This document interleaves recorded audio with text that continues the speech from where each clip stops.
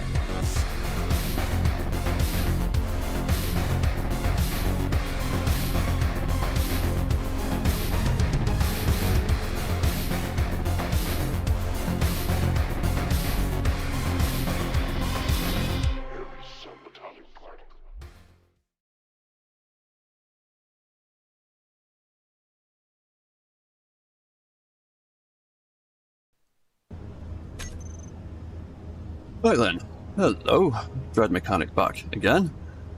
I haven't been online for a week or so for a variety of reasons, which I won't go into, but I am back again. So, how has everyone been doing over the last week that I've not been around? I hope we're all good. Who have we got in the chat then? Hello, Alex Taco, how are you doing, mate? Right, so, what were we doing last time? We were building that guy. We were still working on him. So I think, yeah, we got his docking station set up. I haven't been on Space Engineers for pretty much the entire week, so I can't remember where I'm up to. We'll figure that out in a second. Oh, hello, Kenneth Holland. How are you doing, mate? Right, so, what were we doing last week? Last week we... Oh, yeah, well, not last week, the week before. We were messing with this docking station. Which I ended up... Oh yeah, I ended up wrapping it in wheels, didn't I? Because the drone kept walking through its docking port and blowing it up.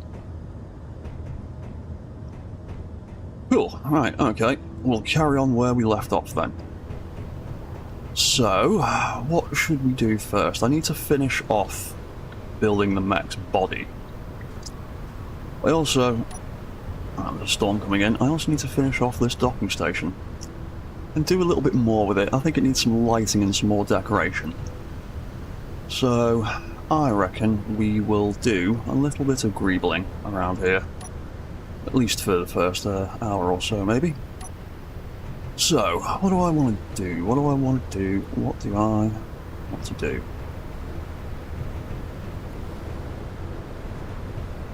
I want to put some lights in it. Oh, I've got an idea. I know what I can do. We've got lovely new lights. With that last update, didn't we? We got them.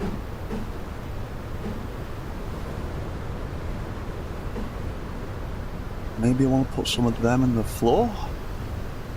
I think a little line of these would look quite cool. We could have them change colours. Oh, hey Aya, how you doing, mate? How are you doing? Yeah, I think I'm going to put a row of these in the floor, either side. And then we can have them colour change along with what the robot is doing. So when it comes in, we can have it change colour, and then when it docks up it can change colour again, and when it leaves it can change colour again. I reckon that'll be quite cool. So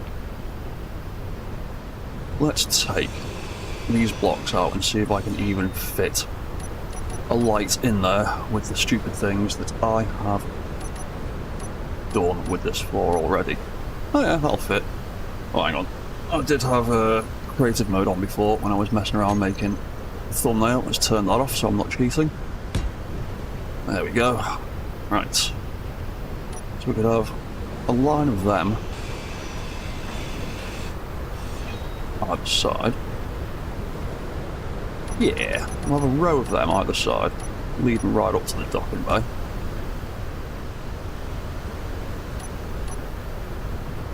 One, two, how big's this? 1, 2, 3, 4, 5, 6. I'll just have it go to 6, I don't need to go all the way to the back. Oop. That's the wrong one. Hey, what's that? Your link's still linked to your channel. Streamlabs is so weird. I had to manually change each one of those commands with the actual channel link. Oh, does it? Is that link that it comes up with for you directing back to me? Ugh. Oh, Streamlabs.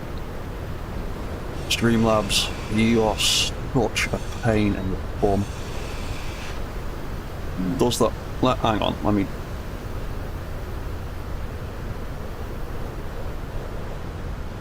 Oh yeah, that links back to me, not back to you.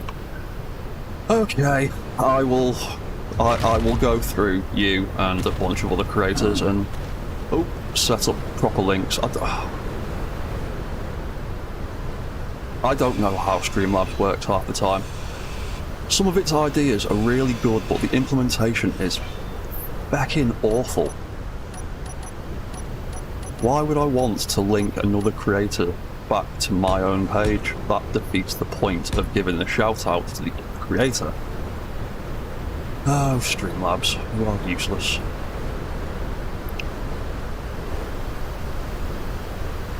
On the subject of Streamlabs. On the subject of Streamlabs.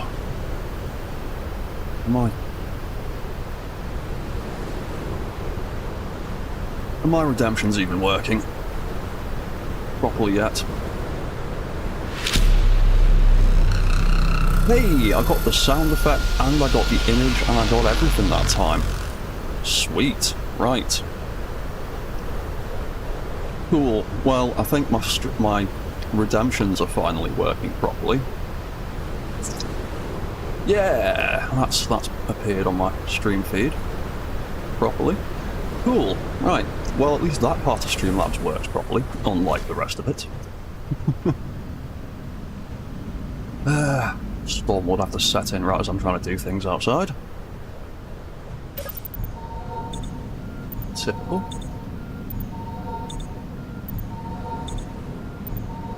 Alright, let's get a bit more health.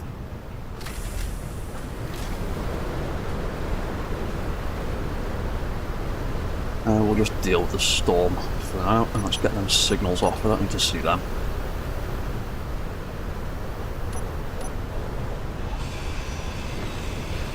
One day in the near future, I will get Streamlabs set up perfectly.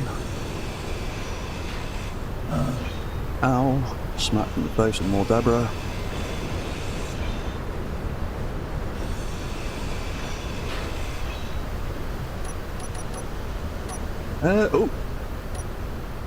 Oh, crap, bad time to be doing this, Let's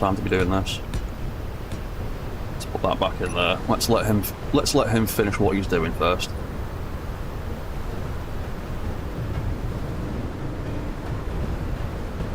You gonna get in there? You gonna get in there? Oh, he seems alright. He's gone in on a bit of a wonky angle, that was probably to do with me getting in his way. He's locked down, I'm happy with that. It does seem to work properly now, which is good.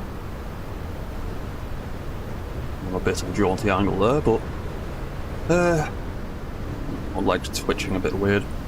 Right, okay. While we're waiting for him to recharge, let's weld up these ones.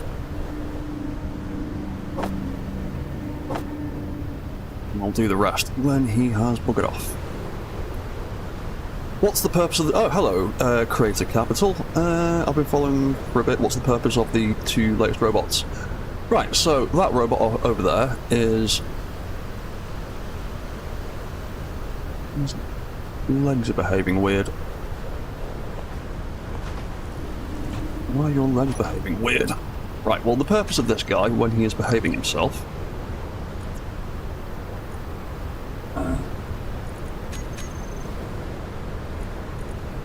is to actually work properly. What are you doing? Your legs don't appear to be moving correctly. Something's going on. Right, well, the purpose of this guy is he is purely a lamp. He is just a light post that walks. That is all that he does. The other guy that's just docked up over there, he is a defensive robot. He is there to patrol the base and protect me and it from spiders. Your legs are not working the way they should be. Why are you misbehaving? Every week I come back to this, and my robots are doing strange things again. What a cycle. I'm pretty sure there is a bug with the event controllers since the last update where they're forgetting things. That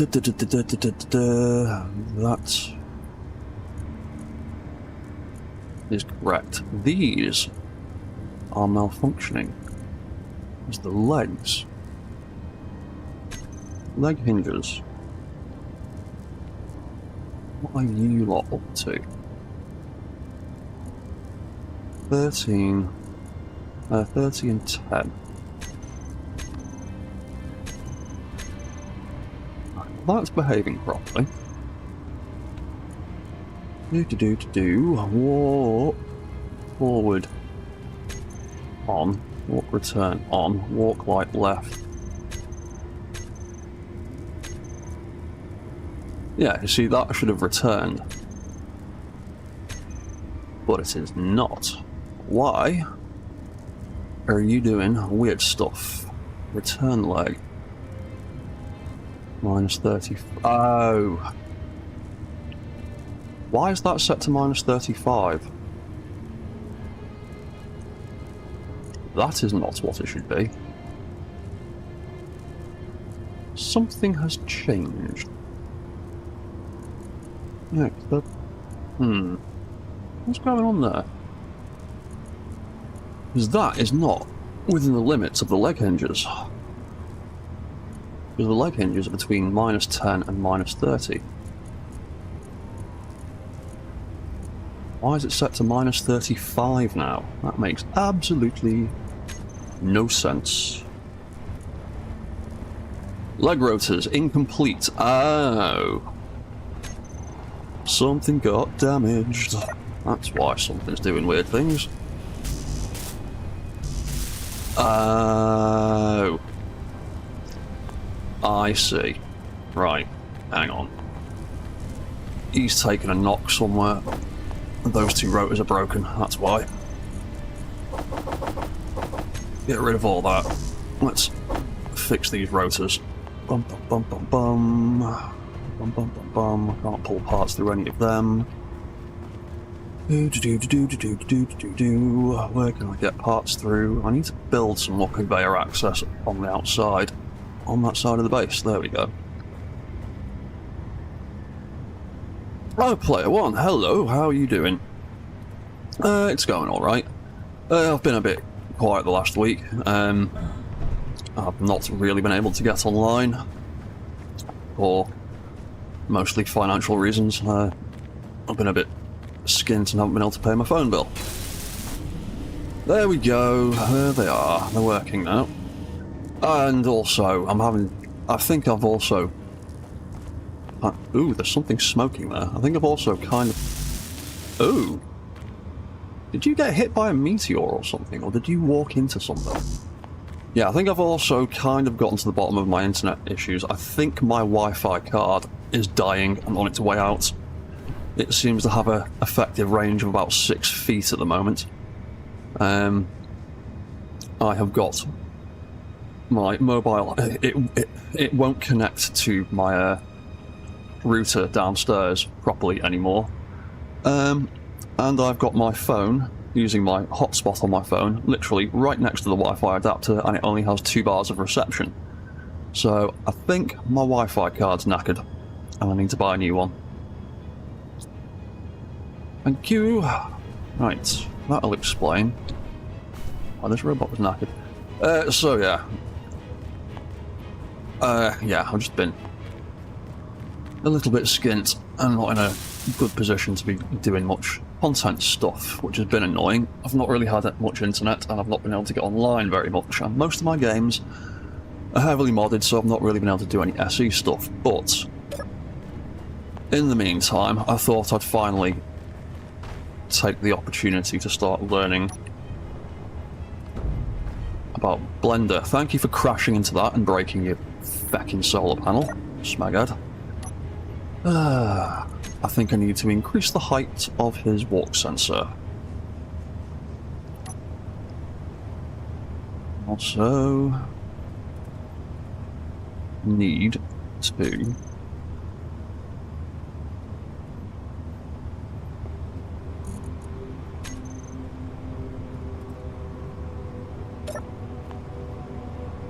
you are such a nuisance.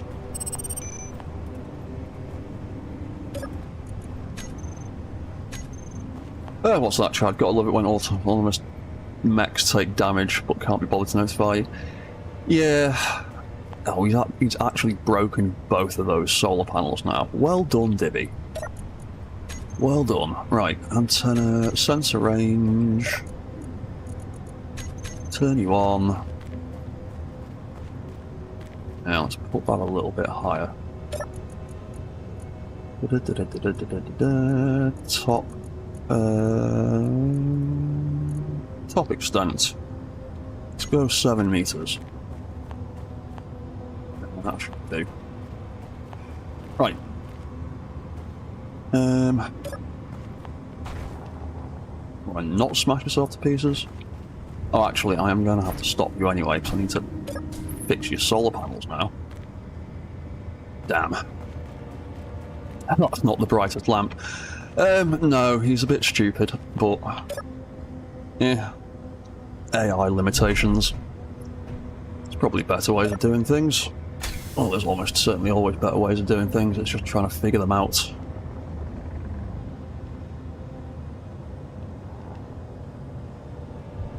Solar panels to fix you, aren't I? Oh my god, have you managed to break 3 of them? 1, 2, 3. Right. Ow. Well, that didn't work.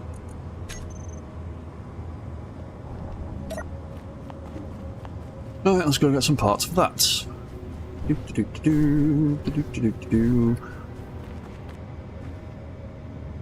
Let's build some parts, and in the meantime, that's not the thing, that's the thing. Stalker, your low power controllers, let's put them down to something reasonable now, because I'm quite happy that you can plod around and do your thing. Probably already triggered his docking routine again, but not really a problem. As long as he doesn't smash himself to pieces either. Like this idiot over here.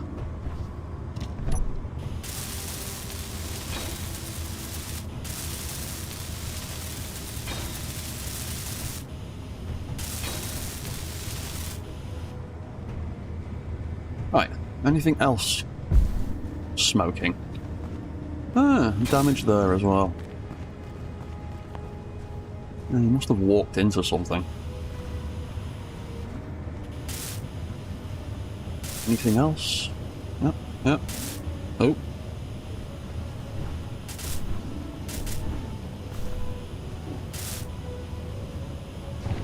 Yeah, you've definitely walked into something at some point. Quite. Ah! Mark just subscribed. Thank you very much, Mark. Oh, hello, Adrian. You could bring the platform closer before you jump. Yeah, I could do, but I'm lazy like that. Oh, I will have to bring him down now. Right, I think the lamp bot is fixed now, so let's hopefully send him on his way again. There we go. The sensor should stop him. Oh, in fact, that's a point. Let's turn the HUD display off on that sensor. There we go. You gonna start walking, or are you gonna mess around in circles like an idiot?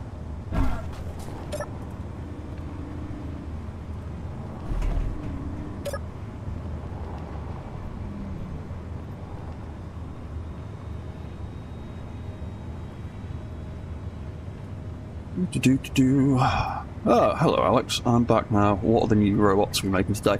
I'm not sure what other robots I want to make today. I want the robots I've got at the moment to behave themselves for a start. Would be nice.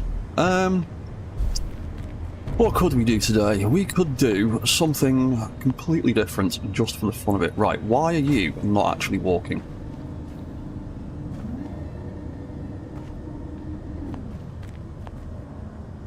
Because your rear thruster is pushing, and because it won't drop below that speed, it's just not going to do anything. So, AI, movement block. Let's turn your average walk speed down a bit. Does that make you drop your thrusters out a little bit?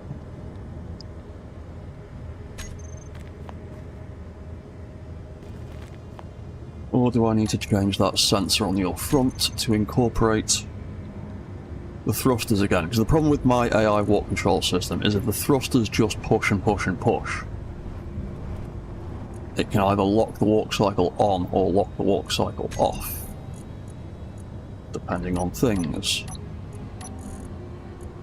So, let's have that forward thruster turn off when it's triggered and on when it's not.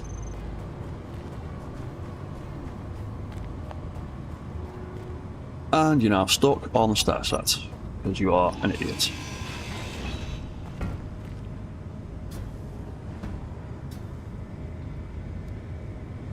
Right, so you can actually walk now, and you'll walk towards that. Your sensor should stop you.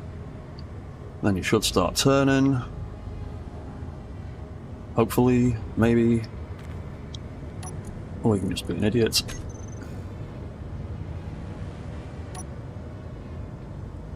I'll do it myself.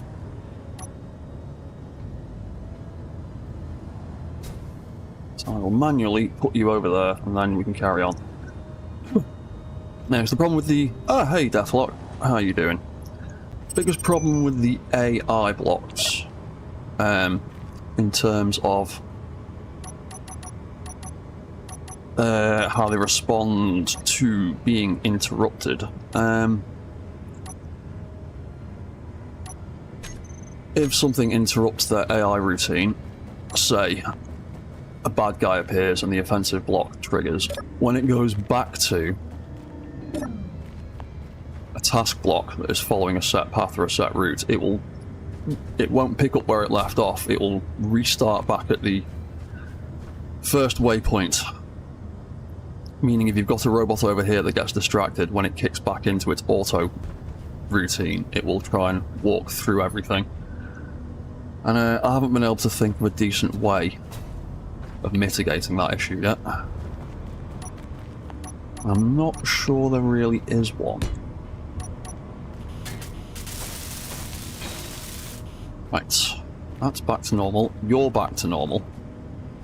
And the other robot is around somewhere. Right, let's finish this. This is what I wanted to finish at the start. So, what, robots get PTSD for a bit after the attack? Kind of. They just go back to the very start of their routine. which can be a little bit annoying when you're trying to make something that can react dynamically to the presence of bad guys and also stick to what it was doing.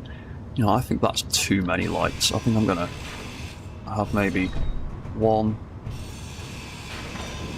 Yeah, I think I'm gonna do like that. One thing in the middle, two thing in the middle, three thing in the middle, and then I might actually.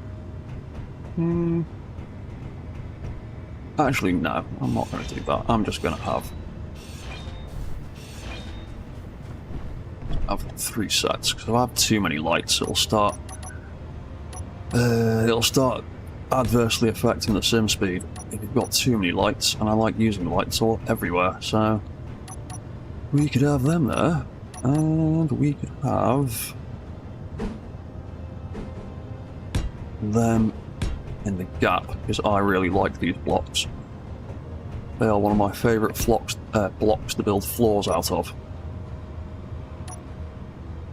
Right, so,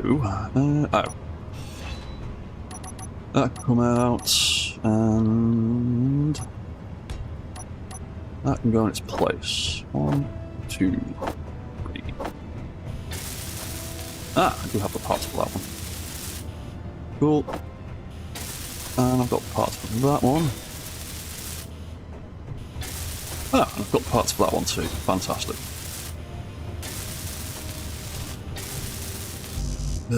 Large tubes. Don't need that. I've got the ingredients in my build planner already. So.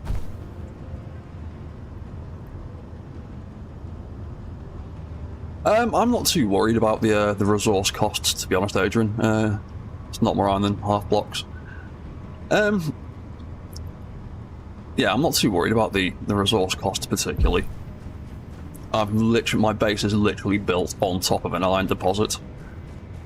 So I've kind of got all the iron I could want at the moment.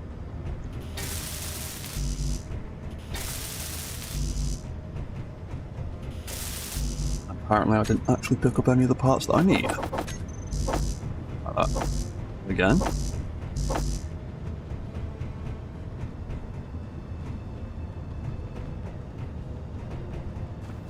I wonder if the mothbot's going to work properly today. I think he might still need a little bit of tweaking as well to get him working properly. Right,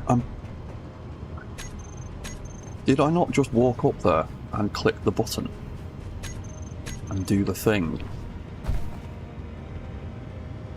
Apparently not. Oh, hang on, that's a point. Are we running out of iron by any chance? Iron. No, we've still got 8,000 of it. Just taking its sweet time.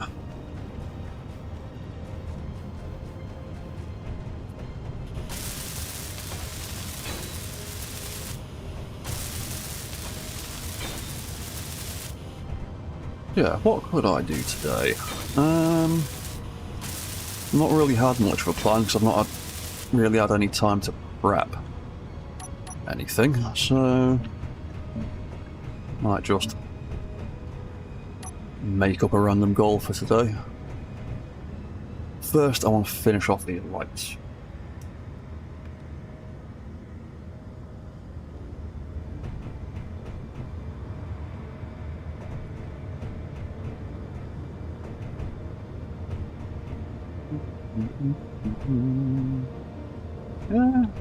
Yeah, I think I'm going to leave it like that for at least the moment.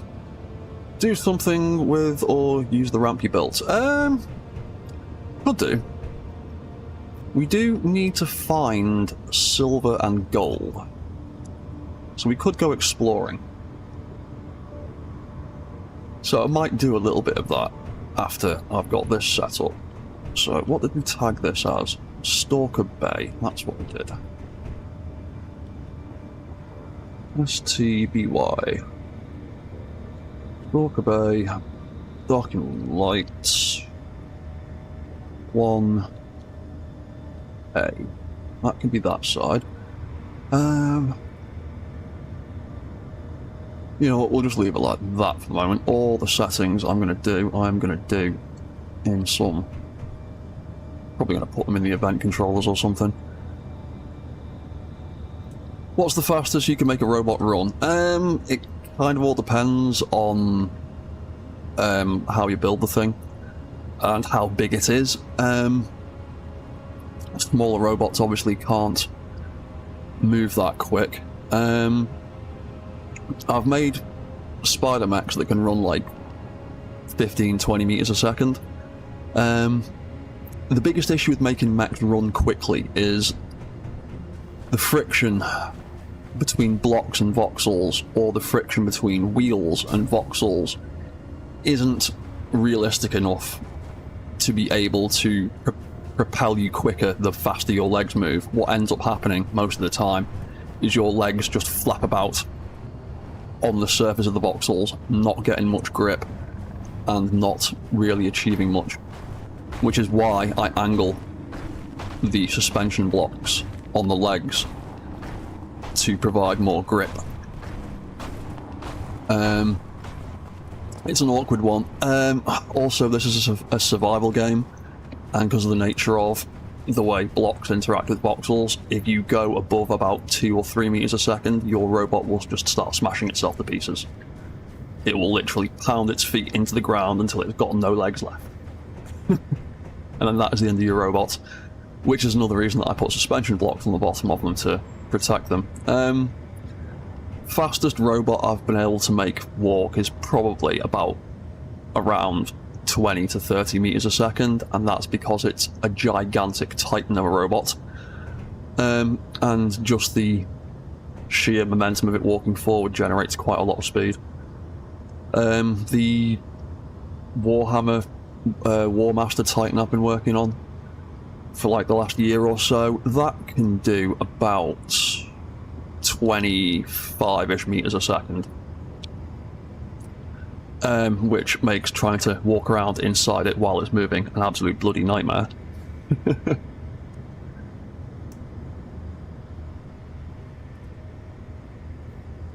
Yeah, player one. Medical components and superconductors for those two things is exactly why I need to go and find some gold and silver, because I want to get a proper medical station here. I don't just want to have the survival kit, I want to have a proper medical bay. And I want superconductors, because I want to be able to boost my refinery.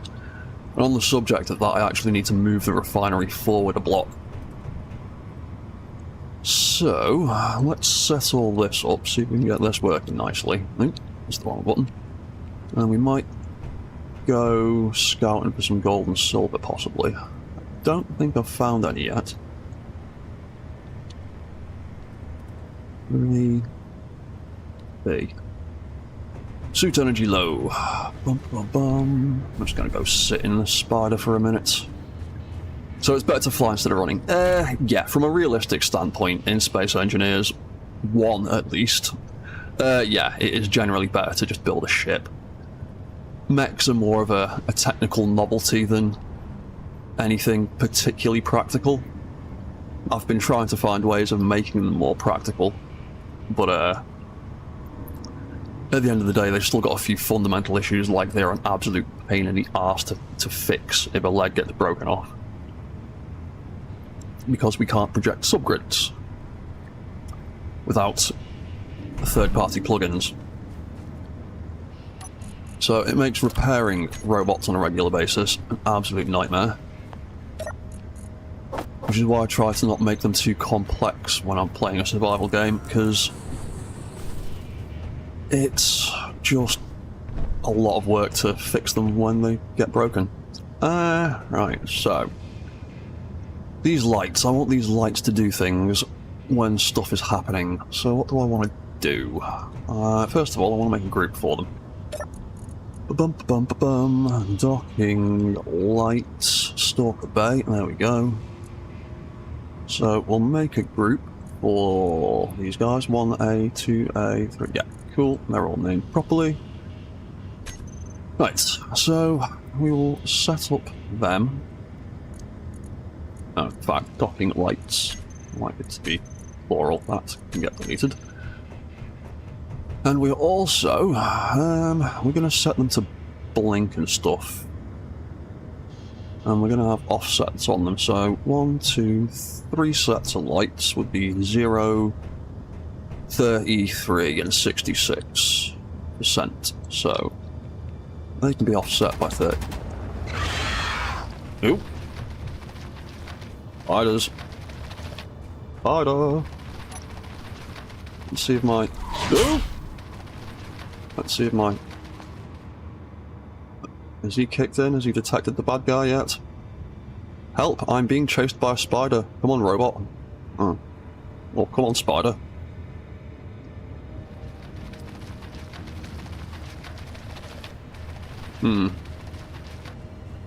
Why is your AI not detecting the spider that's chasing me?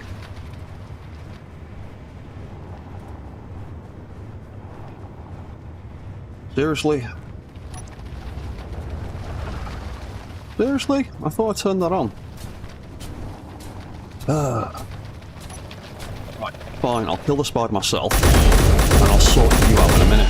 Get down.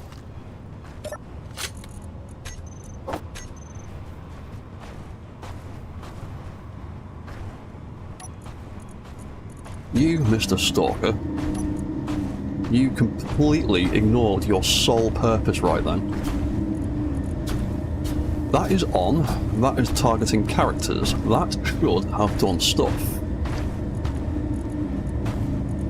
Set up actions, should have turned on the Gatling gun, and it didn't.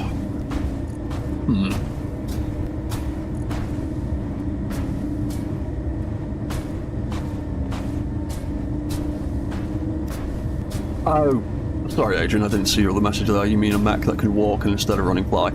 Yeah, that's usually the combination I do for, like biped mechs that, like combat mechs and stuff. I'll give them a walk animation for the fun of it.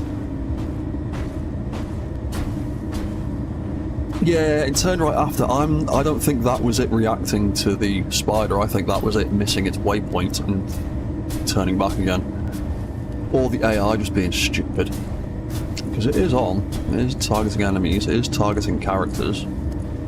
Oh, the search interval, because when it pops in and out of the ground, that should be considerably lower. Because 30 seconds is a very long time to wait. But it didn't turn the gun on. That's the key sign that the AI should have triggered, because when the AI detects an enemy, it should have turned the Gatling gun on, which it did not.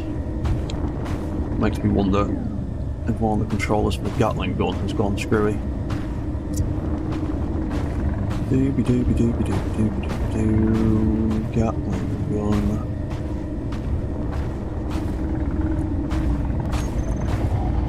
Turns on. That turns on. That was turned on. And that was turned on. Turn that off. That was all. That was turned off. That was turned off like it should have done. Meh, not quite sure. Whatever, let's carry on what we were doing.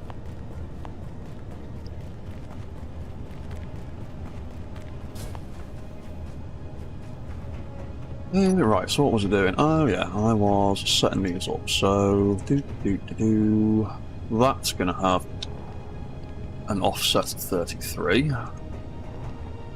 That's got an offset of 33. That will be 66. As will that one. Cool, right, so... When...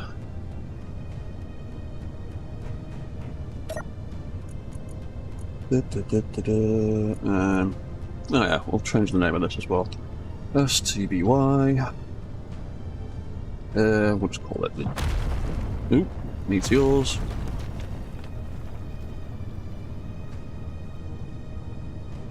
Yeah, we'll just call that docking terminals now. Right, so what do I want to do? What do I want to do? Docking relays. So, when the drone sends a signal to here, which opens that up. I want it to react before that, realistically.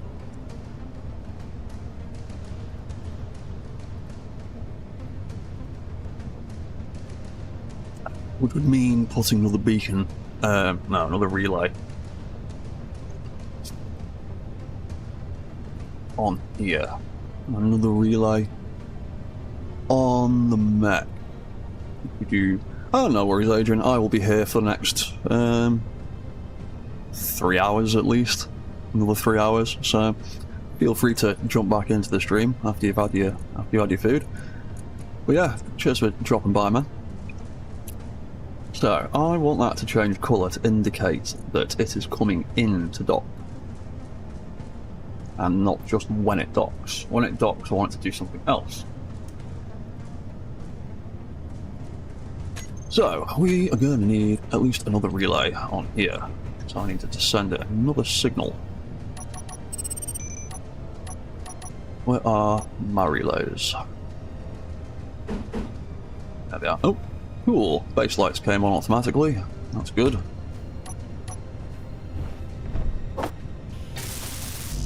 Construction components and a radio component.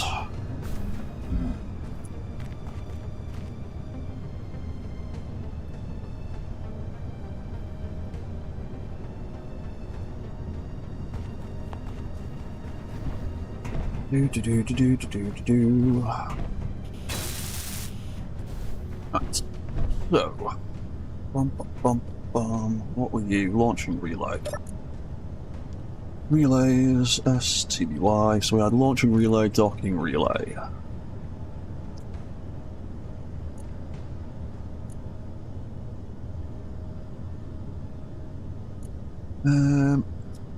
STBY. We will call it the docking start relay, just because that keeps it a little bit simpler. Right, so what signal? Oh, that's a point. I need to make a screen for all these signals now. It's gonna get a little bit confusing. I'm start keeping track of what signals I'm using. Oh yeah, we did 9, 10, and 11 will be this one.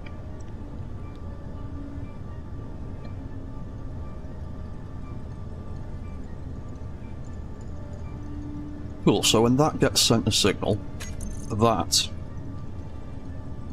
is going to change the colour of these lights.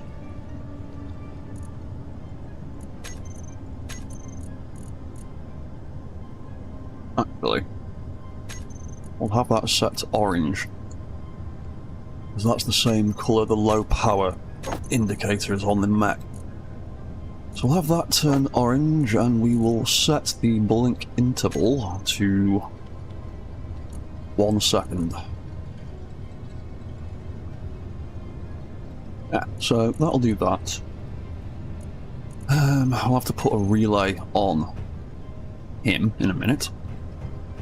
So when I'm going to put a relay on him, I'm going to tie it into his low power things, so when he gets low power.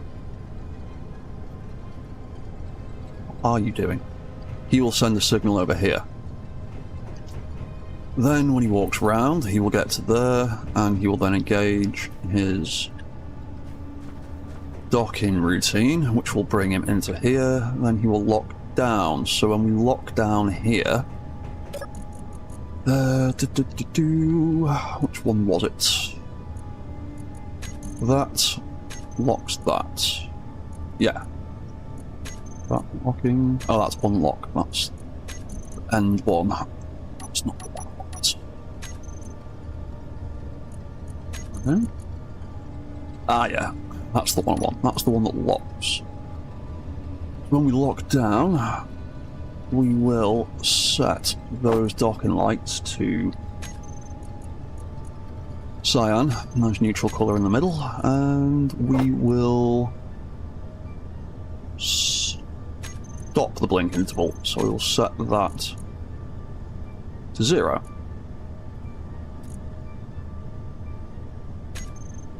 And then, when he undocks again, the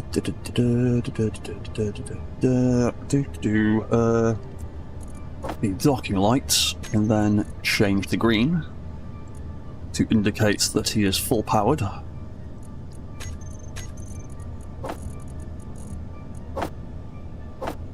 We will set the blink interval to something different just for fun, so I'll have that set to 2. And just check that other one in case I've messed that up. I have done. I'll put that in the wrong slot.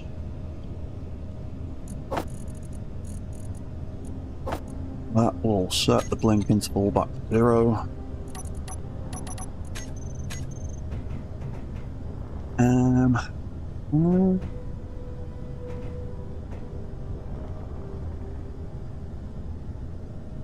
That's it really, isn't it?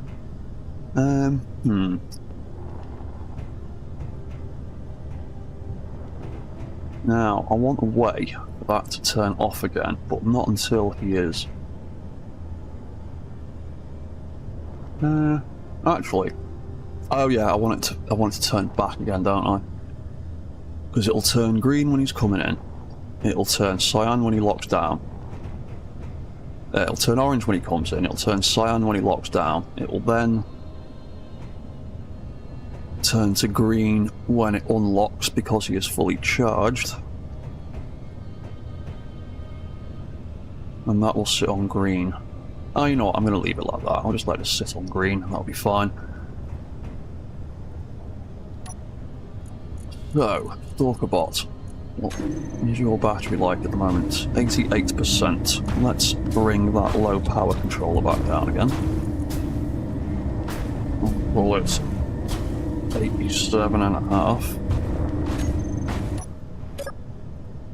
Oh, actually, no.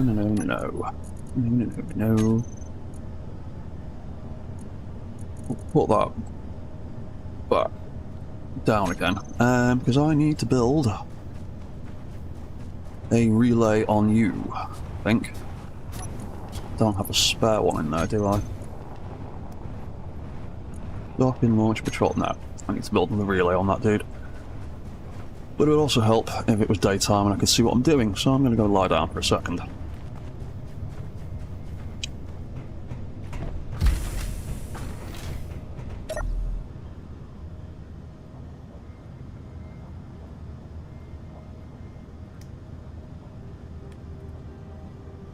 Go on, son. There we go. Ruby.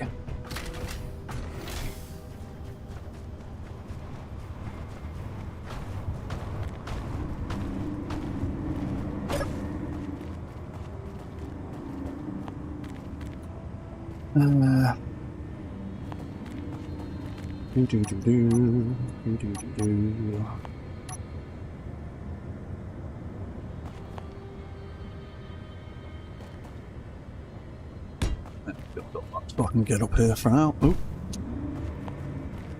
Actually.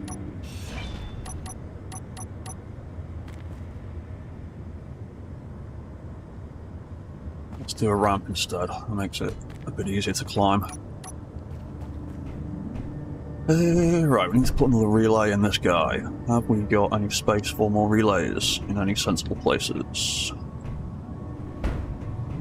Probably not.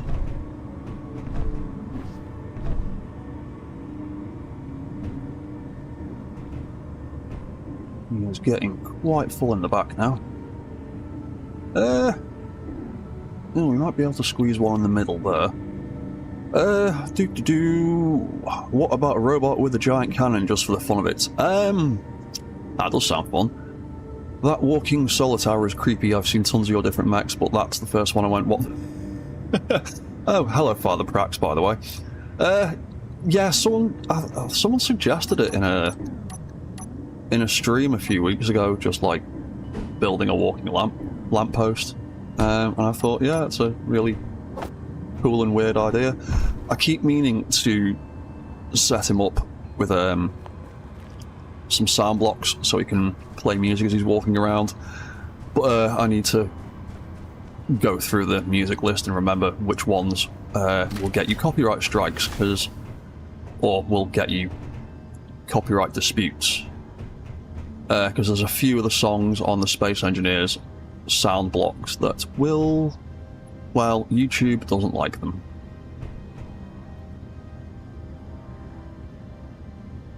It's like one of the Toy Sid mutilated Toy Story. Thank you. To be honest, as horrible of a character as Sid is in the first Toy Story film, I did kind of like his weird mutant toys that he mangled. I kind of did the same thing when I was a kid. Right, so STKR-01, you're going to be docking start. I'm going to put that in capital letters so it's really obvious. Relay. You can also be number 11. I know, we can probably finish off his chassis at some point soon as well. Docking relay. So that is just going to send a signal. It doesn't need to receive anything.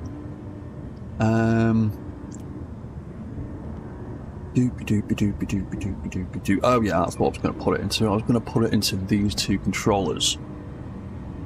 So when his power gets low, it will turn that timer on to initiate its docking sequence. And we will get the docking start relay to send a signal. And we'll do the same with that. Oh yeah. That I never actually got around to setting up properly, so... it was the auto docking timer, wasn't it?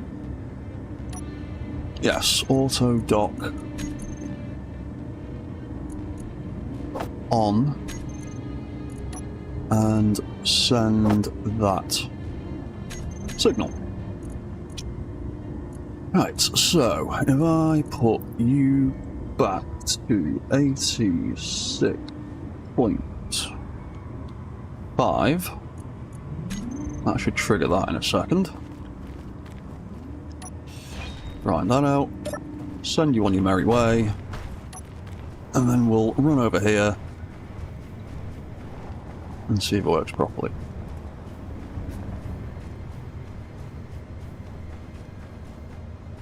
See if it works at all. Right, so those lights should start flashing green when his power gets a little bit lower, hopefully.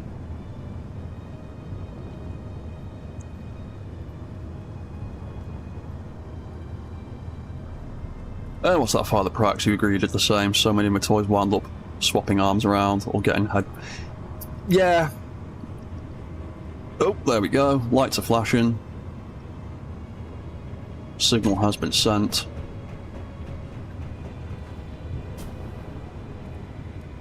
He'll end up going around one more time though, until he gets back to the center point, and then he should dock up.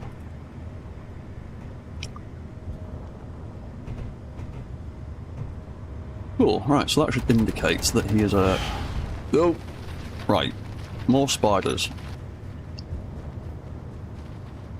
You gonna spot the spider chasing me this time? Nope. There's a spider right there, it's coming for me. Oh, there we go. There we go. Thank you. That was what you were meant to do. Lovely. And yeah, because the AI block, the offensive block, interrupted his task block with the patrol route in it, it has now reset the patrol route, and he is going back to the very first waypoint. And that's the big problem I have with the task blocks in the minute, is the the other blocks interrupt it, and then it resets back to the beginning, which isn't great. But he should get there, and then he should engage his docking system. Yep, there he goes. Plod, plod, plod. Cool.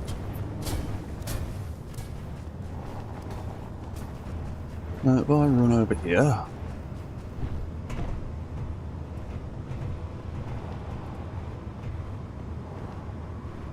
those lights should turn cyan when he locks down, hopefully.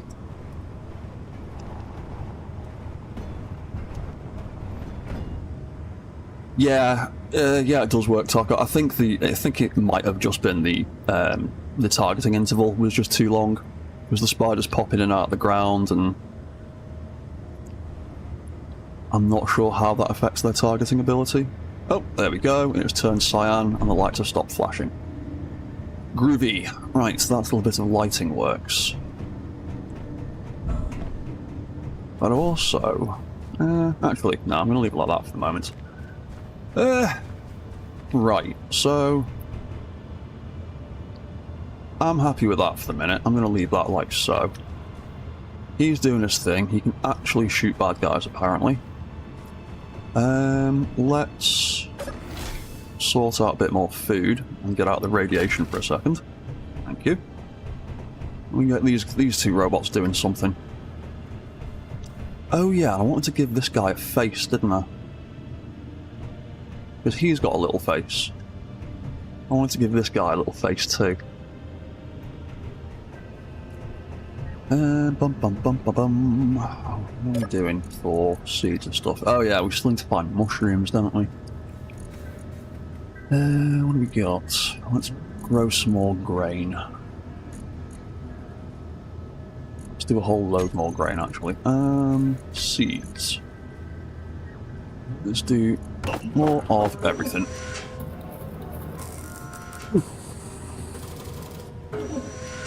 What's that? Honestly, I think you should make another defense robot. Oh, have you not seen the farming robots in action before? Yeah, they work quite well actually. And yeah, I've got two designs. I've got the rail-based guys. I don't know if I've published these guys yet. I don't think I have.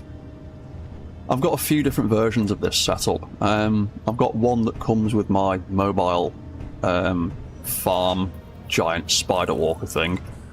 There's my farming robot tutorial world that should have. Oh no, that's got the other one. Yeah, I keep meaning to get around to publishing these guys. But yeah, I've got the overhead rail version that works quite well. And I've got the floor-based one that works quite well. This guy, or a version of this guy, is on the workshops. And there's a tutorial on how to build him. I've not got around to doing one for him though yet. Probably should do. He does work quite well. Seeds then. Let's get them. So what do we got? What do we got? What do we got? Let's take all that grain. And our mate over here can do all the grain for us for a moment. So I'm trying to build up a little stockpile of that as well. Alright, there we go. Oh, that's a good question. What are we doing for ice? Plenty for the moment. Right, you. I want to give you a little robot face like your mate's got, so... let's change a few things. Let's take that off of there. Yeah, yeah, he has got a little robot head on him. One of the other versions of that I've done, I think it's in my Alien Survival series actually, he's got a little face on him, so I want to do a similar thing here. So what I'm thinking is I'm gonna basically kind of copy what I did over there and make a few little adjustments to the design. Where is it? There it is.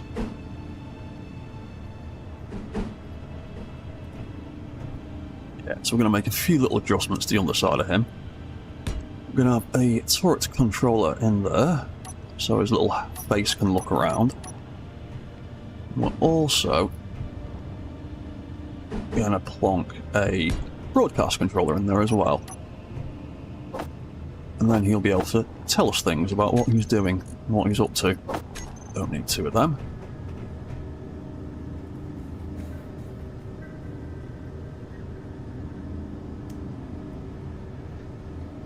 Taco, you think I should make another defense robot? Yeah, could do. Could design something a bit different for the fun of it.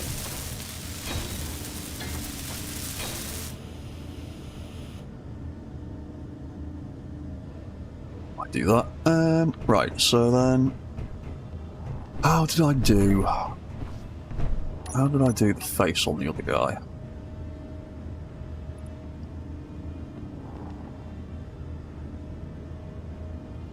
How do I want to do the face on this guy? Bump, bump, bump, bum.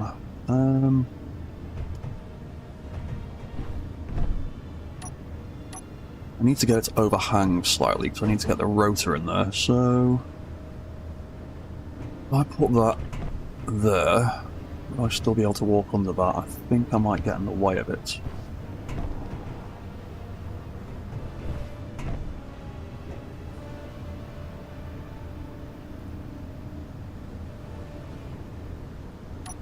It's not even that block I want, actually. It is that one that I want.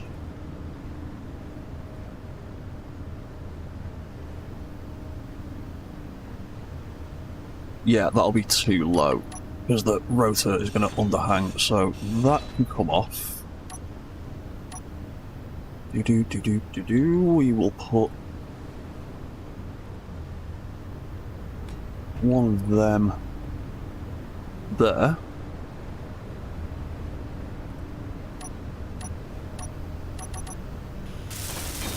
Weld that up.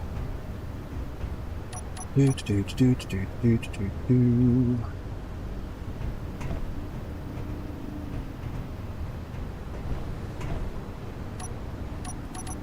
we'll have a rotor on the end of it. Way around is that. That could be that way. Then we can... Actually, no, that won't be too high. Too low. It is now actually too high. Thinking about it.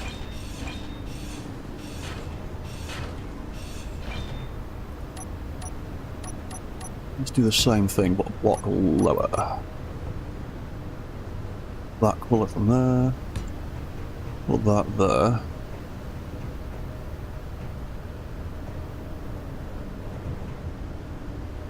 Oh no, I might be right the first time, actually.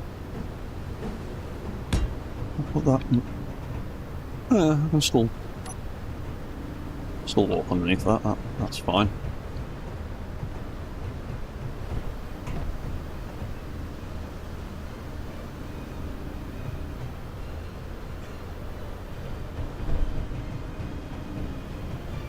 Yeah, I reckon that'll be alright. That'll be alright. I can even decrease the rotor offset a little bit and get a bit more height out of it. So let's weld those bits up. I'm going to build a little robot face.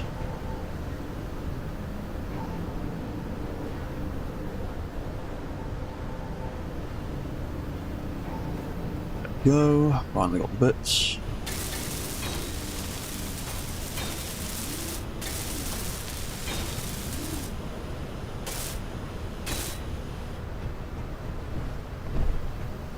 Right, let's reduce that down to 0, get a little bit more height out of it.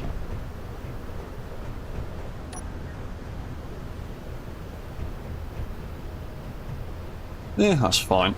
I'm not bothered about that, that's okay. We will...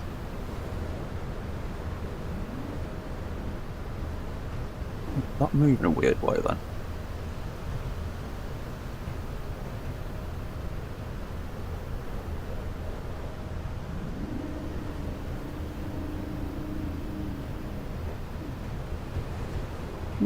It'll be fine.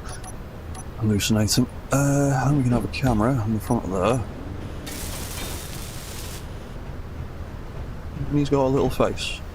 and then we need to replace these blocks up here. So let's get some of them.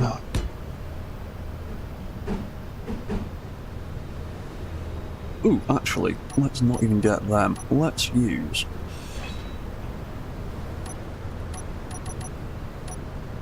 these new blocks, because I like the way they look.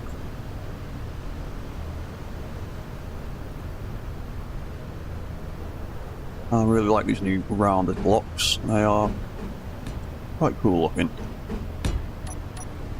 Let's do something like that instead. It's not too bad. Oh, I wish we had shapes that married up to this nicer though. Bum bum bum bum bum bum. I will just do that to make that look not crap. And then down here I need to bring one of this. Oh, I just ground out the button. Well done. Put that button back.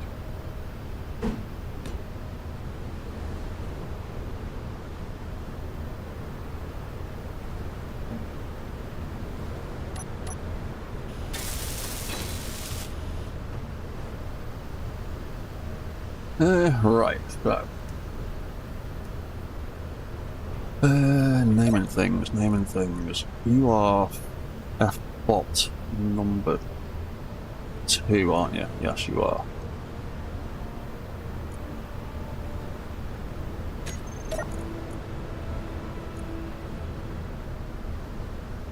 Roll unit head.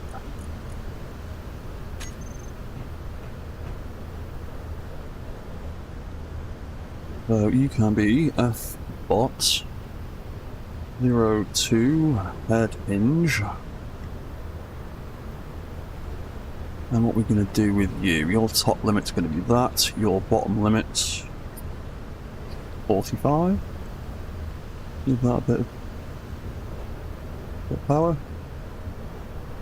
There we go, and then you can look down at me and other things. Yeah, cool, that'll do. A bit of sharing a tensor for the wobble. Don't need to have 1, 2, 3, 4, 5 much torque on it, but we do need a little bit.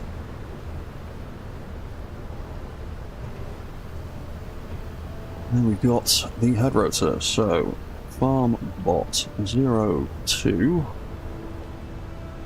head rotor, and that we will have. We'll let you look 90 degrees in either direction.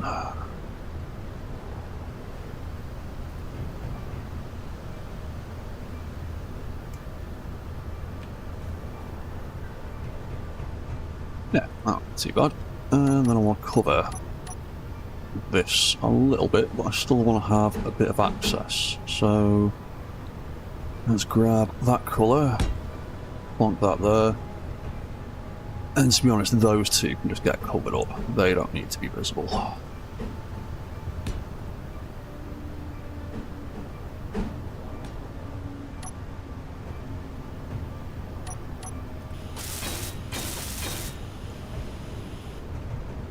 Groovy. Oh, I need to set that up again, don't I? F-pot 02.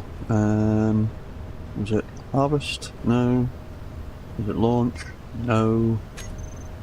What did I do for the button on the other one? Oh, that was the wrong button. But he'll do his thing anyway. Oh, it's launch with a with some brackets around it, that's why.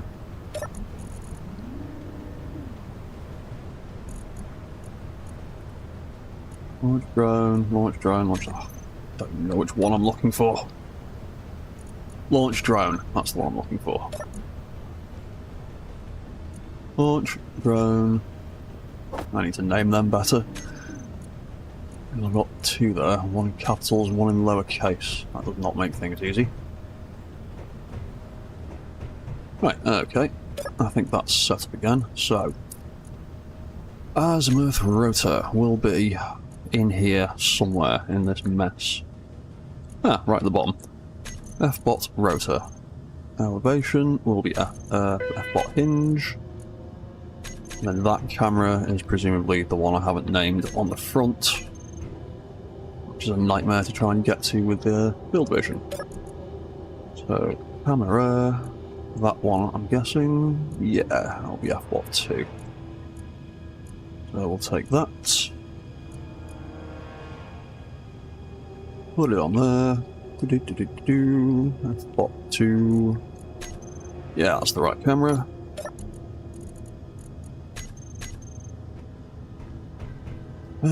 Right, so that's... When you launch...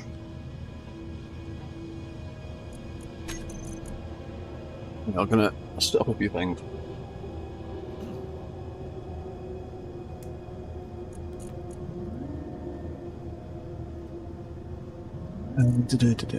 Right, that does all that. So, when you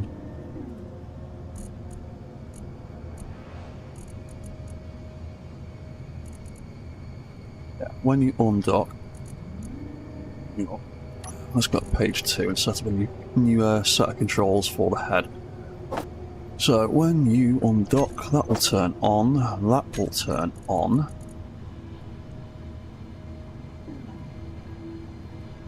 That will set the upper limit to 90 and the lower limit to 45. Lower limit 90, upper limit 90. And the camera can turn on.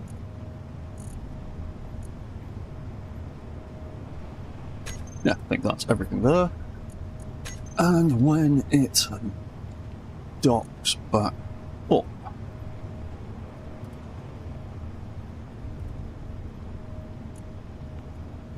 bot 2.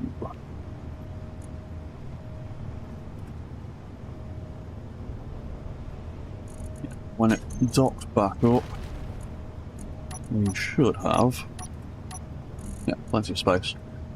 F bot 02. That can turn off when it docks up. That can turn off. That can turn off. I should have just enough space to rotate back to 0. Yeah, rotate back to 0, call it 5 RPM, and rotate that back to 0 at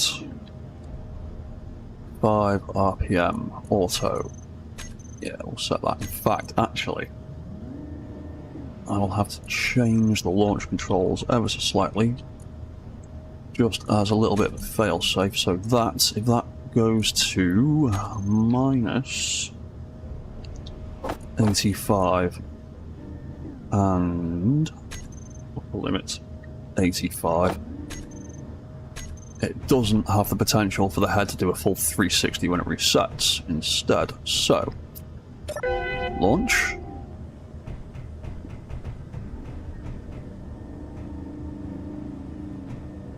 Something's scrubbing up there that wasn't scrubbing last time.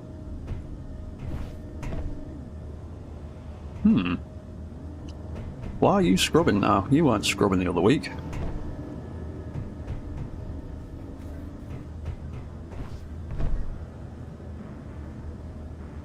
Oh, space engineers, have you changed your mind about what constitutes blocks scrubbing against each other again? Fine. That's probably taken damage doing that. Wasn't doing it the other week. Suspension. Top. Offset.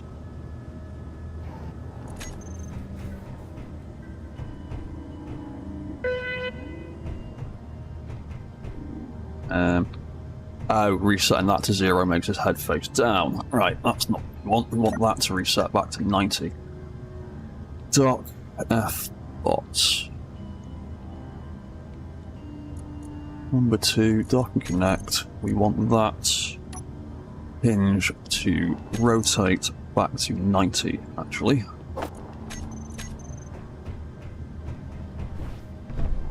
I wonder why that was scrubbing.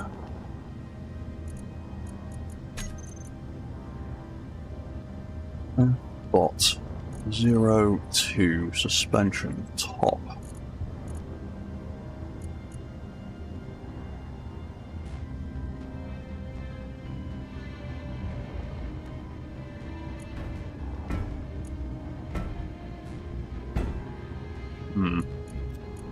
I think something's changed again with the collisions.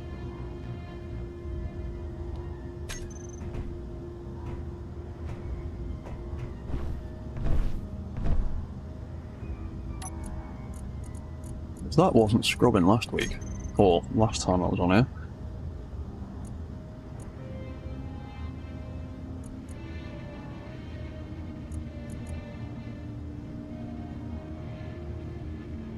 Because that should be pushing the mech up.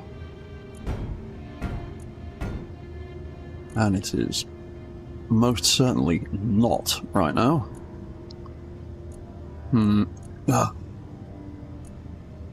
Ian, have you changed the collisions on these blocks on me?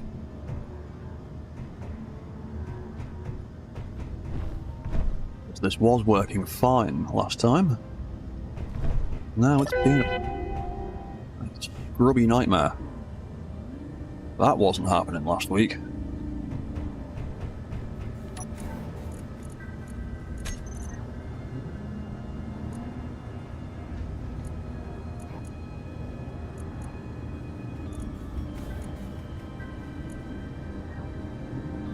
Well, there you go. Now it's... Right, if I set that to 5... Hey. There we go, that seems to not be scrubbing now. We have that as a nice round 0.5. Is that? Oh, that's scrubbing. And we go 0.6. Is that the new non-scrubbing limit? Seems to be. Cool, okay. I think that might be solved. Let's just set this head up to not look at meteors, or small ships, or large ships, don't need that. They can just look at me. Actually, they might have been look at small ships as well. But mostly characters. And friends. And neutrals.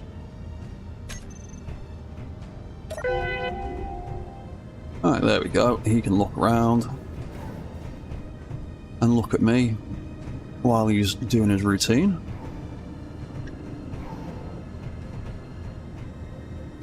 And he's apparently no longer scrubbing. Fantastic. Right, let's plant some seeds in there then. Oh, hello, Lightshiner. Dread, hi, love your videos. Still working on making walker legs. Yeah, walker legs can be a bit tricky to begin with. And it can be a bit confusing. Because getting the legs to do stuff is only half the battle with mech building. You've also got to consider things like gravity and balance and friction, its ability to actually grip the floor. Well, like I was saying earlier in the stream, one of the biggest challenges you'll find building mechs is getting them to walk at a reasonable speed, not because the legs aren't capable of doing it, but because the friction with the floor isn't particularly amazing. And blocks tend to slip and slide around all over the place. Which is why I don't really do running mechs, because they either bounce in place or they smash the feet to pieces. There's a few people that are good at doing running mechs, but again, they tend to be very, very big things that can have lots of big wheels that generate lots of friction. And lots of big hinges that can do lots of torque. Okay, right, the farm is planted again. Let's put that stuff back in there.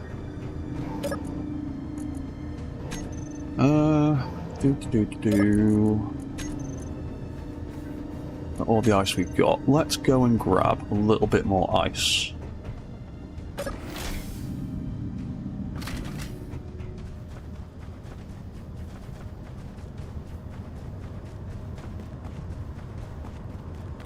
We will jump into the Sphinx and... What are you doing? Why are you just stopped there? Hello? Stupid robot. Okay.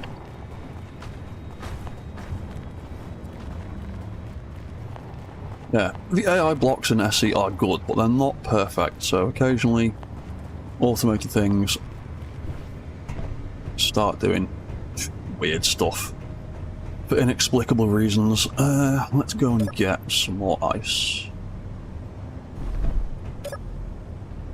So we will get my semi-automated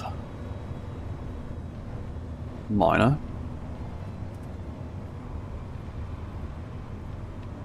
What you... Why are you not reversing? There we go.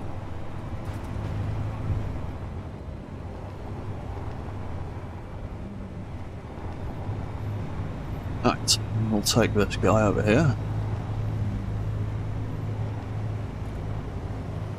Grab a little bit of ice. Oh, Light Shiner, I'm literally waiting. I am literally waiting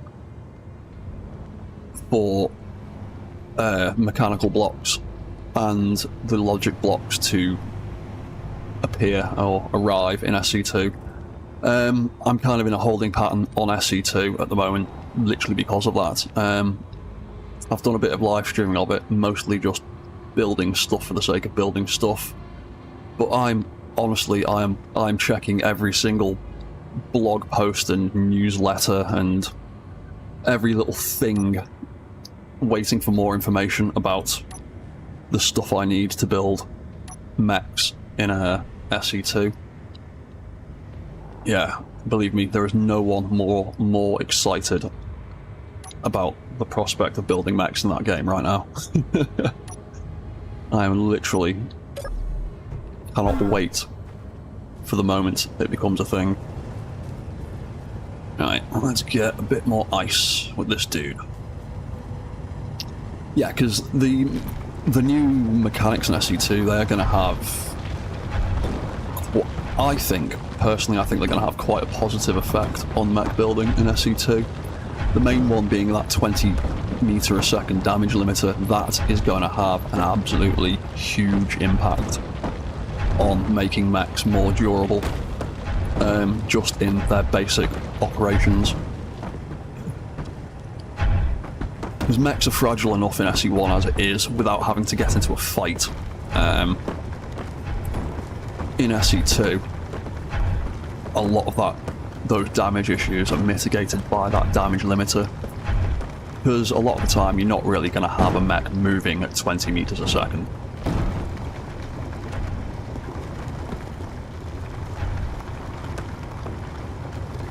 But then again, with the 20 meter a second damage limiter, there's the potential to make generally faster mechs. I hope that bit of rock keeps smashing your face on, you idiot. Yeah, I literally cannot wait for mechanical blocks to arrive in SE2. Like I said, every single blog post, every single newsletter, every single teaser video, I'm sat there going, give me more information. I need those rotors, man. I need those rotors.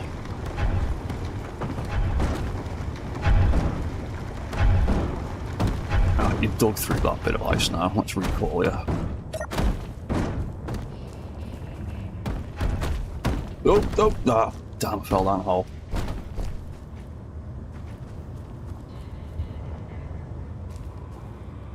Yeah, I think we've still got a decent chunk of ice underneath here. Right, these locked down. Ruby.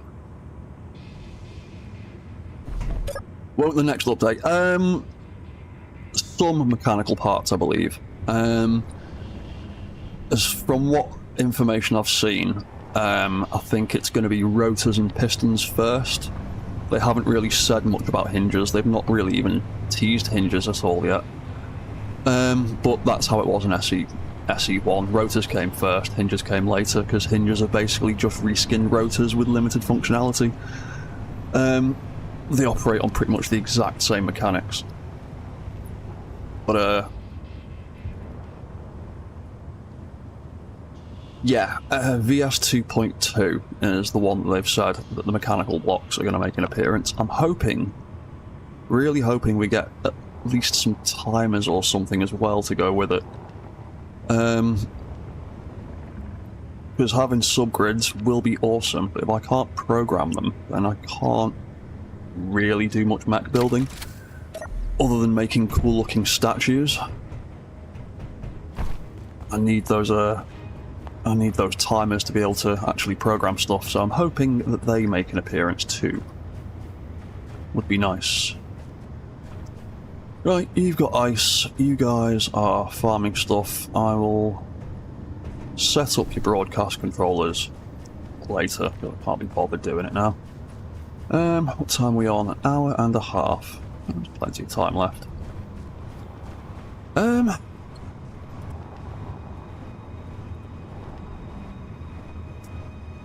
Let's build something different. I want to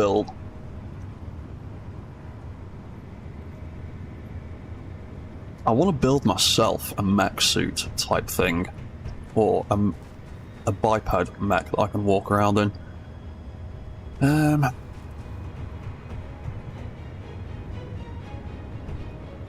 I might build something like that just for fun.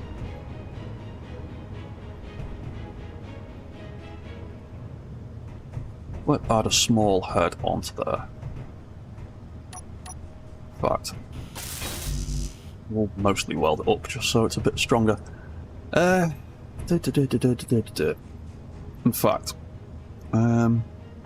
Pacific Rim's on the fact. I've never tried to build something that size at survival. That would have to be an entire stream series of its own, because building giant mechs takes a long time. It takes long enough in creative mode, or with the creative tools on. To build a giant mech in survival would be quite the mammoth task. Might do something like that one day though. But for now, let's build something a bit smaller. What can we do? What can we do? What can we do?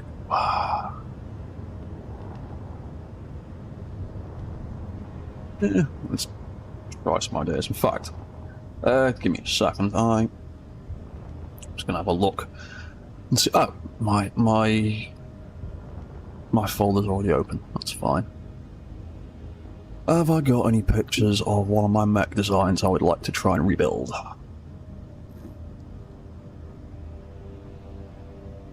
Yeah, Titanfall's a good game. I haven't played that in quite some time, to be honest. Have I got a decent picture of a mech I would like to try and replicate? Yes, I have. Ooh.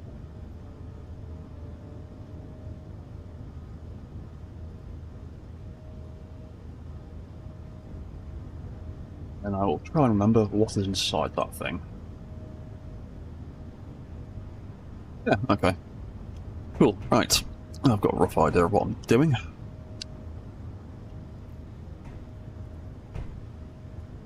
So...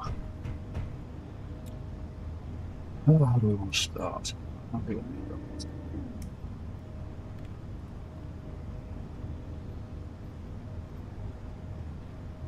Do we want to start this? Oh, I know how we want to start this.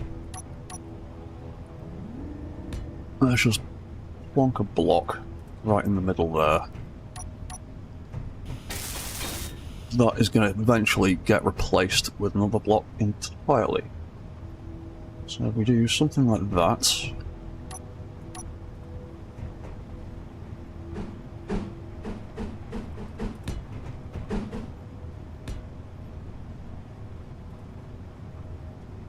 Something like that, and then potentially and that as well, and then we're going to start building walk controls on top of there. Yeah, go with something roughly like that. Have I perhaps got another image of it from a slightly different angle? Well, that one. That's not much help. Actually.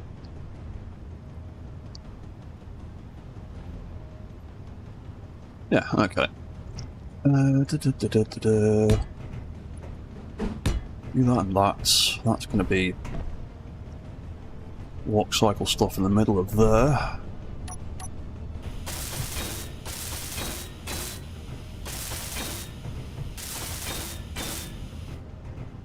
Yeah, because speaking of walkers that can fly as an alternative, I might try and do that. Build myself a little biped walker I can prance around in, but also maybe stick a couple of thrusters on the back of it like a little jetpack so it can fly about.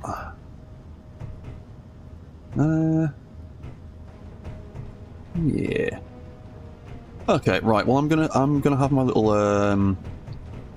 little tea/bio break a little bit early because I've got an idea of what I want to do, but I don't want to have to interrupt it in half an hour. So I'm gonna have a little bio break for a few minutes so I can go and get another cup of tea. Oh yeah, I didn't mean to sleep and turn the sun off, but who cares? It'll reset itself in a second anyway. What am I doing? Looking for those buttons. There we go. Right, so whilst I'm away, I will leave you all with a nice view of my robots doing stuff. Let's find a good angle. There we go. We'll leave the camera there for a second, and I'll be back in 5 minutes, and we will build ourselves some kind of little biped walker mech suit thing. So don't go anywhere. I'll be back very soon.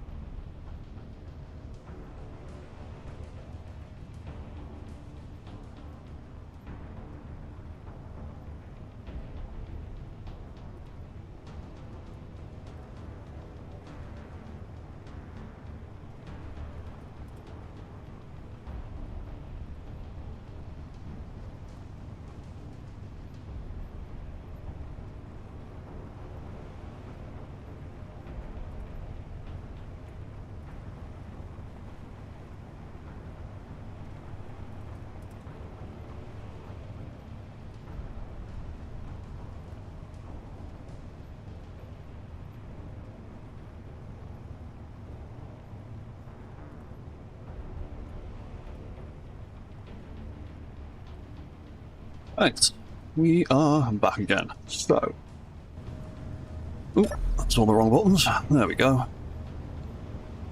Right, hang on a second. Let me just bring a few windows down so I can see some other stuff on one of my other screens. There we go. Right. Cool. So, let's build ourselves a personal little mech suit. You know what? I might go and get the skiff.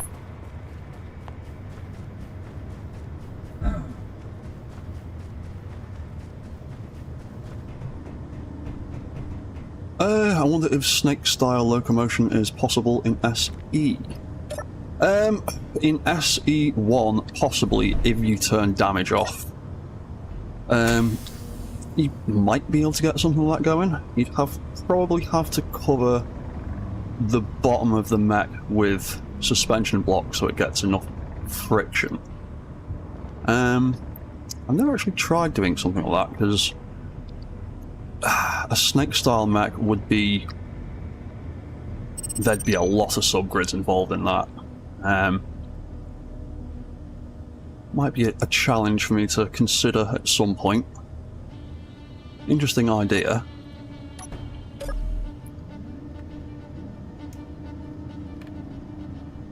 I mean, I have for a while been toying with the idea of trying to make that giant worm mech from Armored Core 6. If anyone is familiar with that game, I've played it quite extensively and cannot get past the final boss on it. But yeah, I have considered trying to do something like that, but again, the issue with blocks being so damn fragile in SE1 that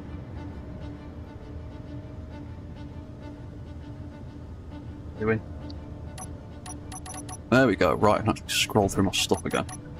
Cool. Yeah, because the blocks in SE1 are so bloody fragile, I've never really gone down that rabbit hole yet.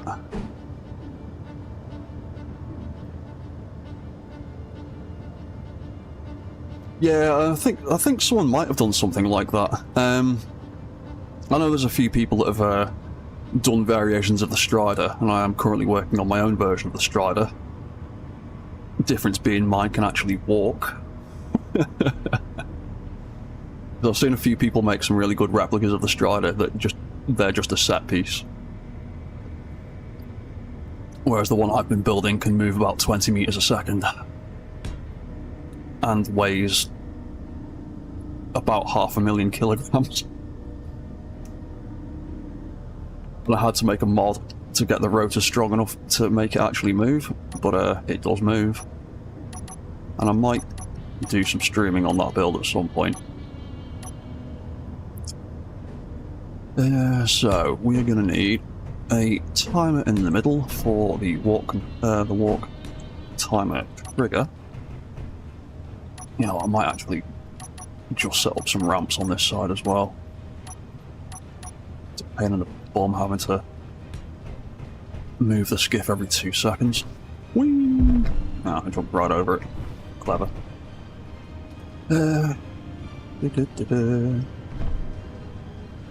Not that active still, that's why I couldn't aim properly. There we go. Right, that timer is going to be walk, cycle. That event controller. Going to be controller. If I can spell controller right. What's that, Alex Taco? When you finish it, you could do a viewers versus streamers thing where the viewers would be able to fight you with smaller mechs. I would love to be able to host those kind of live events at some point. I need more money, basically. I need to be able to rent or make my own server to do that kind of stuff, but that would be something I'd love to do, is like, I would love to be able to have a sort of mech-focused server where people could come and actually, like, learn how to do it. and I could have like a bunch of stuff set up for people to play with. I have done similar things like that on other people's servers in the past and set up like a little workshop or a little museum with a few things in it, tinkering about, but mechs and servers, the viability of them is pretty much entirely dependent on how good or bad your ping is. That can be controller warp cycle number 1. Copy. All that can be number 2. What's that, Alex? You can make a server and send server name and password, and I might consider that at some point in the future. Oh,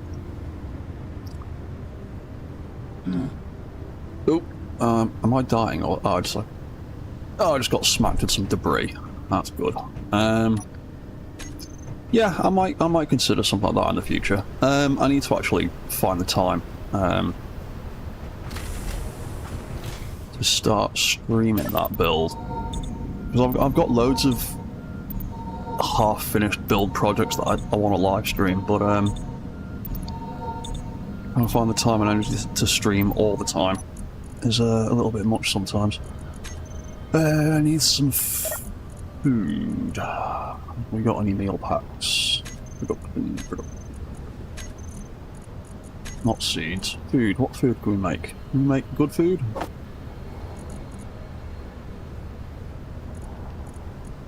Let's just keep pumping them out as long as we've got spider meat, because I don't need spider meat raw. I want to do something good with it. Right, so what's that? Cyberoid meat? No? Meal packs? There we go, meal pack. There we go, we are not dying. However, going to get murdered by the storm, probably. Right, so that's walk cycle 1, that's walk cycle 2, that's walk cycle 3, and that is going to be walk cycle number 4. And they will be 4 parts of our walk controls, or at least the walk cycle.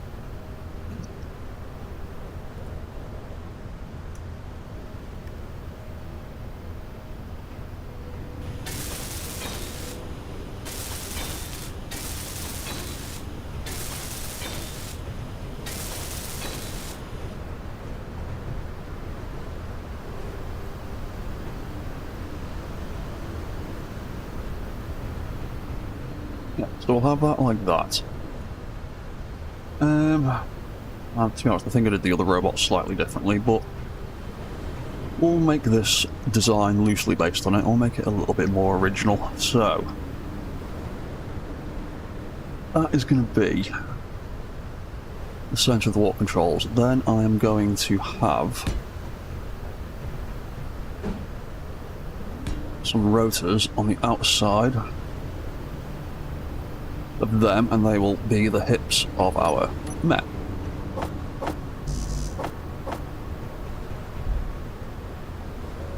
So we will get them built.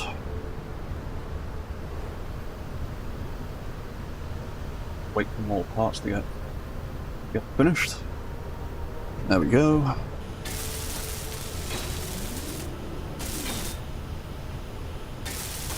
They can both be the correct way around. Yep, groovy. So that one gets to be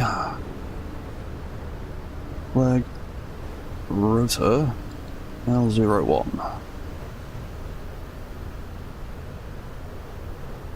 You get to be leg rotor R01. Then we will put the block under there for a little bit of extra support. Oh, getting smacked in the face with debris again. Lee.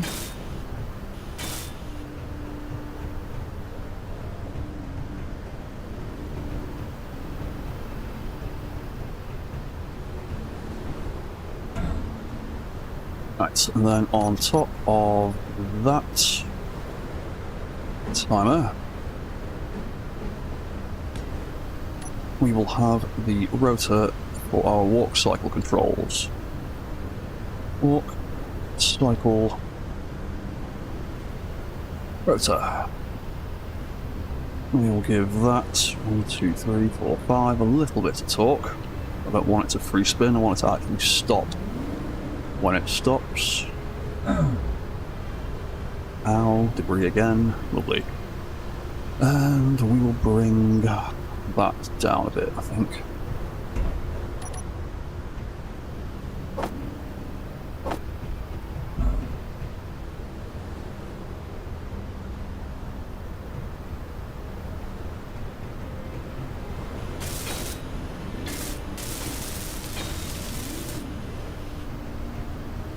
Cool. Right, that's that bit. Then we are going to need more event controllers to do other things. So we need to go up here, really. So walk forward, left, and walk return left. I want it to be able to walk backwards as well. We'll have the same thing on this side. I've got a fairly well figured out little system of setting up these walk controls now. We can have timer there for walk start, timer there for walk reset. Get that the right way round. And then we will have forward control and reverse control. Ow, more debris.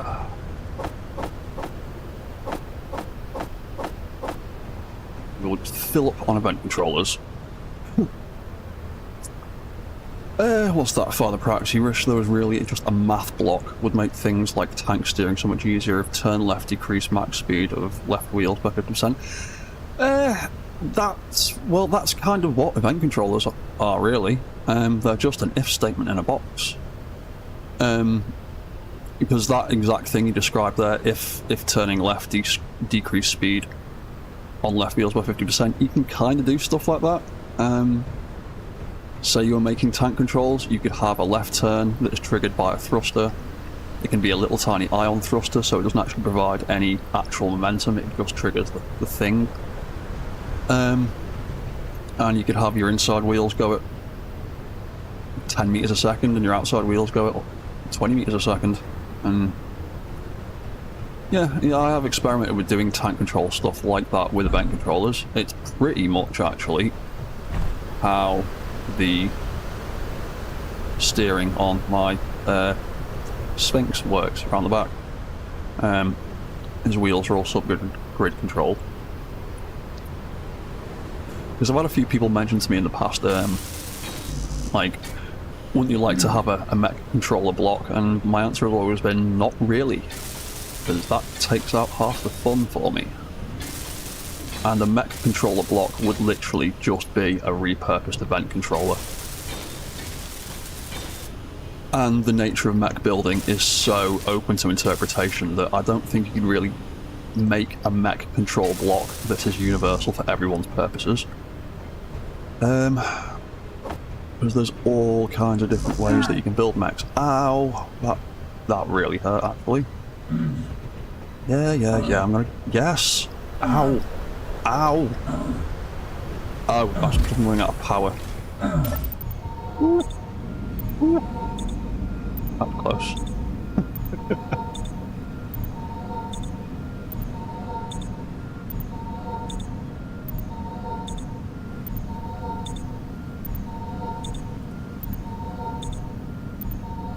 Oh, what's the further practice? Yeah, I saw steering and thought it'd work well for tank steering, but I can't figure out how to do true tank steering if you just turn left, rotate in place, if you go forward and then left, gradual.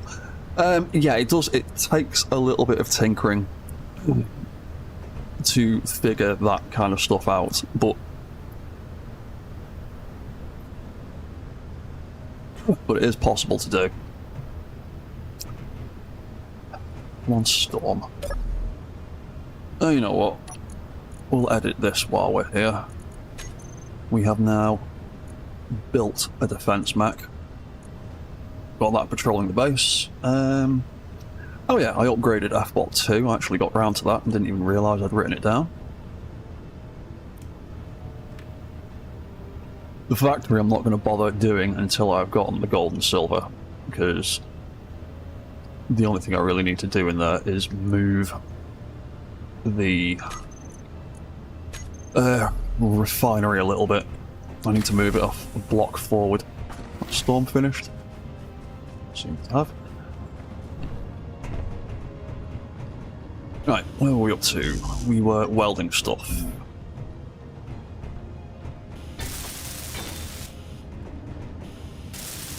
Right, so I need to name all these things. So, that gets to be controller. Walk forward L01.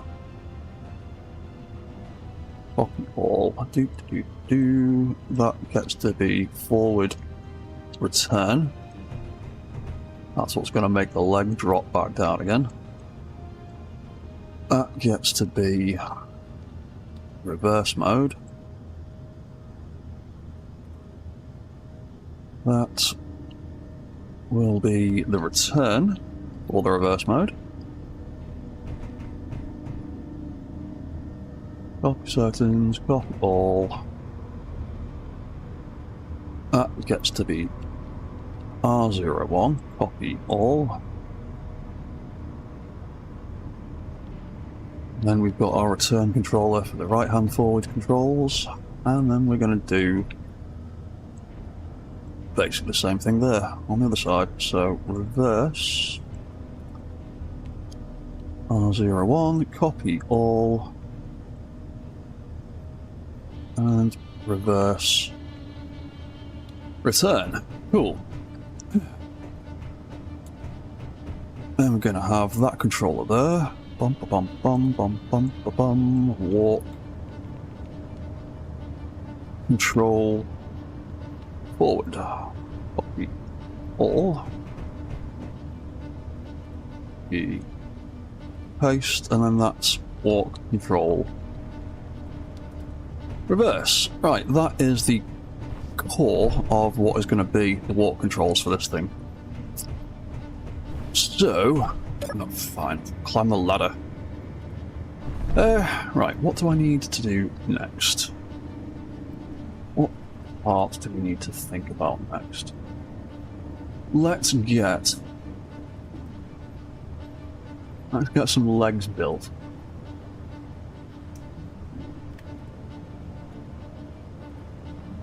Yeah, let's get some legs built. So, piston up.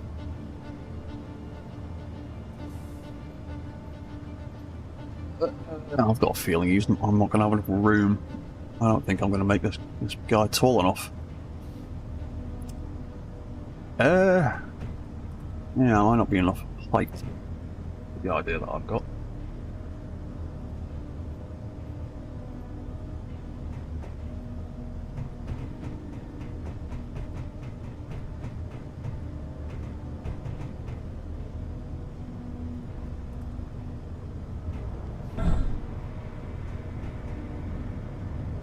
Terrible feeling. This is too short, and I need to go up a little bit higher. How am I going to get him higher? Oh, I've also got 2 blocks there that I didn't finish welding. Let's bring that back down again for a second.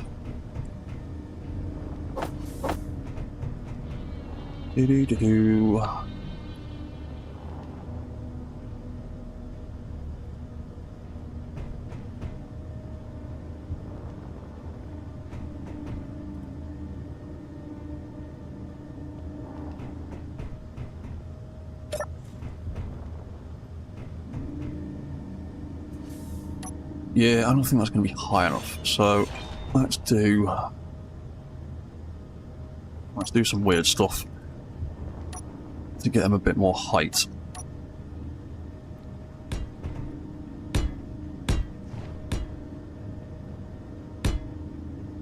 Yeah, I'm not going to be able to get a block underneath there, am I?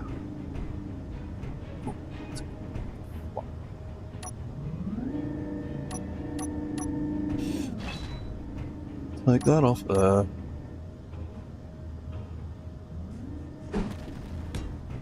That on there.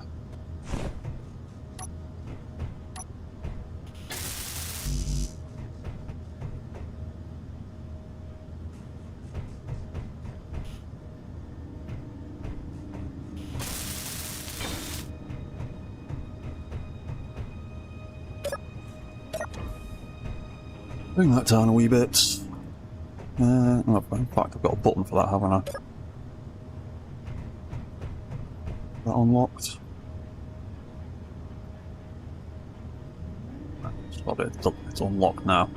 Let's bring that down a bit more. Put that out. Put in. Now let's bring that down a little bit more. That can go in there. Yeah, leave them unwelded.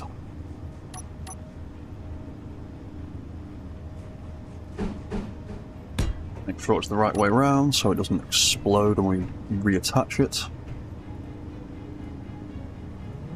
There we go.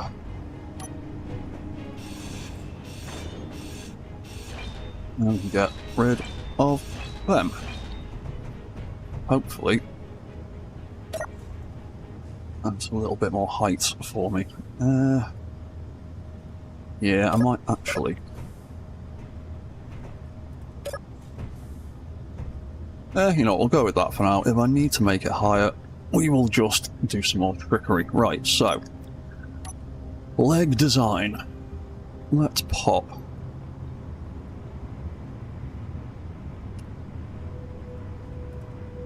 You know what? Let's build. Just for the heck of it, let's build the walk control lights into the sides of the legs.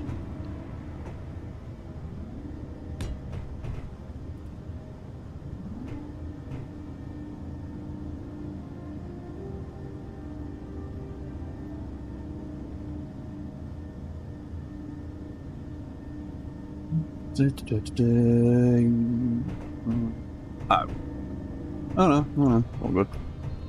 Yeah, I'll go with that.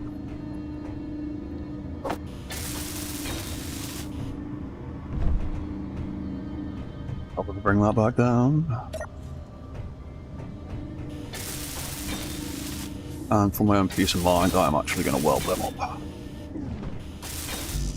And that as well. Oh yeah.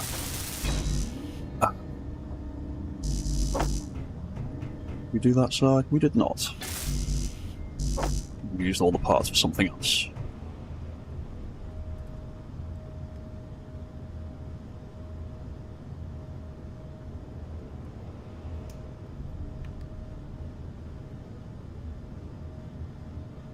Cool, more bits.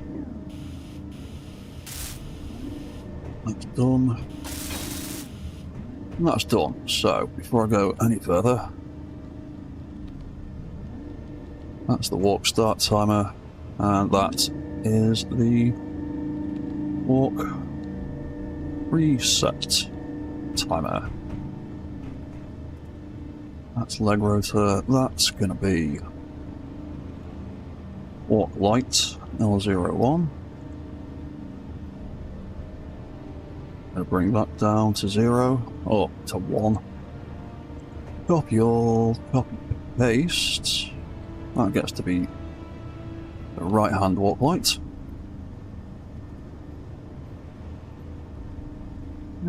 Yeah, okay.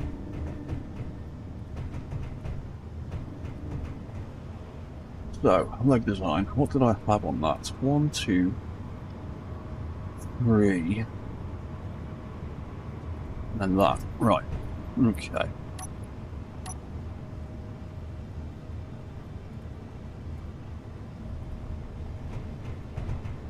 One, two, 3 of them. So I'm half kind of loosely basing this on a design I've already built.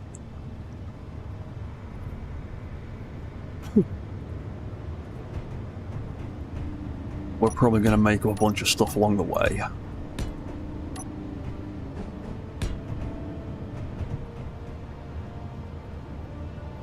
Something like that. Go like that. Get them welded.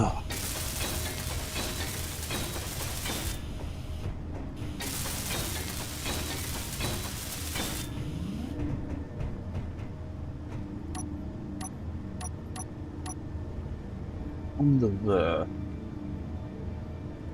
How do I want to orientate those hinges?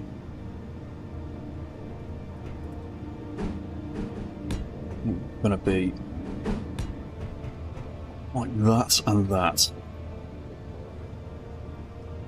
And what was in between that? Two of these blocks. No, not them. There we go, two of them. One. No, not on the side. That's not where it wants to go. I want to go over here.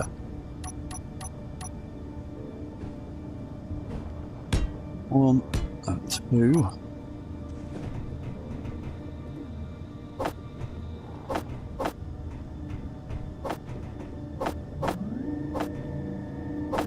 And get that welded.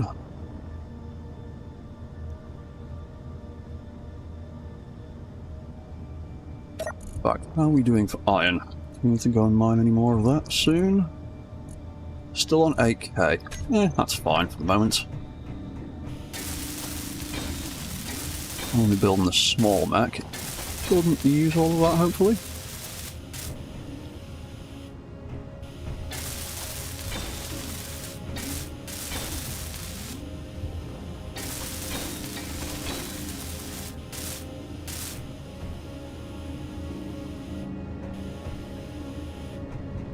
Cool. Paint colours. Keep on top of that as we go. I like to have my functional blocks and my decorative blocks being slightly different colours. It's just a little habit I've gotten into over the years. Right, so that's that, that's that, that's that. That can be leg hinge, 002. That's going to want shear inertia sensor. Let's put not 5 million, that's way too much. Actually, we'll call it a million torque for now, because it is going to need to take a bit of weight.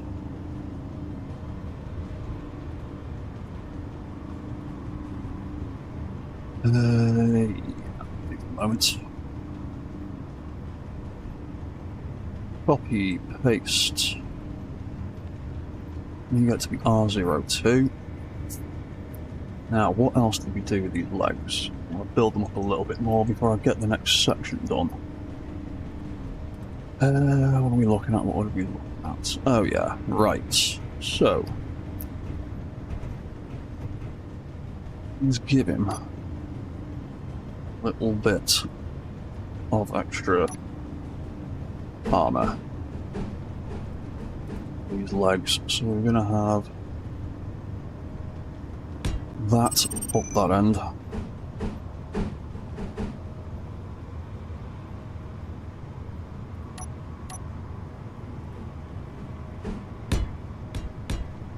That across there.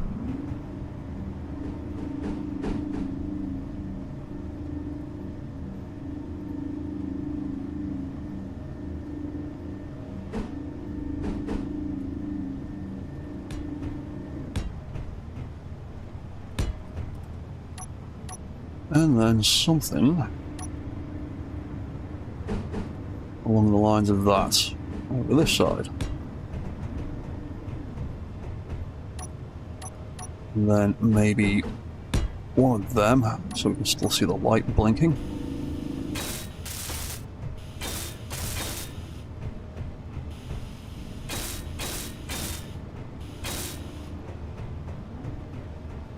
Suit energy is low. Let's go sit down for a second.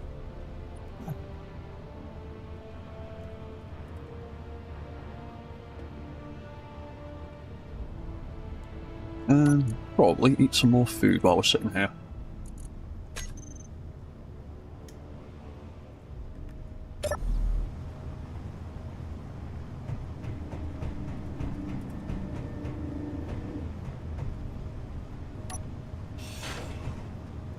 Ah.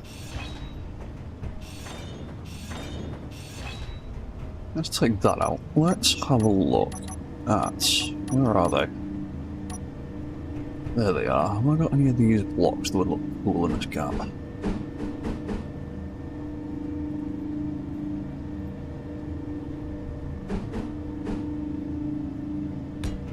think I'm doing something like that, but maybe give it a little bit of colour. Yeah. Thank you.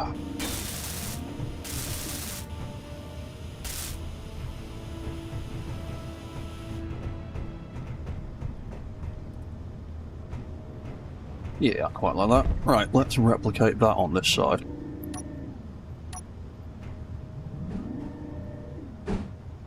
Do there, we had that there, that there. Copy that colour, that can go there, bum bum bum bum. A beam tip on the end of that. One of the weird transition blocks on there. And then the inside of the leg. 1, 2, 3, that's the one.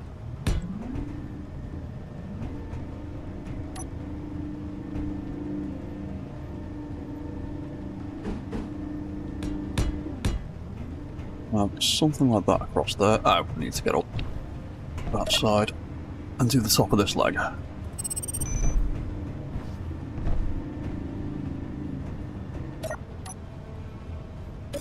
There we go. So, one of them. 1, 2, 3 of them.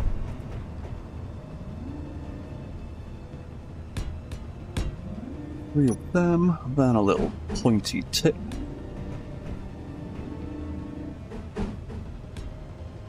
And then we can fill that in with that one, or no, we'll go with that one.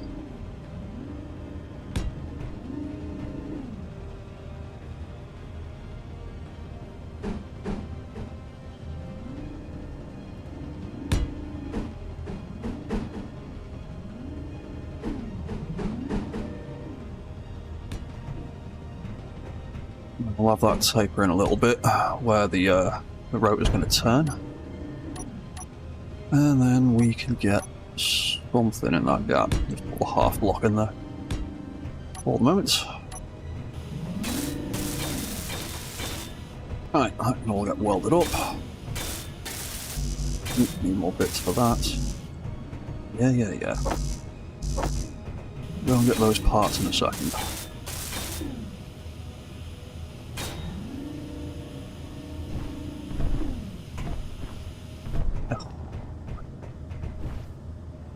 Ooh, I leapt too far. There we go.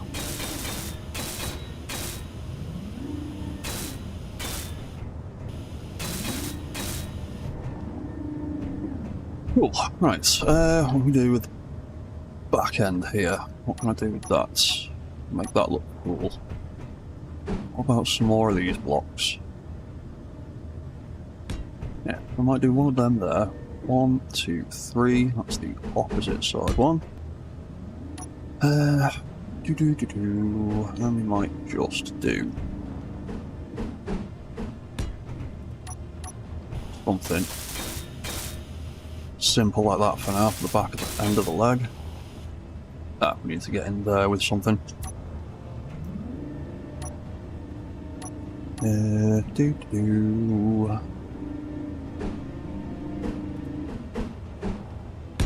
Yeah, we'll just put that in there for now. And that, and then perhaps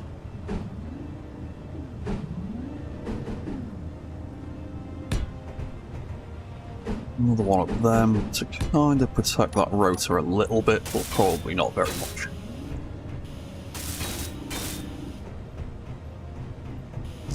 Oh yeah, I needed bits for them.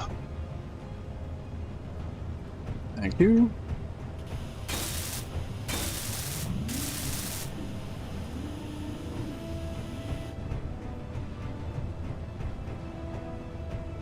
Nice. That all appears to be welded sufficiently.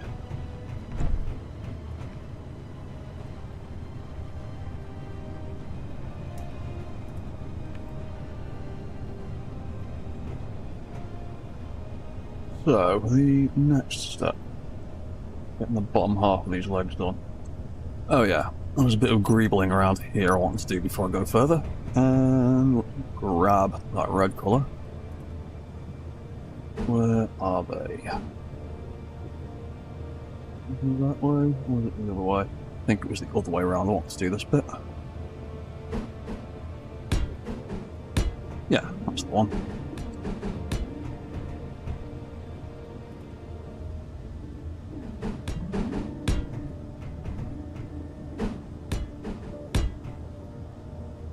And where are those half plates? There we go. Do. There we go.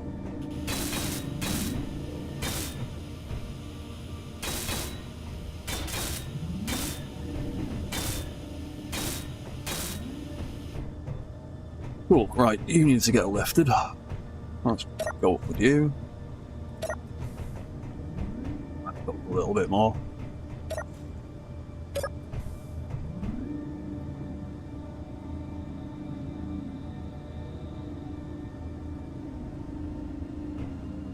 Yeah, could be enough distance between those legs, hopefully.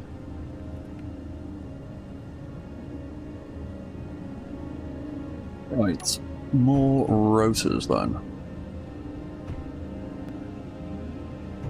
Once, so that's facing that way, which means that needs to face that way. So, the legs I'm building on this thing are what are known as digitigrade legs. As in a double knee kind of thing, like a considerable amount of animals have. I find them to be a little bit more reliable, a bit easier to get functioning mechs out of than doing more humanoid style legs. Human legs are designed in a really terrible way, actually. Copy all. Paste onto there. L03. Copy all. Paste onto there. R03. So yeah, I find that the digitigrade legs, although they have an extra subgrid, doesn't actually really take much more programming, because that and that will basically work in unison the entire time. And it means the feet can lift and clear the ground a little bit better, whereas human-style feet tend to drag their toes and their heels as they swing back and forth. Right, so we need to start thinking about positioning of things. So let's give you some more torque, actually.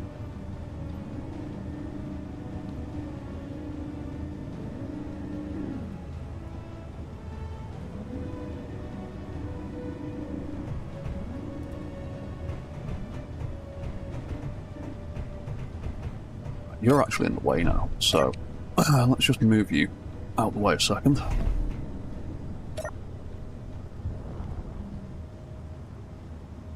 Let's put you there and turn your engines off. That doesn't look too bad for the moment. What's that gonna? That's gonna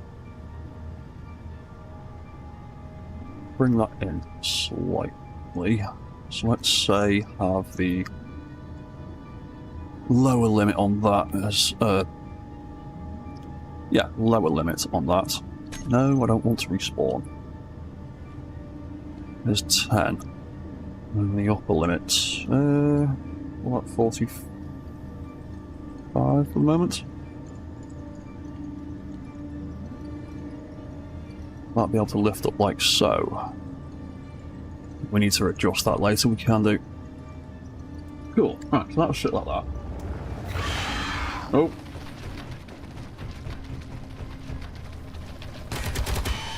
Thank you.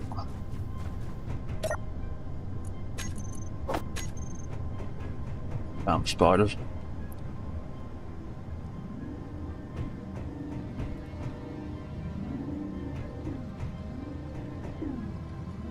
Copy all but name. Let's put that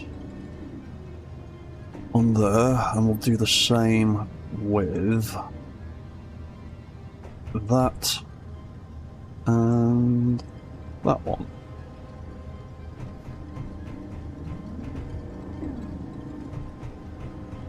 Yeah, so I'm going to need to figure out where these two hip positions want to sit eventually. Oh, that's the wrong way. Work the stride out in a minute. Once I've got everything for the legs in place, let's push those rotors out a bit so they've got a little bit more breathing room. Not too bad.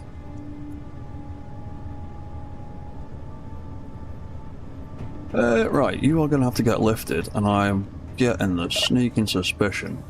Yep, I've got enough height to do the thing I want to do.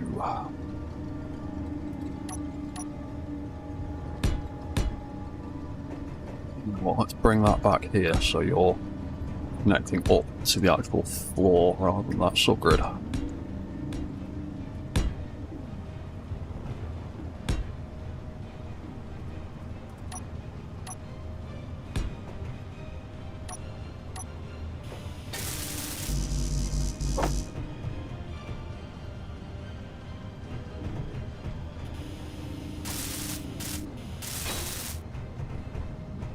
Yeah, right, let me bring you back down again. Cool, that's connected. That can get disconnected. Yeah. I was gonna go out temporarily, but for some reason that still has power.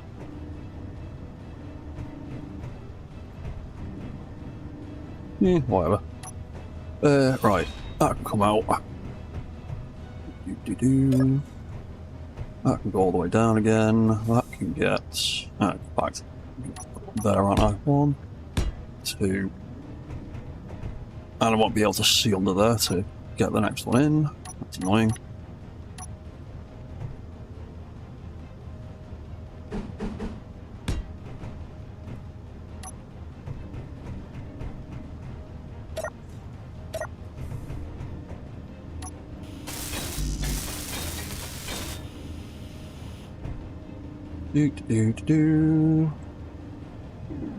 Touch. Cool.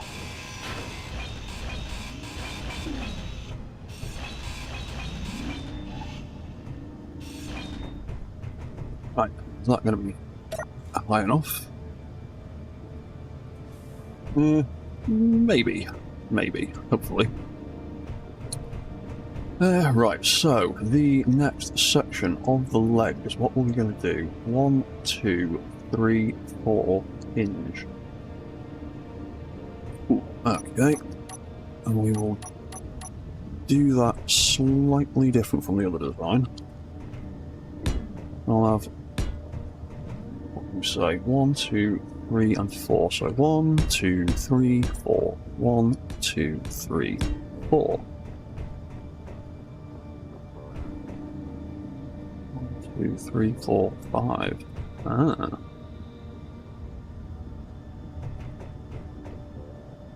Yeah, you know what? Let's give it an extra block on the end of each one. Why not?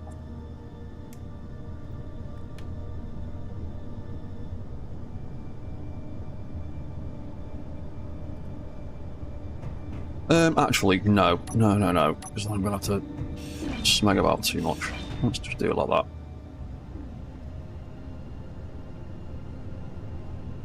Yeah, we'll stick to that. So, on the end of those, we're gonna need more hinges.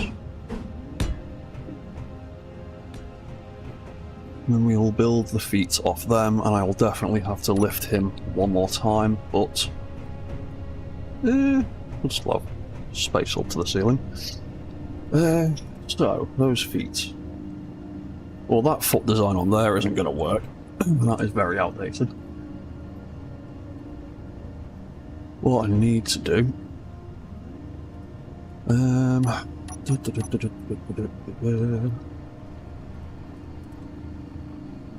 put a block in the middle. In theory. Oh, actually, I know what I'll do. I've got an idea. Suspensions.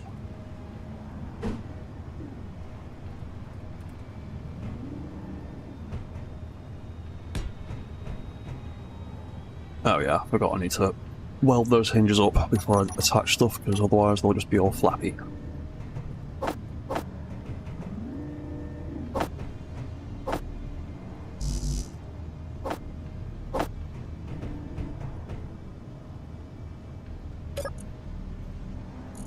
And how is that iron supply getting on?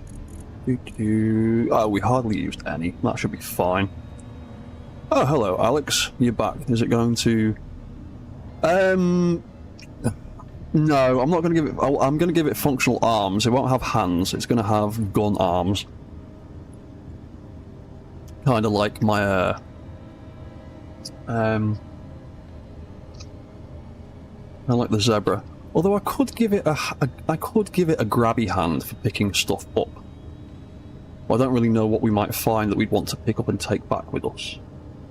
Although maybe we could, we might give it a grabby hand. Yeah, I might give it one utility hand and one weapon hand or something like that. That might be an idea to go with. Did we get all the bits? Yes, we did.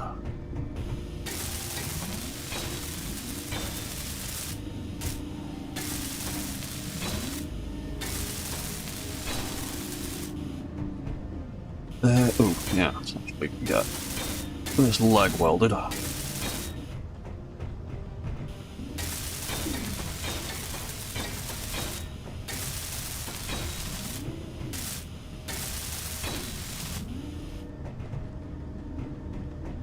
Yeah, cool.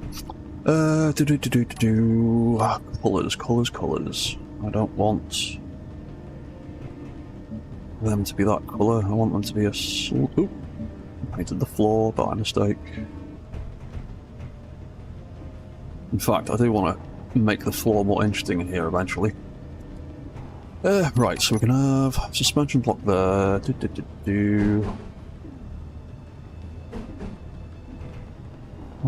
Which? I always forget which way around these ones go. That way. That on there. That there. We'll do a similar thing on the other side. One there, one there. And we're probably going to have to pitch that foot round a little bit. And we should have just enough room to set up this walk cycle without having to make him any taller or mount him any higher.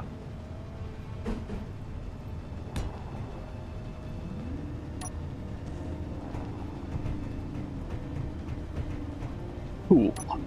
Right, that should hopefully do it. Right. Let's get some parts.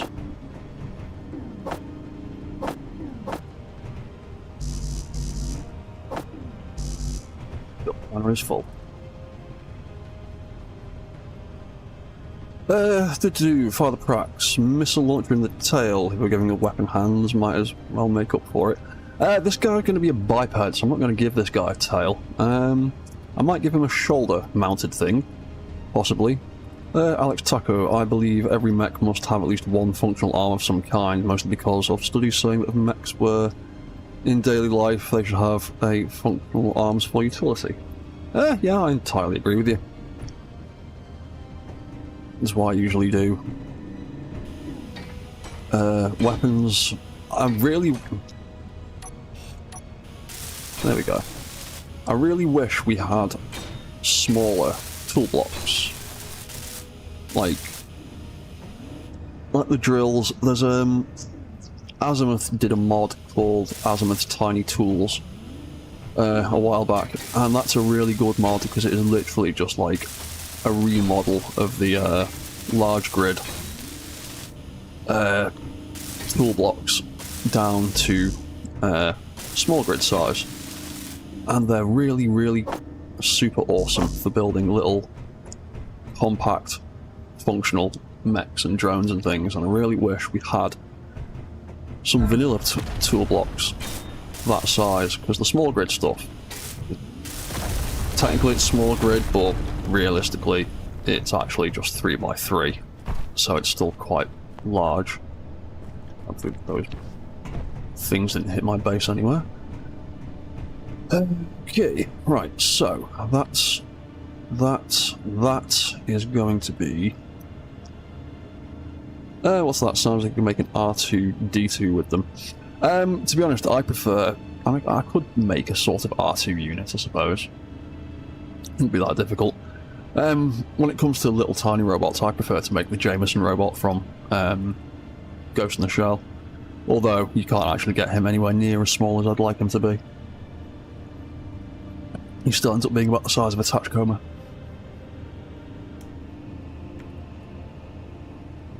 Right, so, leg hinge.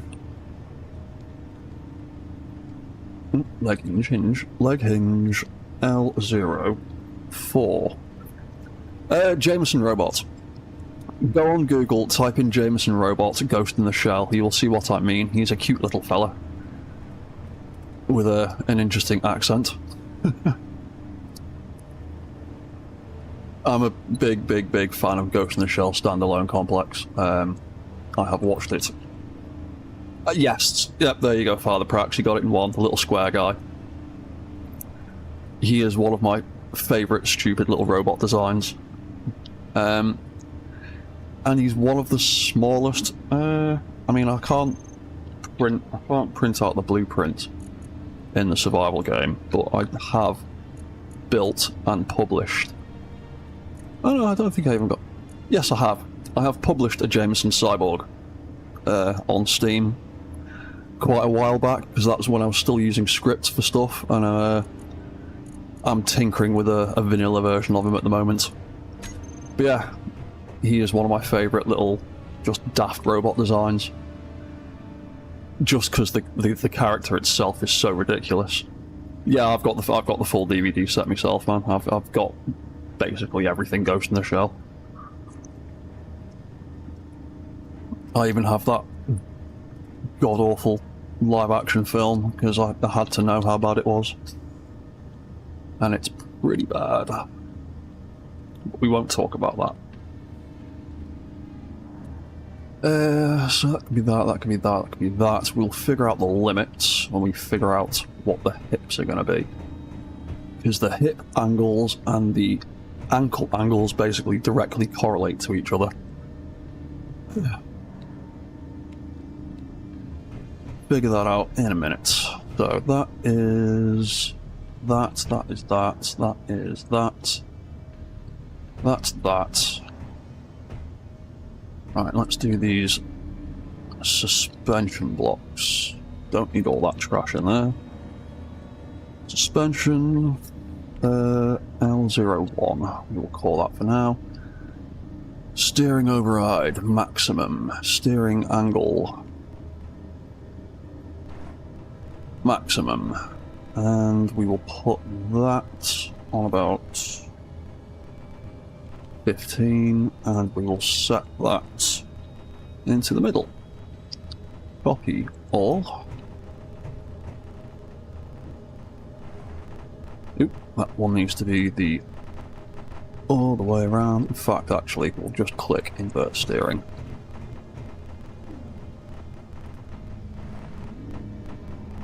Invert steering. That's number 3. That's number 2.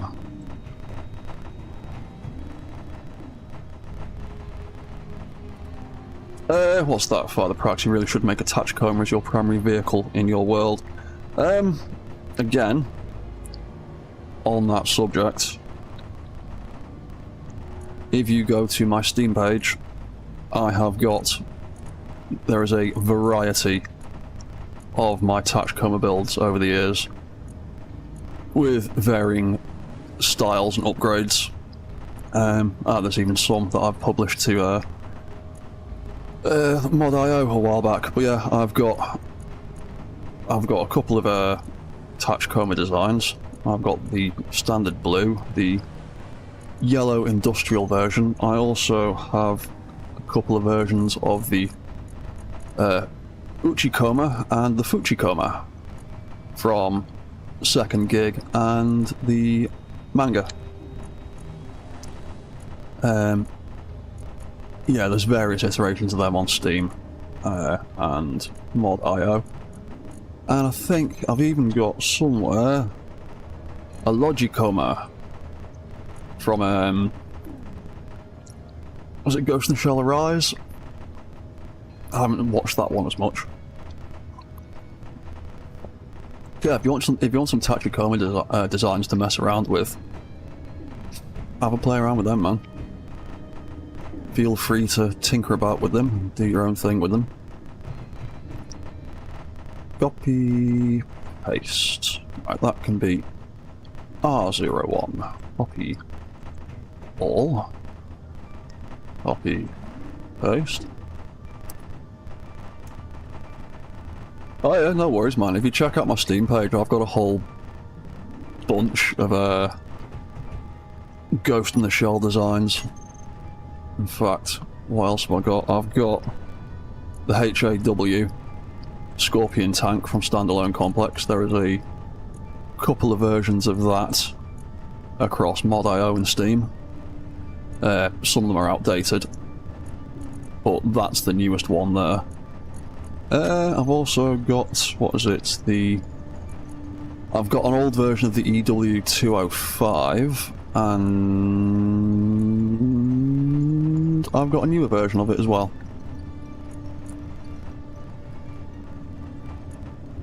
Yeah, because that was the Mark II that I did years ago, and then that was the more recent version. But yeah, I've got a whole bunch of Ghost in the Shell stuff on Steam. And some stuff on Mod.io when I started going full vanilla with things. Right, so that foot, and that foot.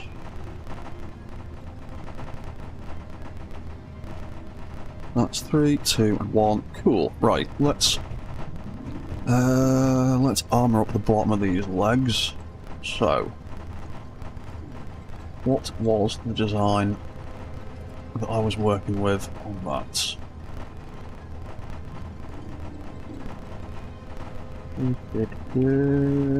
Ah, okay.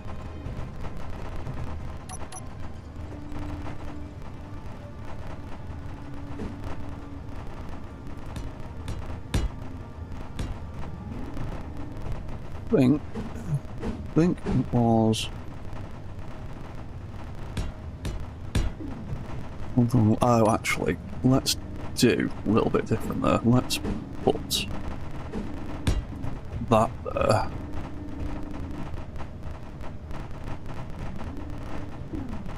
And that. Get rid of that. Pop that into there. Do the same thing ish up the inside of the leg, I think.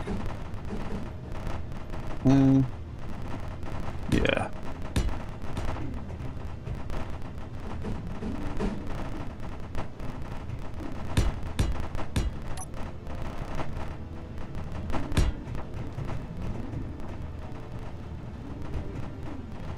Yeah, not too bad. Right, let's weld them.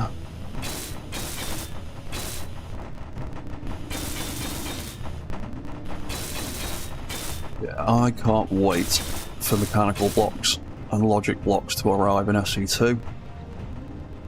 SE2, I have a lot of confidence in it being quite revolutionary for mech building once the game gets to that point.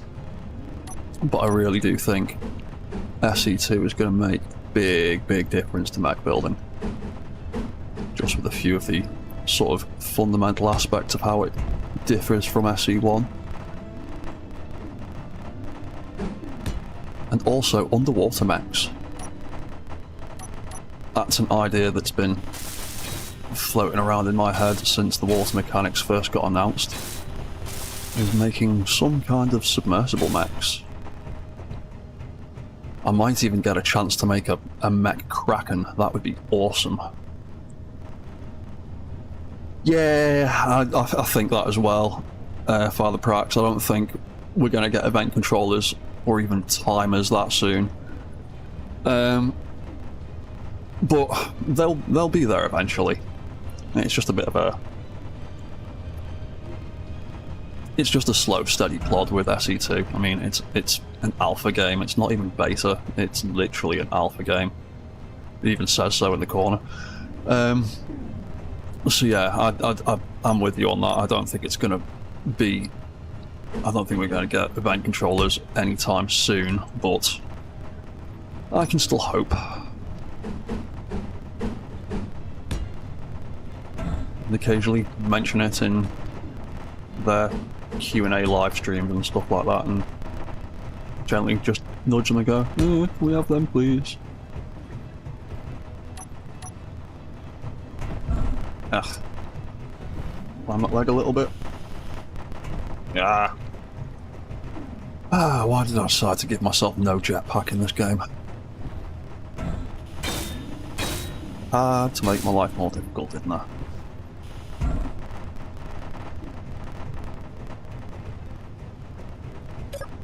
Fine. I'm gonna need to start using the skiff anyway. Recreating Pacific Rim battles in... Oh my god. That sounds cool, but oh, my graphics card is gonna scream when that happens. I've tinkered about the tiniest bit with the water features in SE2 using the admin controls, and ooh, I probably need to get a graphics card update at some point in the near future. Plus the chug of all the mechanical stuff. Oh, it might make my computer scream. But that is a very cool idea. I would love to do something like that. Because some of the bigger robots I've built could easily stand like knee height or waist height in some of those areas on Verdure that blatantly look like they're going to be lakes and things. What's that? A Kraken mech would be sick. Yeah, it's an idea I've had, like I said, since they first announced the water thing, the water mechanics, and started teasing them. Yes, Alex. Yes, that is a bit of an issue at the moment with RAM prices. I could do with a memory upgrade. I think my computer... I can't remember. I think my PC's only got 16 gigs of RAM. So I probably could... No, I absolutely could do with upgrading it. But, like I say, chip shortages and AI people fucking taking all the GPUs for themselves and all the RAM and all the things that other people need for non-art stealing nonsense. Right, so actually let's put a little bit more plating on the front of this, and I can think about when I do more. So that was going to end up having buttons in there, so I can activate stuff from ground level. Then we're going to put a couple of them there. And then a little bit of armour on the side of that. Oh, that's in the wrong place. Well done. Transformer pirate ship mech. I've wanted to do some Transformer stuff for a while. I'm like I've seen some of the stuff Apologies has done recently, because we were chatting a bit about stuff a while back, and he built a little robot factory for one of my mechs a while back, and we've had some good conversations about mech building. He's done some really cool transforming stuff that I'm actually really jealous of. Like, I'm quite confident in my ability to build functional mechs, but I don't have the same skill set as Apologies does for doing just ridiculous, elaborate, functional contraptions. Like, his builds are ridiculous. I wish I had half of his building skill. But that kind of stuff just comes with time and practice and knowledge. Will he give your mech suit an auto mode? Absolutely. He's absolutely getting his own AI so he can do his own thing if I need him to. Absolutely. I don't like building robots that can't go off and do their own thing if they need to. To be honest, the only reason that most of the mechs I've built in this world so far have been fully automated is just because I wanted to make them drones, but usually I make them more like this guy, because he can be fully automated. He has got those buttons I can't access at the moment while they're turned off, I don't think. Or maybe I've not set them up. I don't know, yeah. Yeah, because he's got patrol mode and guard mode and all that kind of AI functions. So he can do automated things. I can set him up so he can follow me around while I'm just walking about. And if I get attacked, he'll go hunt them down. Right, so that's the legs, that's that, that's that, that's that. We'll worry about naming those buttons later. They're built. Right, let's start thinking about further up this map. Because I need to do some silly things. There's multi-pads. What's that? Well, it'll need its own name, since it seems to have... It seems to me you're making a Titan from Titanfall. Kind of. That's loosely what I was kind of basing this design on when I built the original version of it, and I've pretty much just got a screenshot of it up on my other monitor, and I'm gonna kind of half rebuild it from that and then kind of tweak it into a new design as well. But the original one was quite heavily inspired by your mech suit from Titanfall.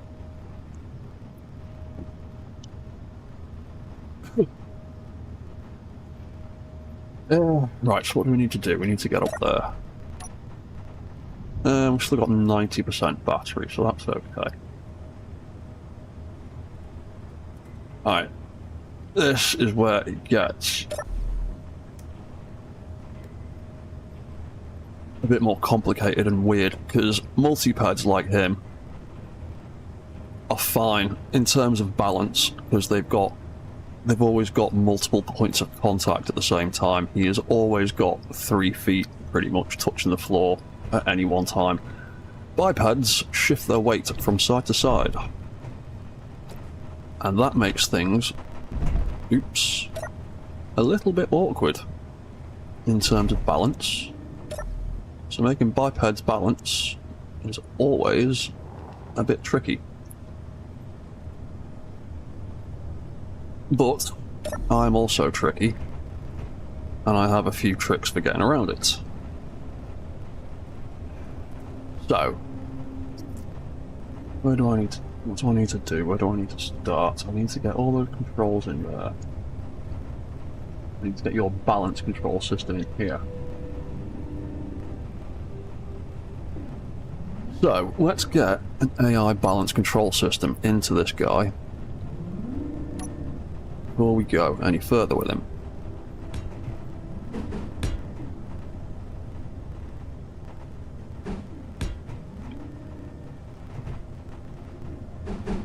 Is making... oh, GLaDOS.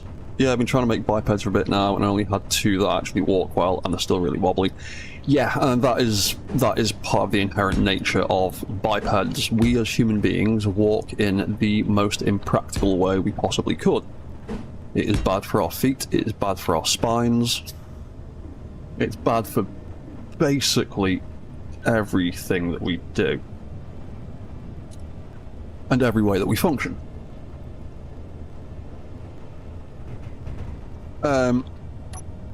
And it also makes building biped mechs in Space Engineers quite tricky. Because balance is always a massive issue, but there are ways around it.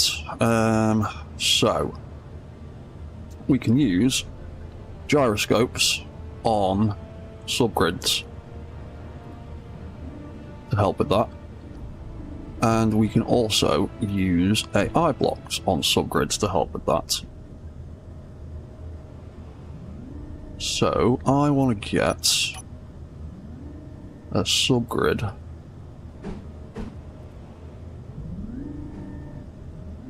I'll do there.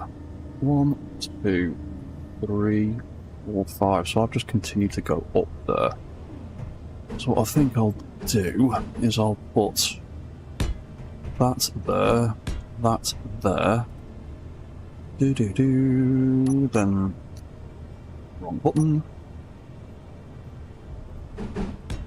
I can't see past my microphone.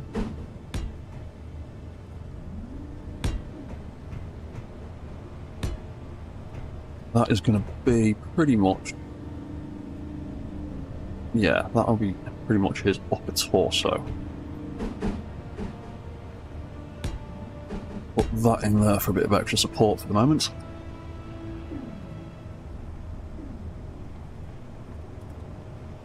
But we can hold swords and stuff, so... yeah, here's... swings and roundabouts, isn't it?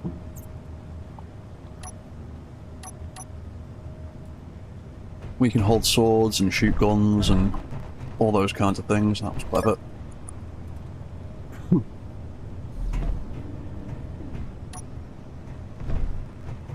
There we go. Right.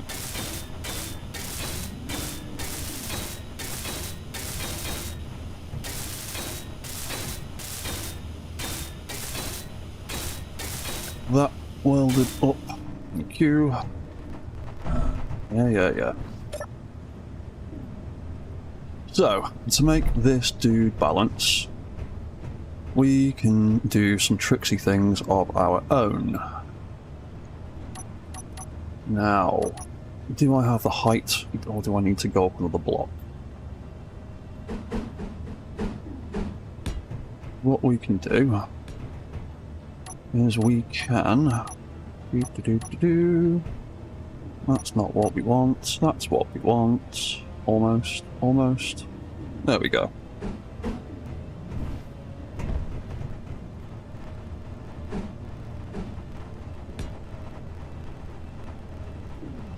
Yeah, that should be enough space, hopefully. Get a little bit lower. Right, so what we can do is we can go and get some more parts. Yeah, go and get some more parts. What we can do is we can get AI blocks to balance the mech for us. I've got a tutorial on my YouTube page on how to make AI balance control systems that are self-correcting and upgradable if you need more gyro control or more balance control. Oh, damn you. Damn you.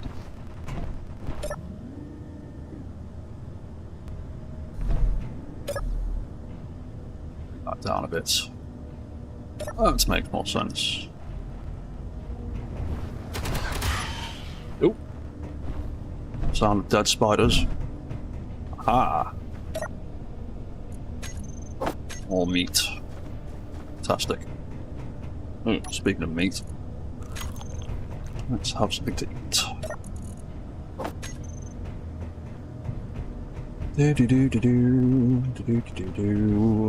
Where are we? We were there.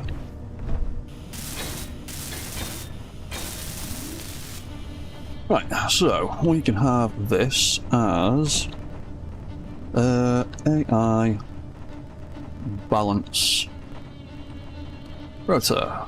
We will put share inertia tensor on. That way it's going to share the force of the AI system we're going to set up across the two grids. I don't normally have a subgrid with share inertia tensor on attached directly to the main control grid, but this is the one setup where I make that exception. Then we can set both the limits to 0, and we can set that to 0 to give us a little bit more room. And then what I normally like to do is pop a little battery in here, so we've got a little bit of backup power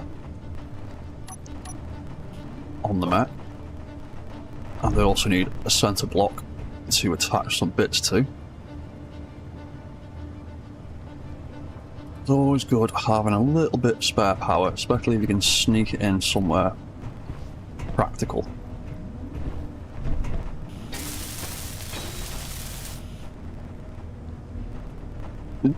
So that can be our reserve battery, and you can go on to recharge, and you can also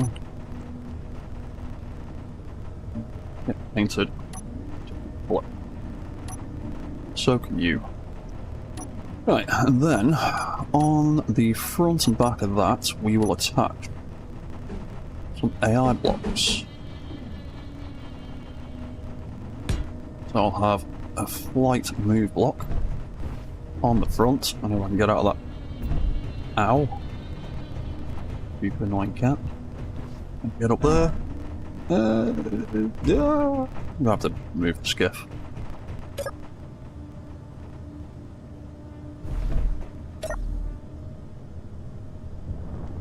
Too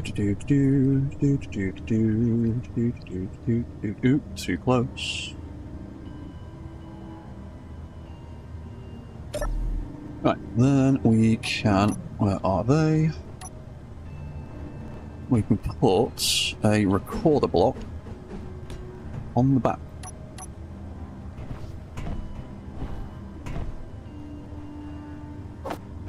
Grab that, grab that.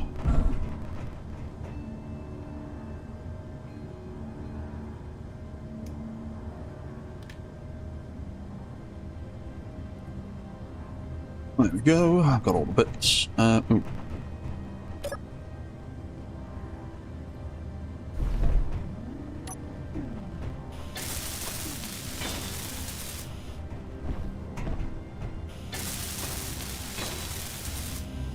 Groovy, right, that can get renamed to AI unit balance move, and then AI unit balance control. Groovy.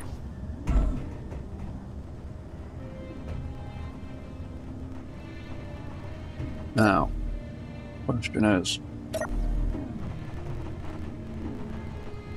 can I get some gyros in there? Do I even have gyros on my toolbar anymore? Apparently not. I have moved them.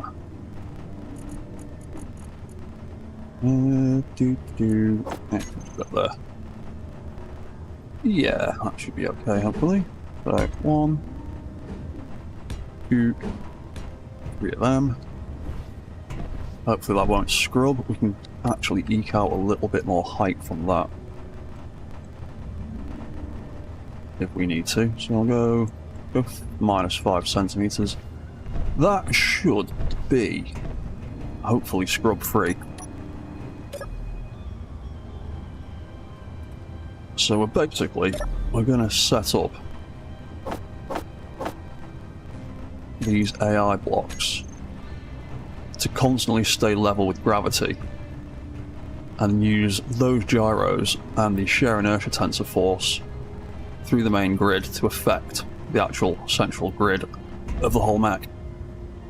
And that'll keep the whole thing balanced.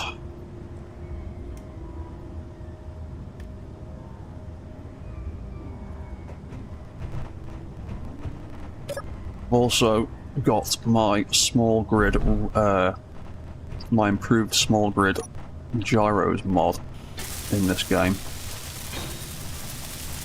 so that I don't have to go absolutely insane with small grid gyros, because in my opinion vanilla small grid gyros are woefully underpowered for their size, and it is very frustrating having to put 10,000 gyros on a mech just to get it to move.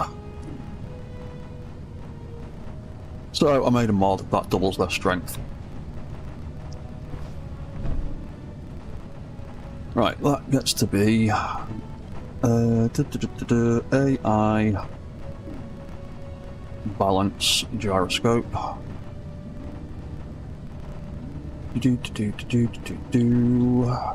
Employee number 1. Override controls can go on, even though that the AI control will completely override the balance override, which is ironic. But having the blue and the green gyros helps me visually distinguish what's what. And if for any reason the AI cuts out the gyro override on that, will kick back in again. So it's kind of like a little failsafe. Right, so that's that. Then I need to figure out where I am putting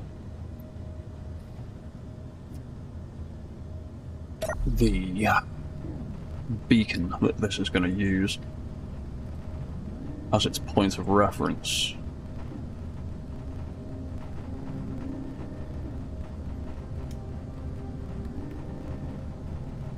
To help it balance.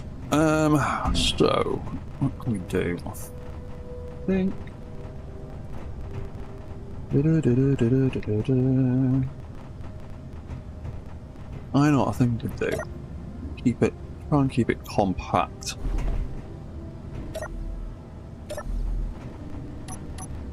Let's build a little platform out here.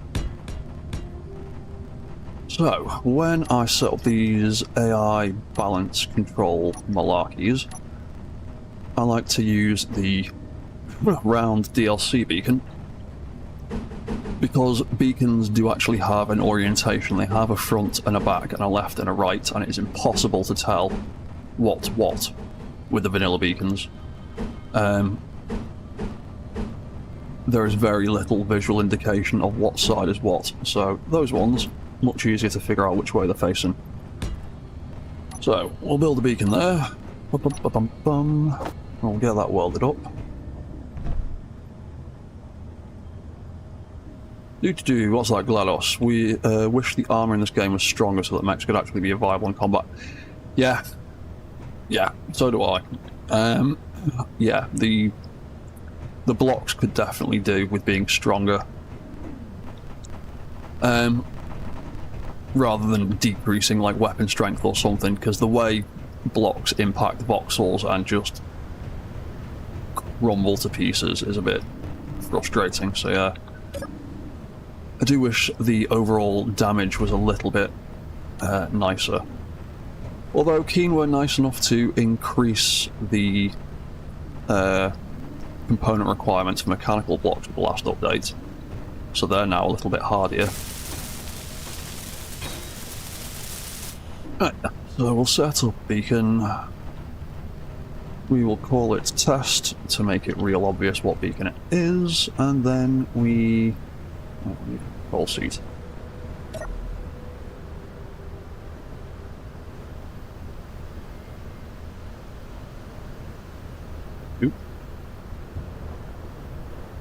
We'll just put a temporary one on it for now. Where should we build it? We'll just stick a temporary control seat on the front of here for the moment. Because I've got an idea for how I want to build the actual control seat on this, and it requires building a little more of the mech before I can actually put it where I want it.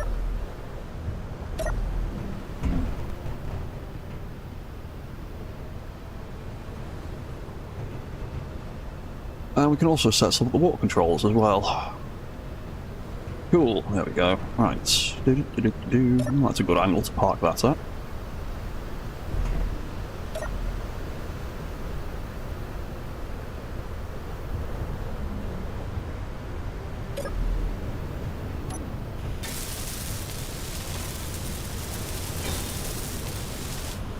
Privy. Roll seat. Right. Let's get my spectator camera on the go so I can see what I'm doing. Right, so we'll set up that AI balance control system first. So AI balance control.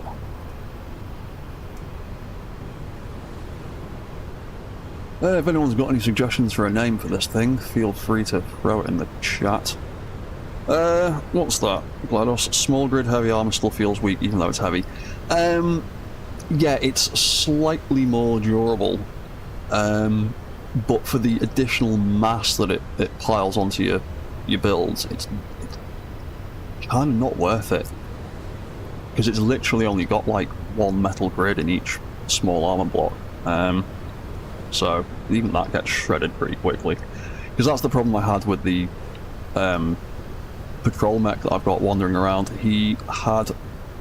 I built the docking bay, I built the docking connector out of heavy armor, and I built his docking port out of heavy armor, and they both just kept smashing each other to pieces at about 4 meters a second. So they are a little bit, well, it's like making armor plates out of biscuits, basically. They're not very good. So, AI balance control, that will be on, AI on, collision off, speed limit 10, max altitude 0, angle and roll, pitch and roll angles will both be 0, and align to planetary gravity. Then with the control one, what we do is we select our test beacon, then we add a pair of waypoints. We will also turn all of this on so we can see it. Go on HUD and AI functions. There we go. So we can now see we've got a beacon position there. The problem is when an AI block gets to its position, it stops doing what it does. So we need to trick it into thinking it needs to keep going. And the good thing about AI recorder blocks is they can retain a relative waypoint position. So I can now hop out of there. I can move over here. I can then plonk down another beacon in the same orientation as the other one.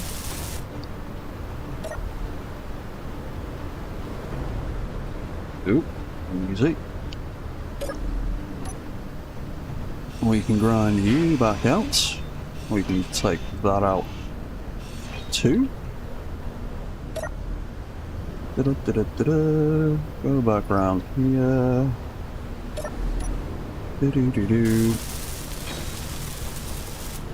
Oh, that's not the right orientation, or is it? I think it's the same way around. I'll soon find out.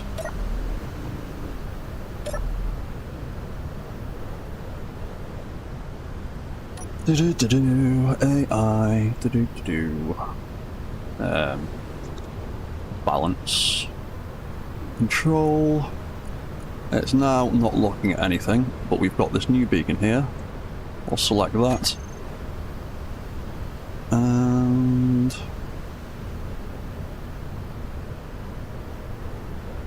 That has not worked the way it should have done. I think I put the beacon the wrong way around. Yeah, I have done. This. Nice.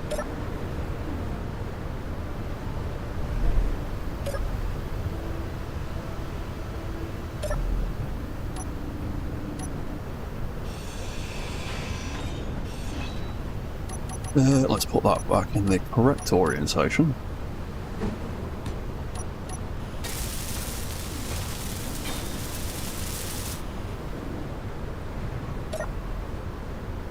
That's the wrong thing. Get away from there. Get up there. Back into spectator. AI. Balance. Control. That beacon there. There we go. I just put the beacon the wrong way around. So now we can see that the waypoint is over this side. It's in the same position, it's the same height, same orientation. It's just now about 2 meters in front of the block. So now that block is constantly thinking, I need to get over here, and I need to stay aligned with over here. And because it's got the 2 waypoints, it will constantly cycle between the 2. AI balance, control. So on, AI on, and play. And that will just sit there, flicking between those 2 waypoints. Oh, sorry, need to put repeat on. There we go. And it will constantly just try and stay aligned with those 2 waypoints. Because occasionally the AI blocks give up and just go, meh, I can't be bothered. But if you give them 2, they've always got another option to try and go to, and if they're both in the same place, it just tries to stay aligned with the same point in space. So now when we detach that, when we're finished building it, all we have to do is reset up that AI block, and he will self-correct. Right, so now I need to figure out leg positions, because we may as well get this walk cycle sorted out. So, leg rotors.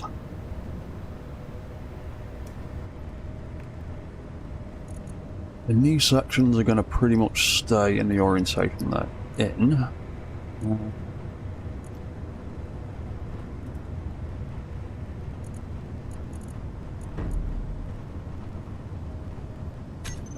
Probably going to be easier to do from out here. Easier to see. So, we need to get these feet roughly flat with enough distance between them that they can actually make a decent step. They're also level.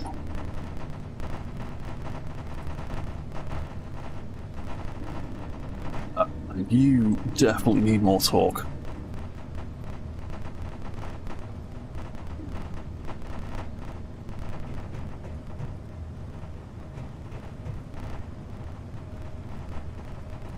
On something like that might not be too bad. So what's that angle? Let's make that. Oh, that's 330.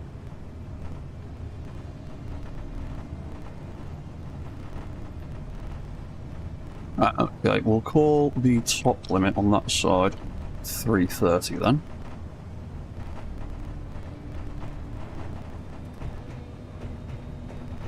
What's that side saying? That side is saying...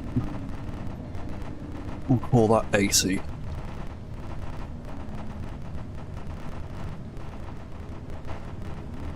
Yeah, right, okay.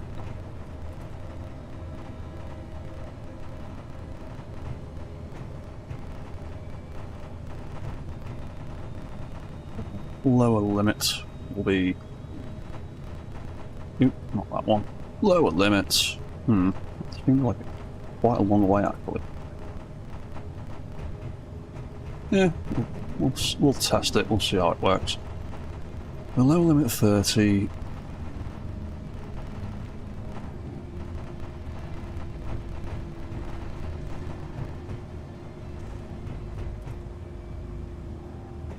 Actually, yeah, I think that coming back that far might be a bit much. Or that maybe 70 instead.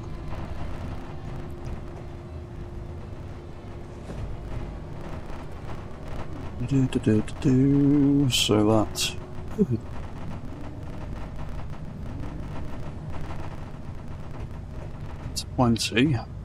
20 plus 70 is 90 degrees.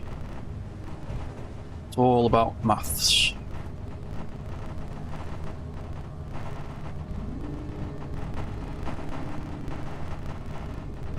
Bring that down 10.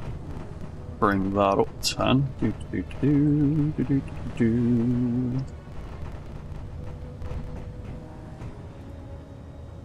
doesn't seem like it's going to be far enough. You know, we'll go back to the 80. We'll see what that's like when we're walking. We'll go back to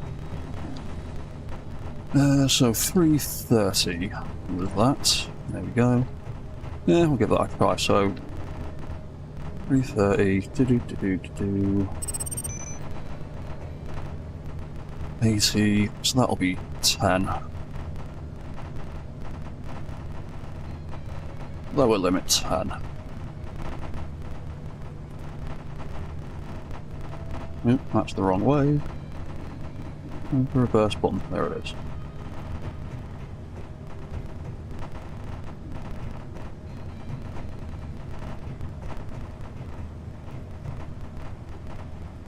What do you 330? So yeah, so 30 and 60. So upper limit 60, lower limit 10, upper limit 60.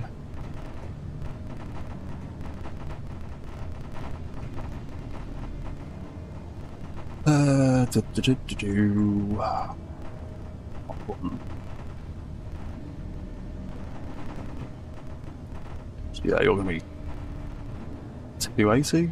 Yeah, 280. It's gonna be the one. So lower limit to 80. Nope, wrong button. That looks about right, and then we reverse that. That would help if we put any velocity in it in the first place. There we go. Reverse that. Yeah, that's the right angle. Groovy. I can go back over there.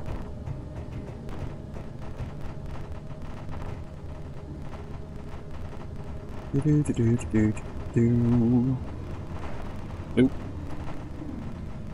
Wrong thing.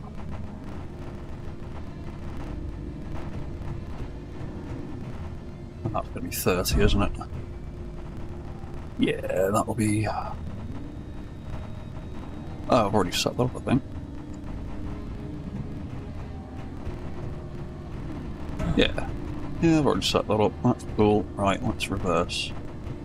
That's just double check. Cool, groovy. Right, let's put you back over there, and then we can set up warp controls. Because I've not been streaming for the last week or so because of various nonsense in my personal life, I might actually go a little bit longer tonight. I might do an extra hour this evening. So I'm going to go and quickly have another 2-minute bio break, and we will come back and we will build these water controls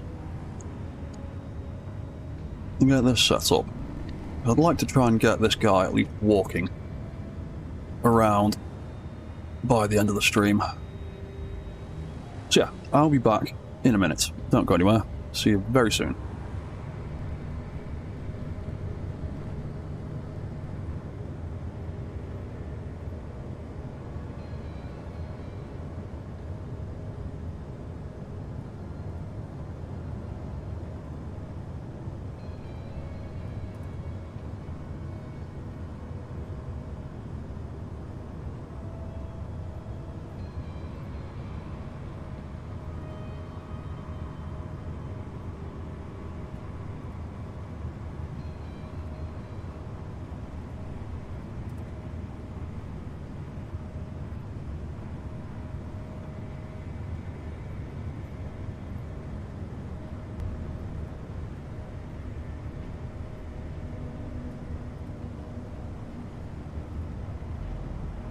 all the wrong buttons. Right, so, we are back.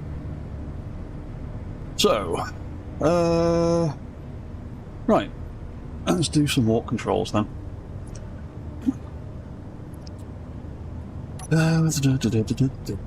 Right, so, first things first.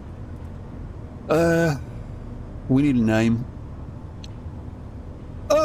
What's that for the Prax? I wonder if the new hanging control seats could integrate well into this new Mech.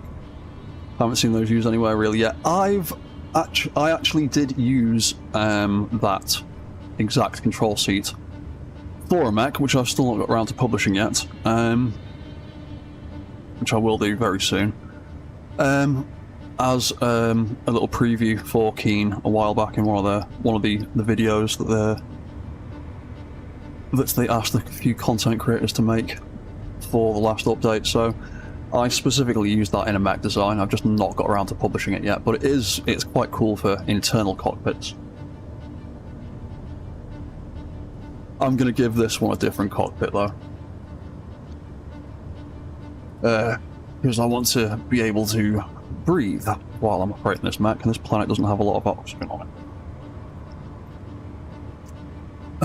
So, I'm just going to call this the Titan. People keep mentioning Titanfall, so I'm just calling this a Titan. What it's going to get named for now.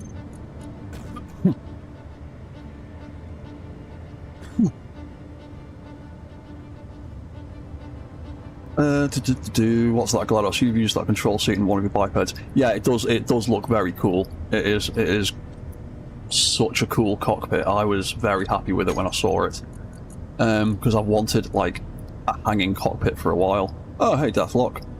Still had another standing cockpit. Would make some exosuits. Yeah, something skinnier possibly than this one, because that's quite a good one, but it, like you say, it's 3 blocks wide, so it'd be a little bit cumbersome with compact designs. Dreadguard. I like to give them things that aren't. I don't like to put my name on stuff. I like to give them something a little bit different. Because this guy's not going to really be much of a guard. He's going to be more of something I'm going to use to mess around with. Could also use a full-sized, a full block-sized cockpit, something that you can have a block on each side of and not leave a gap. Yeah, that would be quite nice.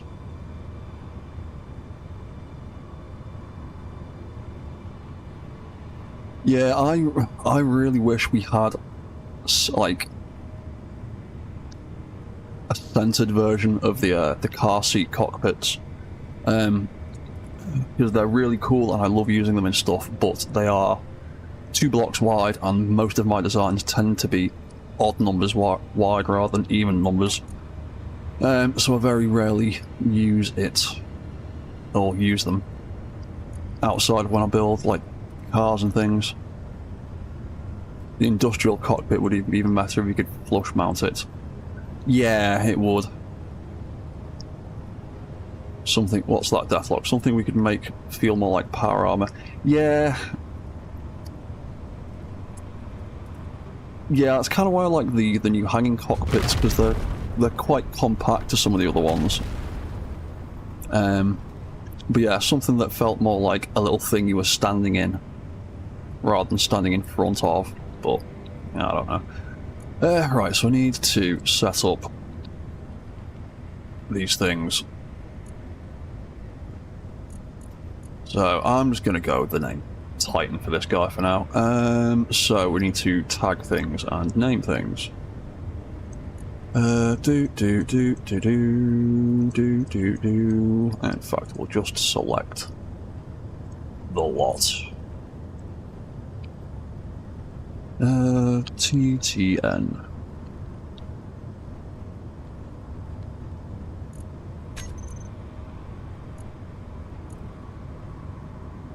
And then we've got some balance control stuff as well.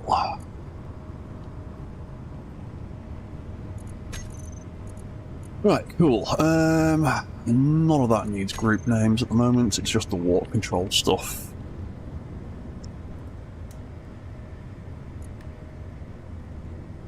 So, we're gonna make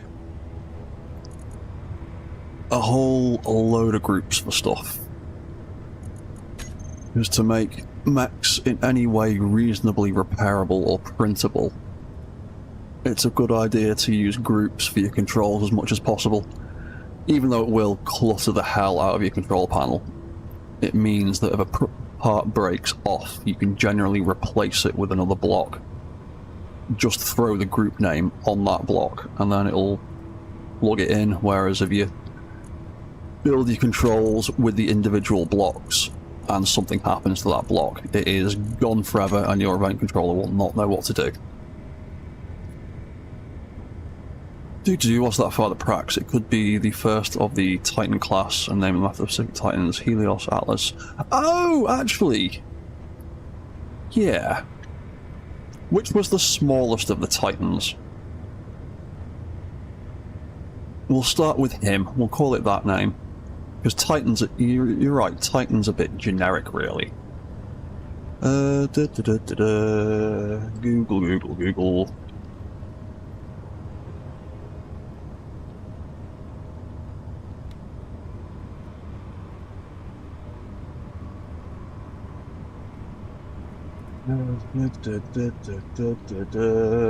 AI overview, you are so not helpful.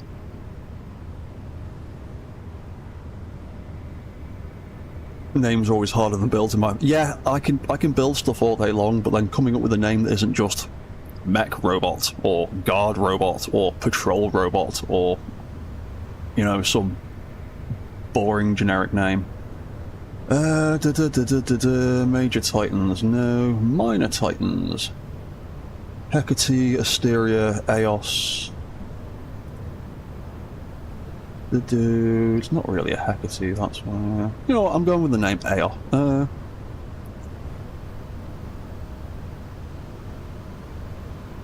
Actually, we'll go with Asteria. Yeah, we'll go with that name instead. Didn't I name that? Yeah. We'll call it Asteria. If I could spell the thing properly. Call it Asteria Mark 1. Which means I need to rename all this damn stuff. I'm a fool.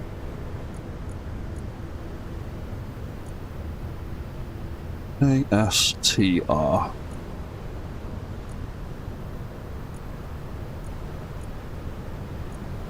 No, I'll just copy the whole tag. Yeah, this is the problem I have with my particular way of building things. I like to use groups for everything, but I like things to all be named properly, so... Once I get to the stage of starting to having to program stuff, I need to think of a name first, otherwise it's an absolute pain renaming things later down the line. Luckily, we had a good idea before we got too far. So, we'll go with Asteria. I'm not sure which Titan they were, but that's a cool name.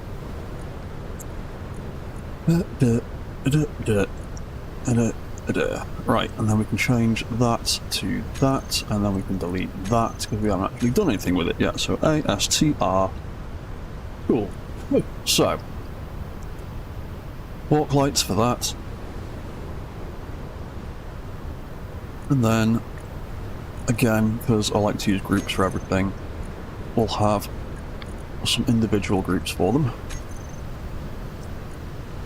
We will have one for the walk cycle, we will have one for the walk cycle rotor. Basically, all the important moving parts are getting their own groups. So like I said, if you want to replace a part in a complicated system of event controllers and timers, it's not an easy thing to do. Without having to go through your controls with a fine-tooth comb. Whereas, if you use groups for everything, you can just add a new block, add it to the group, and the game will just plug it straight in. It is very good at remembering group names, but it treats individual blocks quite differently. Oh, getting slammed with debris. Oh, come on, I'm in a cockpit. Can you at least... Fine. So annoying.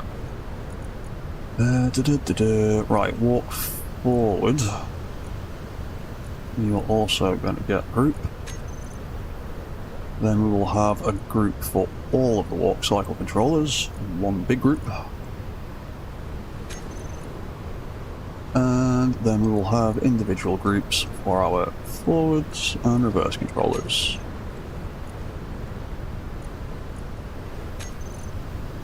Cool. STR. Right, so we've got a whole bunch of groups now.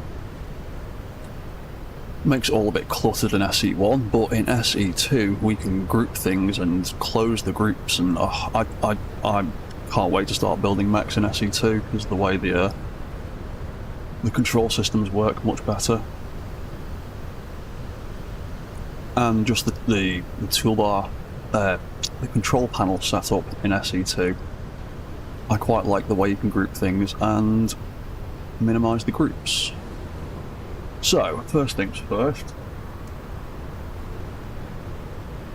that walk cycle timer, that is going to get the walk lights group for the Asteria. That's the left, that's the right, that's both.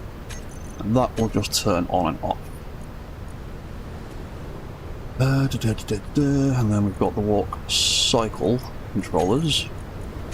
They are all going to look at the angle of the walk cycle rotor.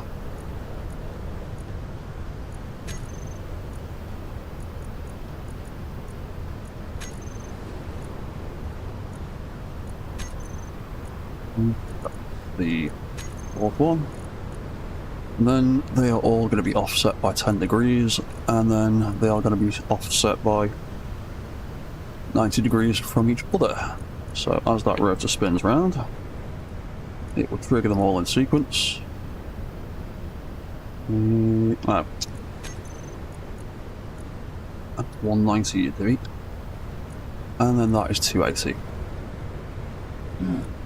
And I'm getting slammed with debris again. I've still got 90% health, that's fine. Not a problem yet. And then as that rotor spins round and triggers this event controller,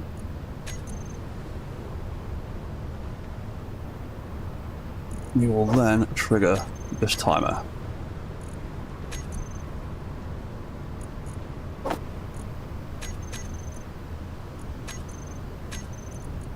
Which will in turn set off the lights on the legs, and then we're going to set them up to operate the legs. Cool, right, that's all of that done.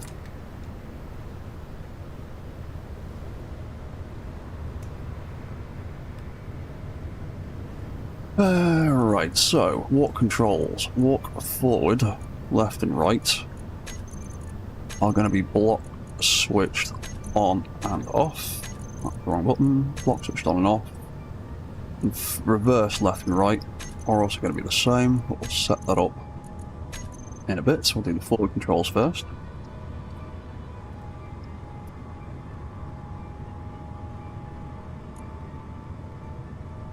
Right, so when that light turns on and off,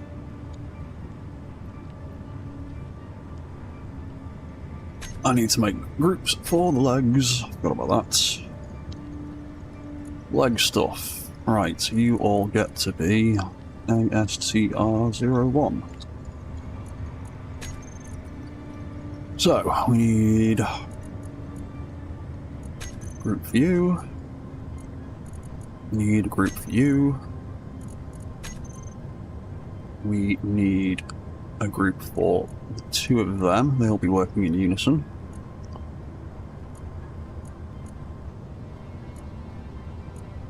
They can both go in the same group.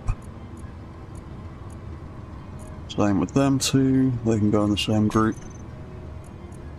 And then each of the ankles can have their own group. Yeah, they'll have to have their own group because the thing they're paired with is a rotor and that's not going to work. So yeah, they can have their own groups.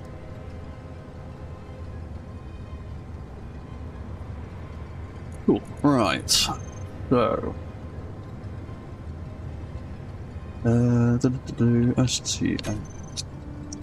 ASTR walk. So, walk forward. L01.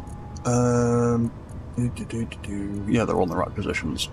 Oh, hey, look now. Dread Chicken Walker. Ah, this has got digitigrade legs. Chickens have unduligrade legs. They are slightly different. They only have the single knee. And theirs points backwards. This is more like a dog or a cat's leg. Right, so when that turns on and off, we've now got our leg groups. Yes. So you're at 5 RPM and you're facing forward. Right, so when that light turns on, we're going to set the velocity to... we'll go with 10 for the moment as just a point of reference, and when the light turns off, we will set the velocity to -10.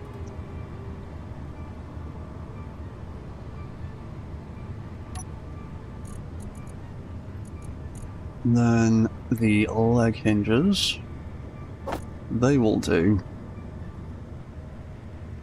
we'll do everything at 10 for the moment, see how that works out. 10 when the light goes forward, and -10 when the light goes off. And I think you're going to be the same, aren't you?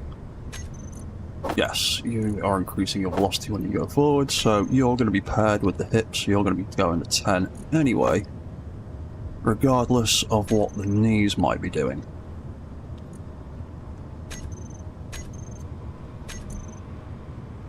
STR or right. Left, walk like right. So, right. Oop. Oh, I've not actually set that up with the light, have I? No, I didn't. That's why. Ugh. Wrong button. STR, walk forward. Oh, right there. So, light for that side, right light for that side. Left light for that side, right light for that side. So, now if I flick that light on and off, does that. I reckon that can be quicker. So, in fact, what's that height like down here? We might actually... We'll give it a test, but we can possibly increase the angle on that section of leg, but that actually looks alright for the moment. Well, I can definitely move quicker than that. So, do forward control.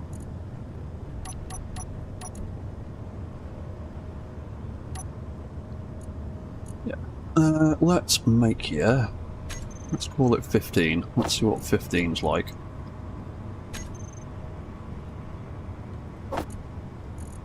there, and then we see the same with that one, so that will be 15, and that will be Oh, minus 10, wasn't it? Minus 15.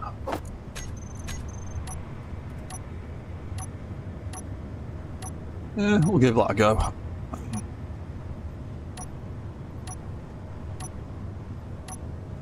Cool, right, so... ASTR, walk, return. We need that leg to come back down again. So, walk, return, left leg is going to look at the angle of... the leg rotor. So when the hip gets to just before 330, isn't it? AST leg rotor. Yeah, so when it gets to just before 330.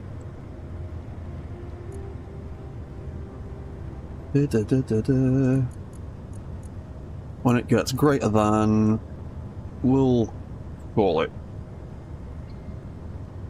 320 for now, because it's going to require a bit of testing anyway. So, once that gets past that threshold, it will then set the knee group to minus 10. We had it before, didn't we? We'll leave that at minus 10. So back. There we go. So it lifts and drops down. We'll have that trigger a little bit sooner than that, and we'll have that actually lift a little bit quicker as well.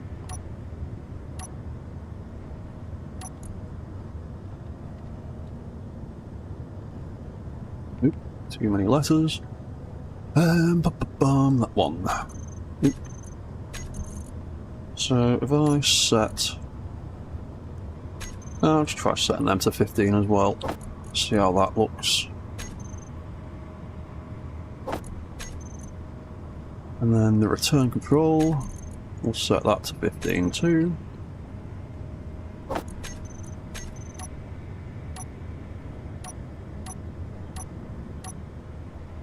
Definitely needs to return a little bit sooner.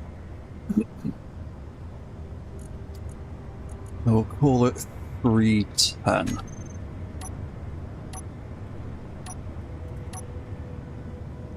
A little bit sooner than that, so basically I want the foot to arrive at the same position as the hips at the same time. Hello, Nick Johnson. Dig the colour scheme. Thank you very much, dude. Well, I'm a bit of a goth in the real world, so I tend to like black and red and dark colour schemes. So, forward, return... We'll call it 300. That's a little bit too soon.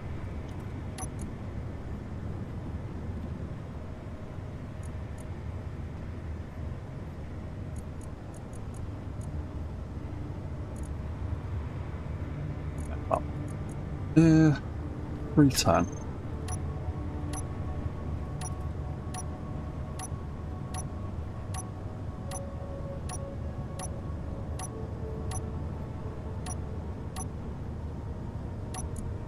What about 3.5?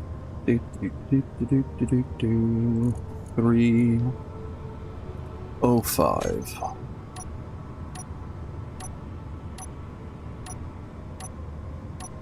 You know what, I'm gonna leave it with that little bit of a delay, I think. Help it not drag its feet. So yeah, we'll leave that at 310.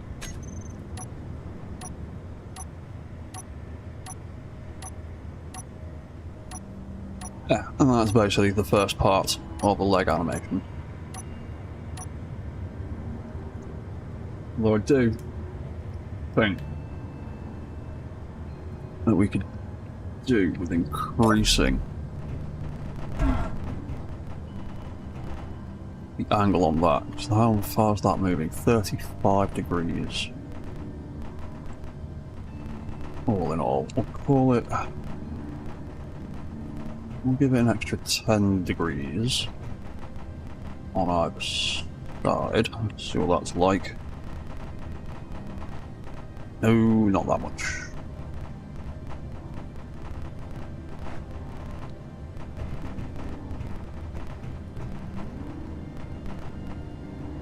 I will do the same here.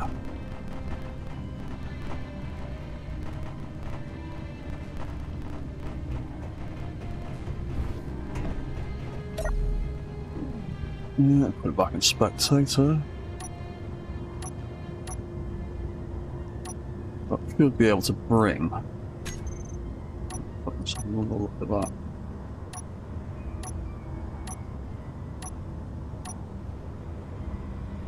Get the camera a bit lower.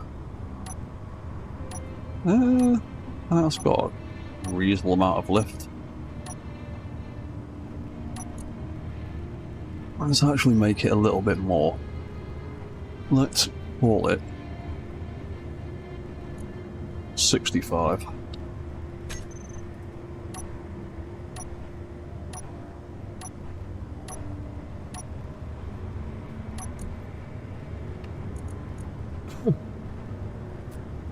Walk control, walk control, walk control. Maybe increasing the speed that that leg is lifting.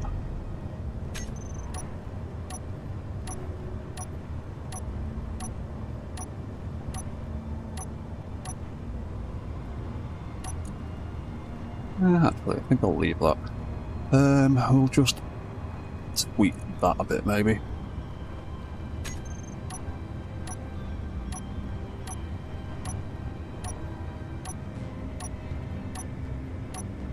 Yeah, and then I think I will actually increase that speed on the knees slightly. So let's do that one. That's the knees. Let's call it 17. So it's just a little bit faster than the hips. And then return control -17.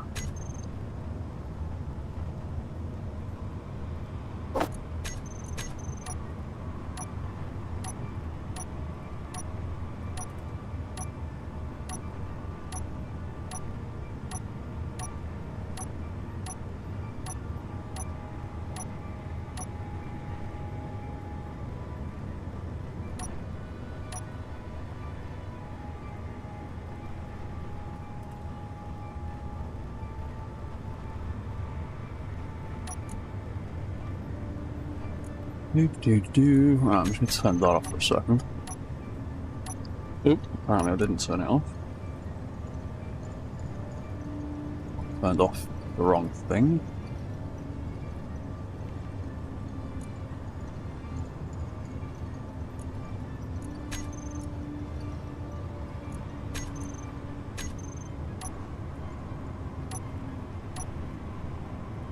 Yeah, it's more about when that's triggering. That is actually really extreme. Thought that was what was going on. So, leg. That probably doesn't need to fold up quite that much.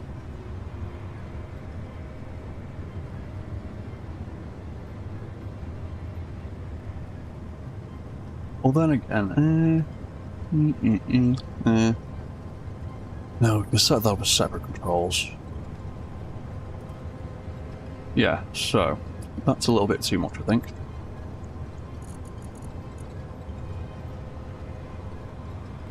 Yeah, 45. It's pretty sensible, actually.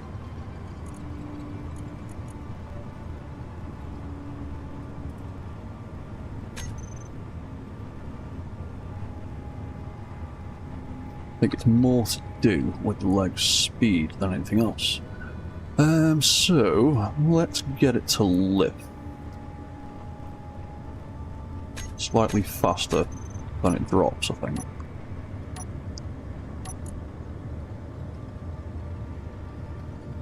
Let's also turn them back on.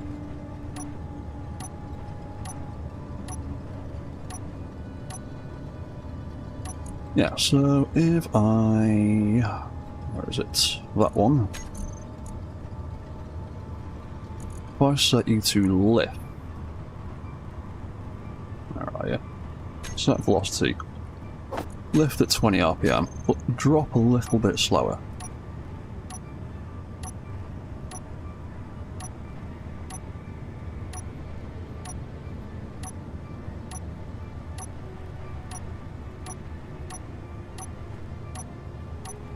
I'm actually going to turn the hips down, I think, because walking at that speed, he's going to start getting bouncy. So let's just fine-tune this, and then once we've got it a nice fluid sort of motion, bring that down slightly. Yeah, once we've got a nice fluid motion to it, we can then just copy and paste pretty much all these settings onto the other side and get that done.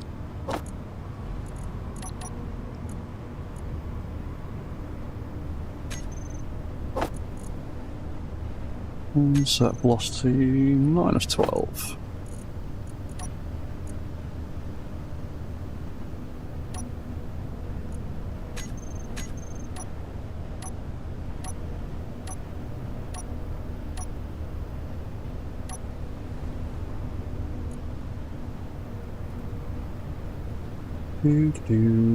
Forward return.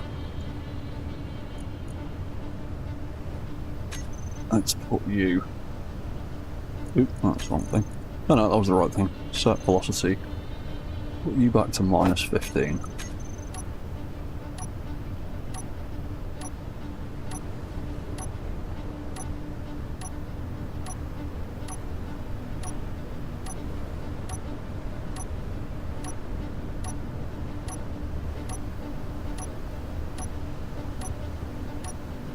That's not too bad. I still think the leg needs to lift a bit quicker though. Where was it? One.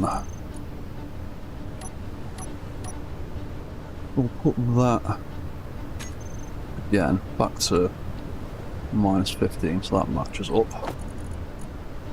Let's maybe have you lift a little bit quicker.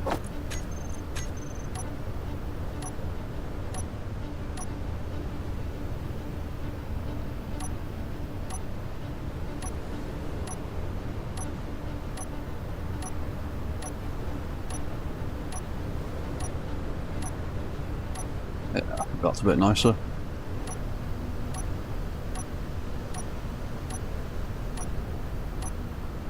Cool, okay, I'm kind of happy with that one. So, we should... Wrong buttons, wrong buttons, wrong buttons. We'll be able to set up the other side now. Pretty much exactly the same.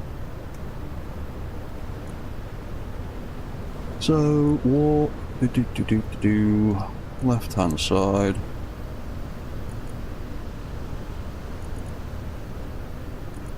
That, walk right hand side is that. So what did we do? We did 12 and 12, so this side will be -12 and 12. STR, leg, rotor, set velocity -12 and 12. Oh, have I just put 2 there? There we go, 12.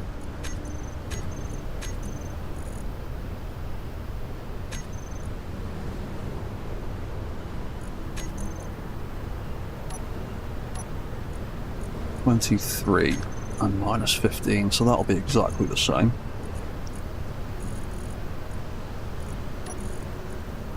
ASTR leg R0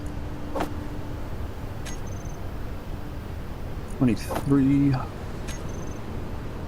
and -15. Yep, and then the next one will be the same, 12 and -12. Keep clicking that down button.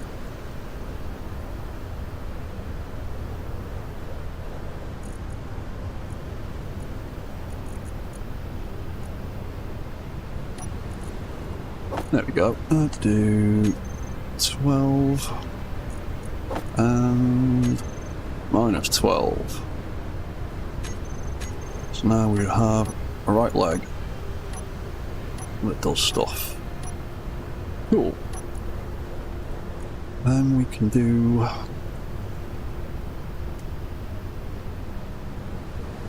the walk return for the right hand side, which is going to be rotor angle, right hand rotor. We do, what angle is that? Walk return, right hand side. That is 30. So what did we do with that one? We did.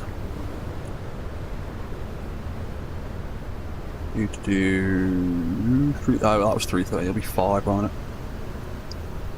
I think. I think it'll be less than 5.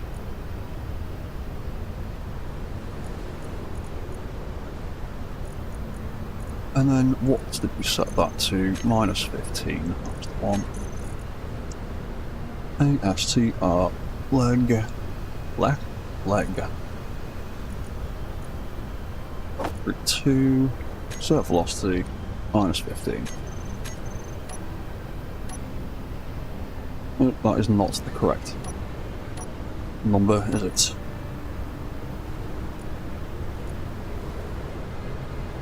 Oh, idiot. 35, not 5. Idiot. No. It'd be 25 more than that. It'd be 55. Yeah, cool. Like I said before, building mechs, space engineers, it's all maths. Less than 55. That's the one. There we go. So now if I offset that and do them together, we've got a little walk cycle.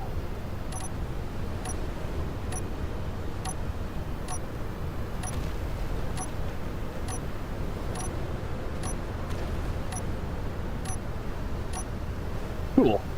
So then, there's TR.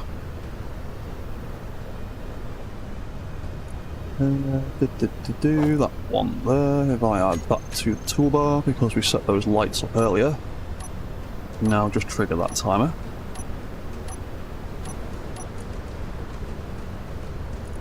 And because we set these up earlier with that timer in it, and their rotor and their trigger angle, we can now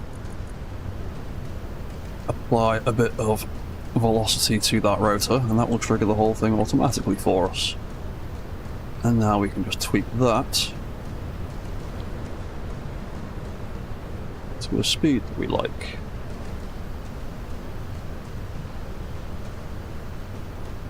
That's 16, 17, 18, 19. That seems fairly reasonable. And so then we can add that rotor to the toolbar, and now the walk cycle turning on and off is controlled by that rotor turning on and off. Awesome. Right, let's set up the reverse controls. In theory, we should be able to transpose most of the settings we've already got and just do it in reverse. Mostly. Might need a little bit of tweaking. So, forward controls can now all turn off, so they don't confuse things. And the reverse controls are basically exactly the same, they're just going to be the opposite way around on a few things. So that was positive, negative, so reverse control, we'll do it the other way around. ASTR, leg L0, not lower limit, velocity, minus 12, and 12, and then that will be exactly the same as the front. Or is forward walking, so what did we call it? We called it 23, didn't we? Set velocity 23 and set velocity minus, not 16, minus 15. I'm pressing the wrong buttons. Minus 15, and then that should be the opposite way around as well, I think. So that'll be minus 12 and 12, and I've probably got some of that horribly wrong.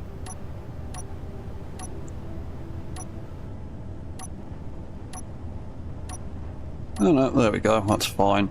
I just need to set up the reverse return control. So that will be that one. That will be angle of the leg rotor. What's it at? 280. Try 25 in front of that as well, so that will be 305 again. So we'll call it less than 305 and see what that looks like. ASTR leg left. That group there. What do we call it? Did we call it minus 15? I can't remember now. What was the other return controller? Minus 15. Right.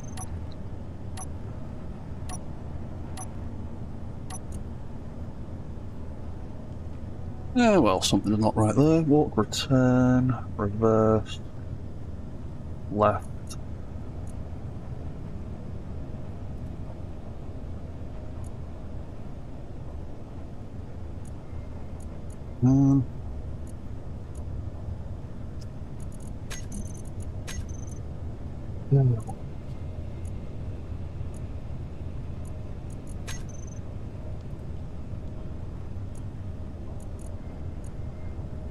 You are currently at 280. That could have triggered. Why didn't that trigger?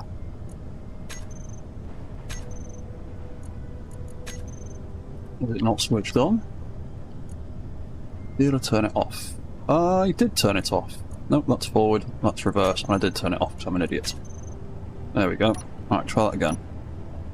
There we go. Lovely.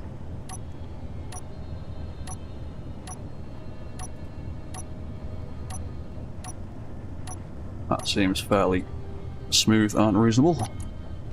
Cool, so we can then just copy and paste that across to the right hand side, more or less.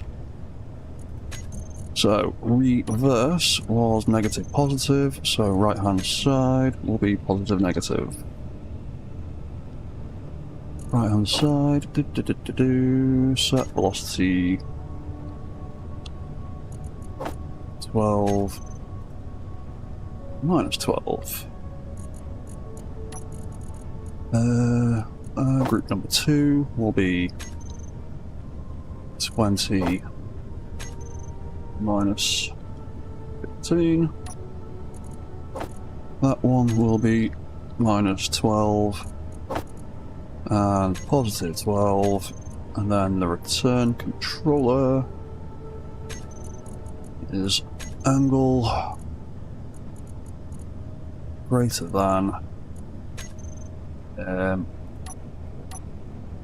whatever angle that is. Can't remember off the top of my head. Reverse control, return. It's not even set up yet, that's why. 80.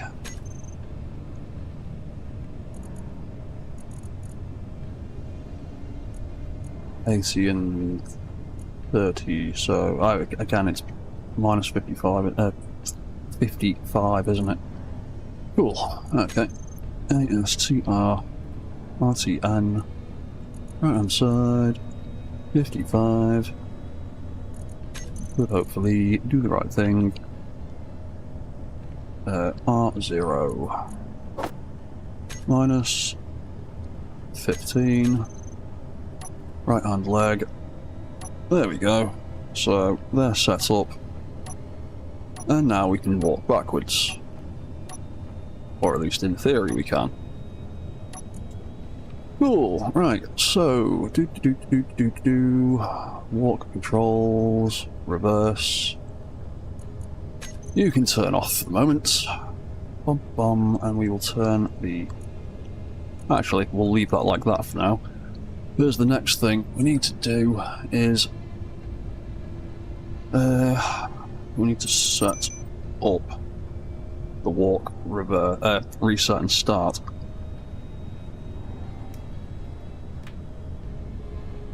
So these two timers are going to end up being part of our walk controls. And the first thing they're going to do is sort out our walk lights.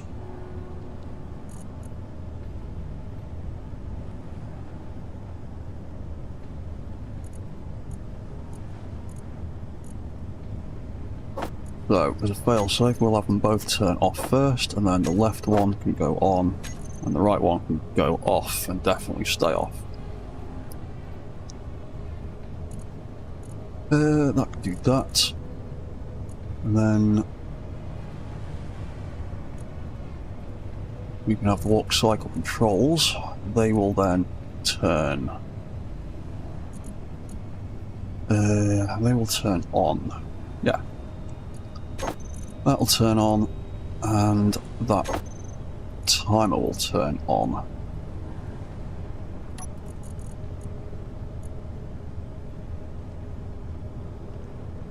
And then we need to set up some angles for our legs.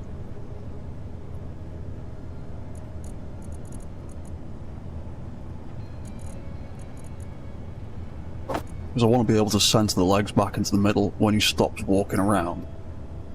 Ah.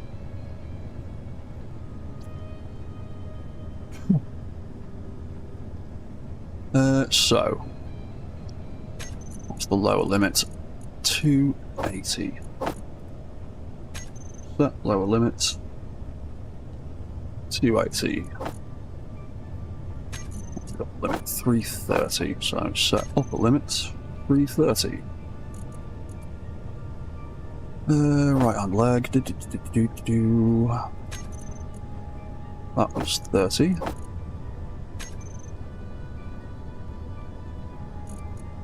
And yeah, I've noticed it's just gone past the 4-hour mark, but I'm enjoying doing this, so I'll do another hour, and then I'll call it quits after that. So, increase upper limit. That's going to be 80, so we'll set that to 80. Right, and then we need to do the same thing with these. They don't need touching, they will just... Those two, we're not gonna... Oh, actually... Where are we? We'll set them with limits as a fail-safe anyway, why not? Let's give it a little bit of a gap. So, lower limit 10. Set lower limit 10.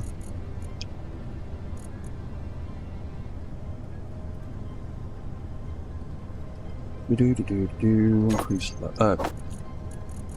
Limit. What was your upper limit? It was 45.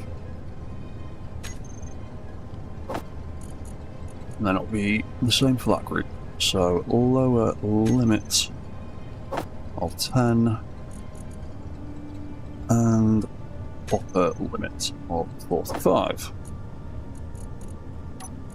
Then on the next page, we need to set the limits for the feet.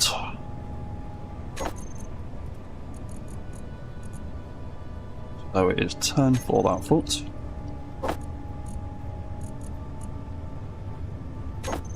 And 60. Means it's exactly the same for them. So set lower limit 10. And set upper limit 60.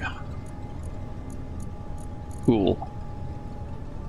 That should be that for the moment. Right, and then walk reset. ASTR lights. I'm going to do opposite with these. These all need to turn just on and off, so on and off, and that'll make sure everything turns off properly. We've got the cycle controls, they can turn off, that timer can get stopped, it can also turn off, and we'll turn the rotor off. Then we need to figure out some nice angles for those legs to sit in the middle. Which we will come back to in a minute after I have a quick little bio break. So I'll be back in 5 minutes. Don't go anywhere. I will see you all soon again.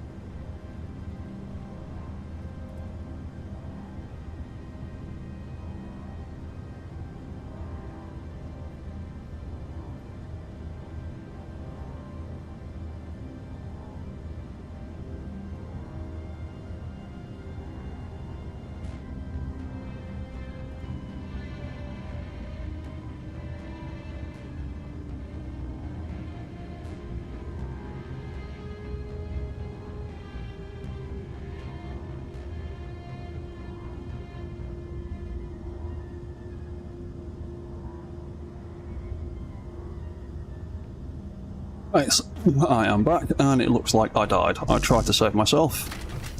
There was a queue for the bathroom, and I had to wait for a second, and I'm going to starve to death again if I don't go and get one of my meal packs.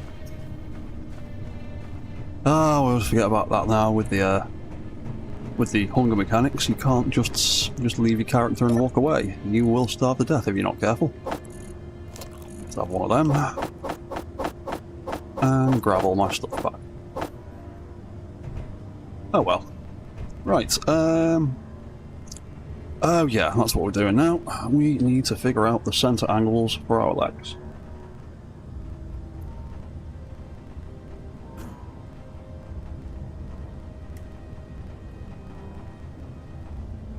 Right then, so I want that foot to sit nice and in the middle, pretty much where the piston is, so let's just move that back like that. Let's get that foot about, yeah, we'll call it 305. Yeah, that looks alright. About what we want.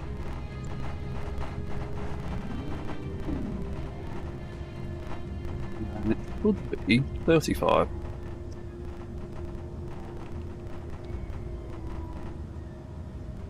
Yeah, something like that. And that one is going to be... that one's going to be 55, isn't it? Because that's the same angle that's triggering. Yeah, yeah. Yeah, 55 is what we want there. And...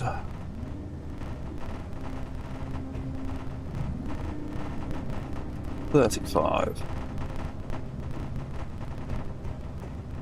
And that should have the legs sit nice and in the middle.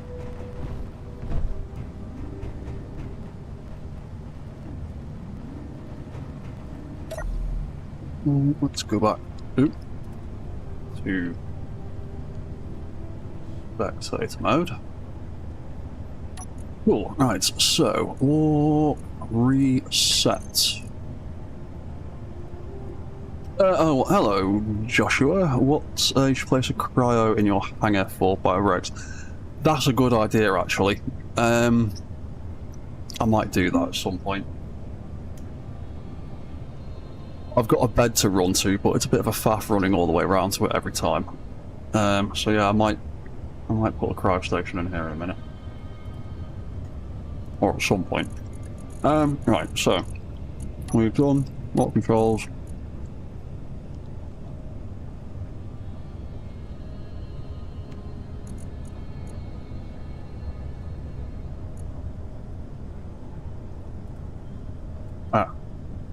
So, to reset, we are going to rotate. What angle do we call that? 305, wasn't it? Rotate that to 305 at, we're going to be at 12 RPM, aren't we? We'll do it a little bit slower. We'll call it 10 RPM. We'll have it auto. That can rotate to angle 55 at 10 RPM. The left legs, they don't need changes to their... they don't need to be rotated anywhere at the moment.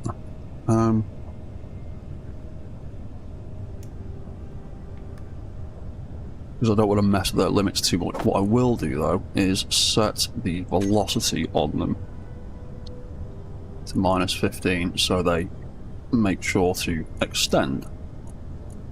And then that... what did we call them? 35, wasn't it? Rotate to 35 at the same speed as the hips. That can be set velocity... the right one? Set velocity -15 and rotate angle 35 at 10 RPM. So, ASTR walk, start, and walk. Reset. So if I trigger number 5, it puts the legs in.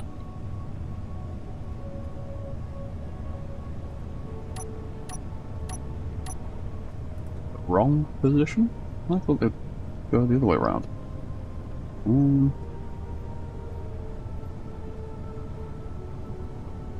Oh, then again, all depends on what lights are active, isn't it? Well, ASTR.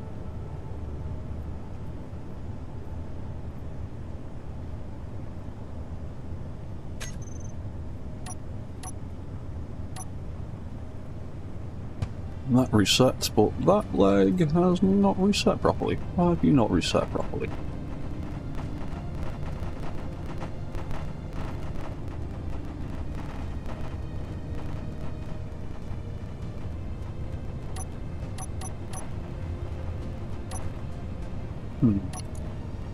What have I messed up there? Reset. ASTR. Oh. Idiot. I set that leg to retract, not to extend. That's why. Reset. Oh, no, I've done it wrong with both of them.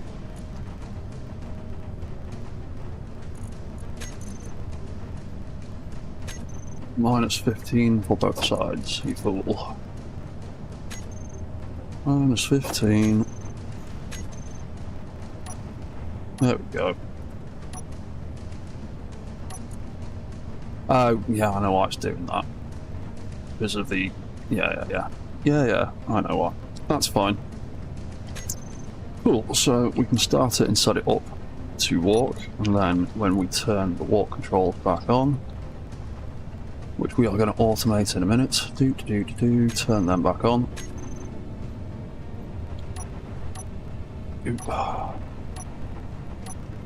And then trigger the walk controls, and it can do its thing, and we can reset the legs and they can go back to normal. So now we need some controls to... Oh, hello spiders. Where are you hiding?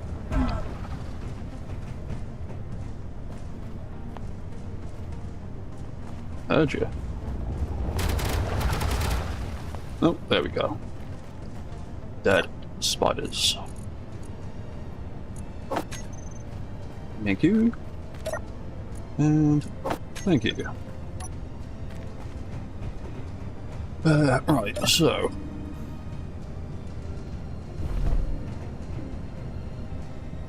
What do I need to do with this? I need to put some thrusters on it.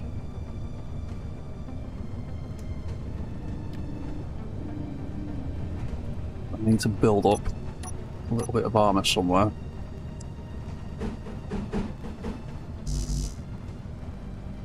Oh, I can't put stuff on the front of that, can I? Damn. You know what, I'm just going to put some placeholder blocks in for the moment.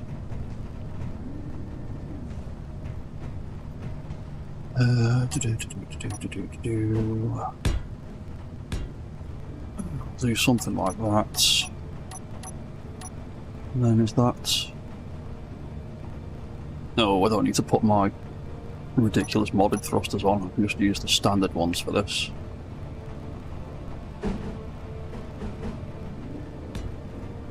Yeah, so we're going to put that there on the front.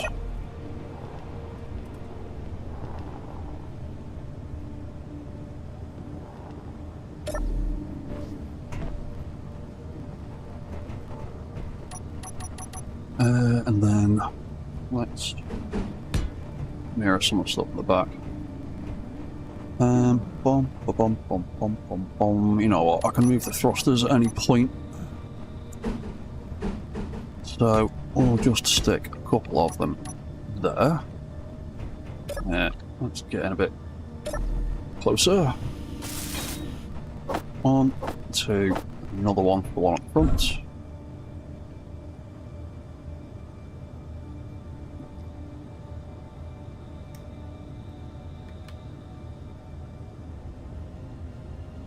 Got some bits. Fantastic. Right. Oh, that was a brilliant jump.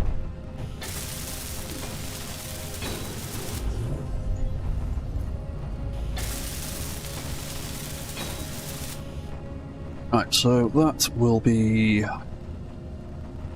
roll thruster forward.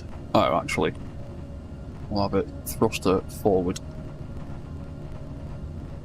Control. Copy setting, copy all,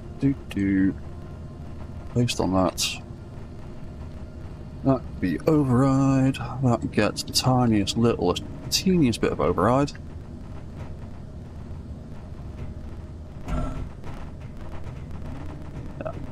Where am I? Aha!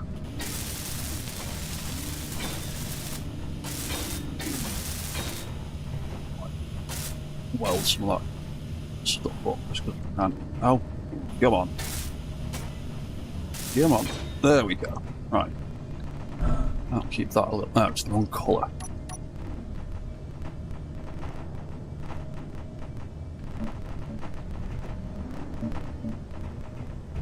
And I'll keep the front of that protected, sort of. Oh, we also need to name that thruster, don't we? Copy, paste, reverse.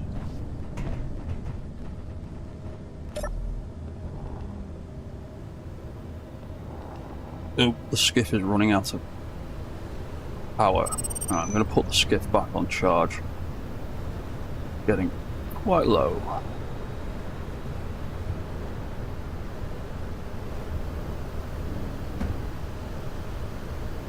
Where are we? Nope, wrong button. There we go. Right. You can get connected back up to there.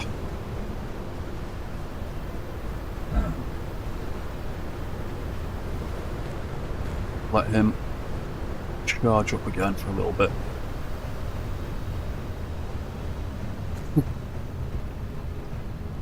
Right, so those thrusters are active. Can I reach that from here? Yes, I can. Camera somewhere a bit more useful. Right, ASTR warp controls.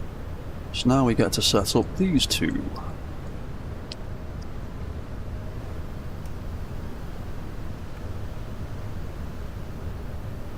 Right, so these are both going to be triggered by thruster output greater than 10%. You can set it lower, you can set it at 1% if you want. Doesn't really matter all that much, but I like to use something slightly higher than 10 because I've found event controllers can be a bit fussy with single digit numbers sometimes. I didn't name those damn thrusters properly, did I? No, I didn't. ASTR-01. There we go. Oh, we've just put too many spaces in there.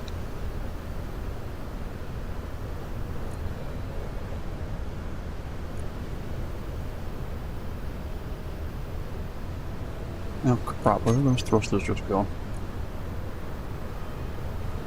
Stupid thing, did I name them?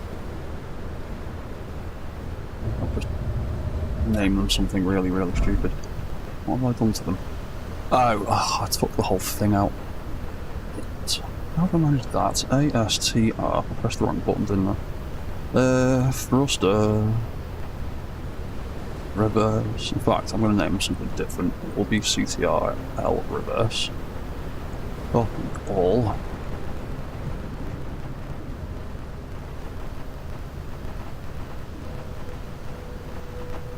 Forward.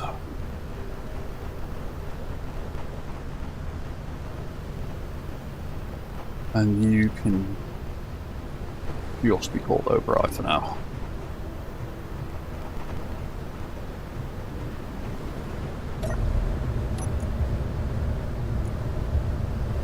Cool.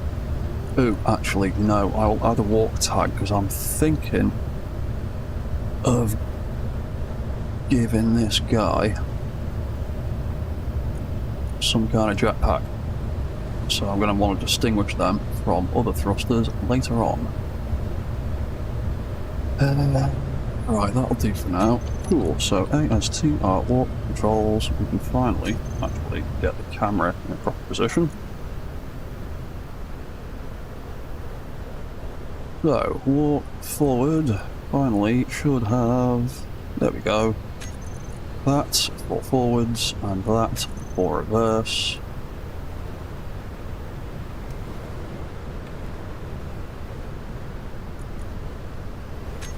And so for the forward controls, ASTR walk, first thing we're going to do is turn off the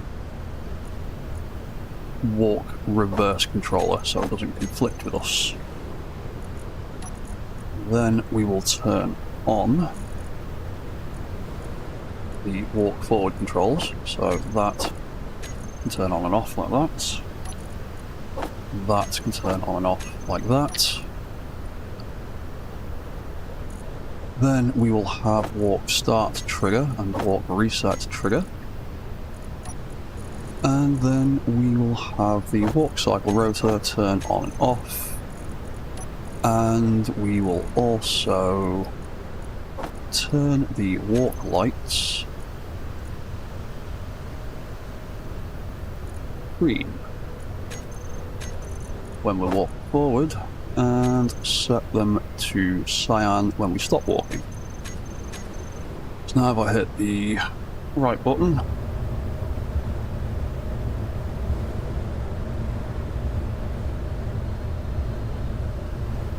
those legs are doing weird stuff. Oh, right, yeah, I get it. Walk start.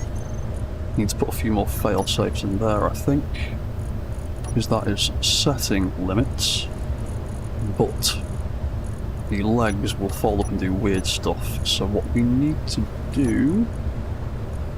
Yeah, that's all set. Yeah, it's all set limits, I know what I forgot. ASTR leg hinges. That group 2 can be minus, even though it shouldn't have been that way around. I should have put the hinges the other way around. And minus 15. There we go. So now when I hit the forward controller, or the forward thruster, it operates. Ooh, what was that? That was funny. Ooh, why are you doing that? That's an interesting thing to do.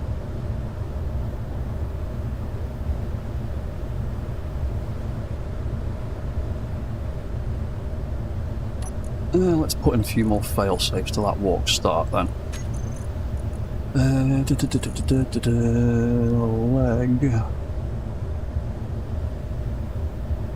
ASTR. In fact, let's move these. Let's have you there, and let's have you. Oh, my internet signal cut out for a second apparently. Are we back? Are we back in the game? Yeah? No? Yeah? No? Yeah? You figuring your thing out? Sorry, internet went weird for a second then. I think I'm back. Cool.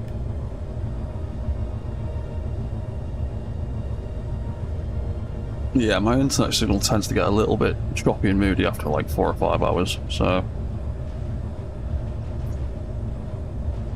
I'm only going to do another half hour or so anyway.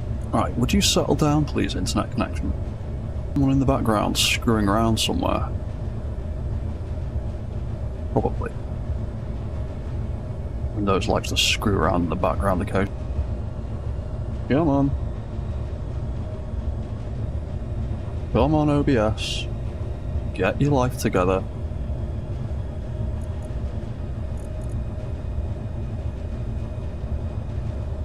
Sorry about this, guys. My internet signal seems to be a little all over the place right now. Are we back?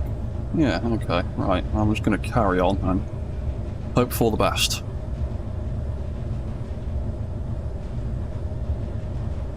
Right, so what were we doing? We were setting that to that, and we were setting... Oh, no, because I'm going to use that for both there. The same thing. Might have to reset some of the other controls. Yeah, we will have to.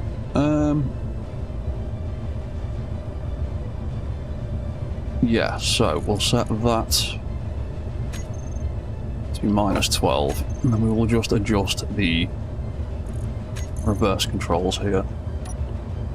So we'll set them up the same way round.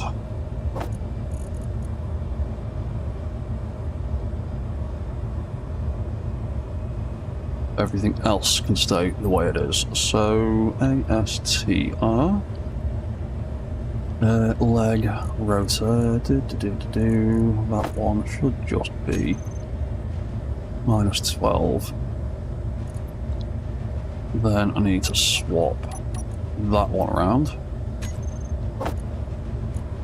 to 12, please. Not 2.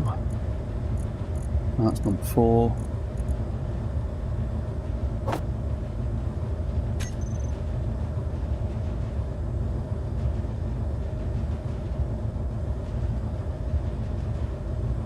Right.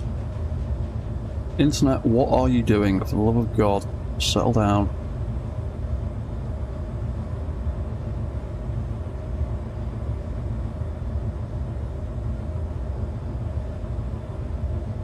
It usually happens when I've got some notifications somewhere on something trying to desperately update. Do you want to settle down? Do you want to sort your life out? So the people can watch? Thank you. Right.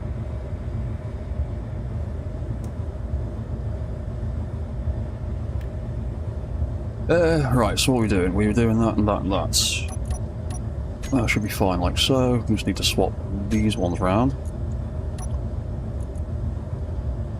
Set lower 12. I'm on the right one, aren't I? Yes.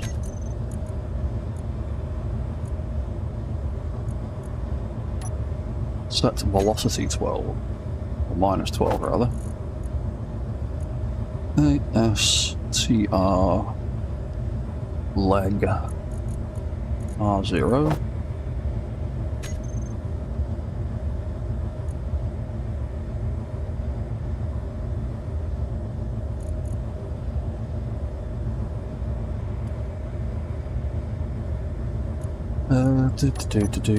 And then that could be the same, that could be 12, and that can be -12.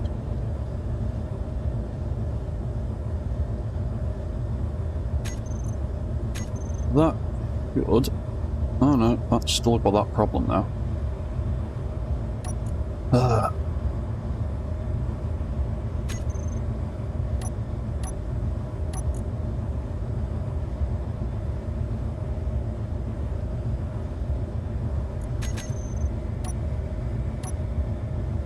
Well, that's doing weird stuff. Oh, yeah.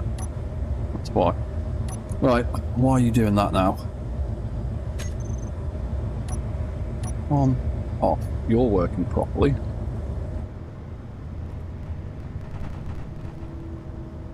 Oh, you're misbehaving. What? Start. What have I done? Oh.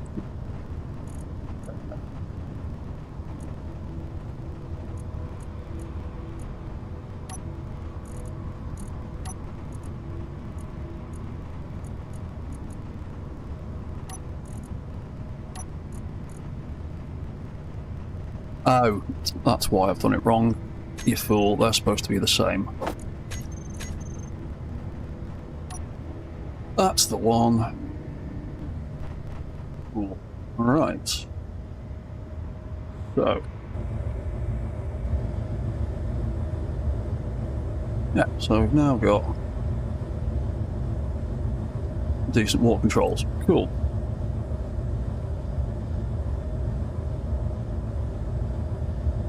Right, I'm just gonna quickly... No, are you gonna... Have you settled down yet? You're still just having a little fit. A little hissy fit.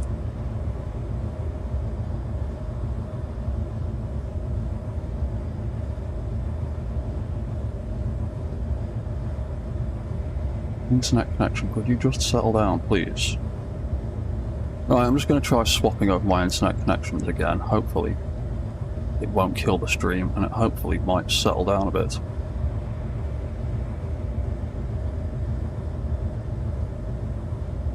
Actually, it seems to be okay again now. It's hard to... oh no, as I say, that's...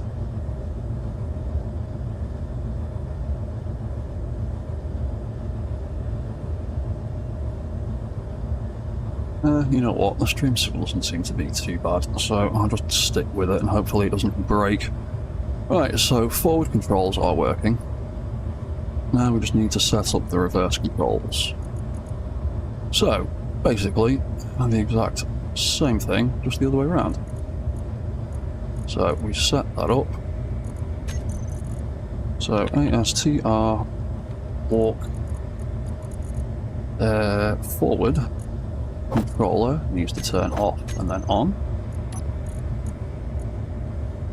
and then we'll have the reverse controls turn on and off and on and off, and then we will have walk start and walk reset trigger on opposite sides. Walk rotor can turn on and off, and then walk lights. That's not hitting anything important. Turn orange when we stop walking, when we start walking, and go back to cyan when we stop.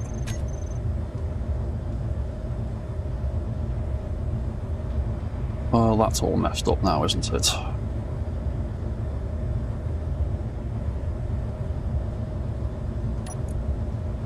Okay, I've screwed up something else here. What have I messed up that badly? Oh, I know what I've done. Because I've changed the way the reverse legs, the reverse controls are moving, I need to adjust some things. I need to swap them around, I think. Yeah, I need to swap them around. ASTR leg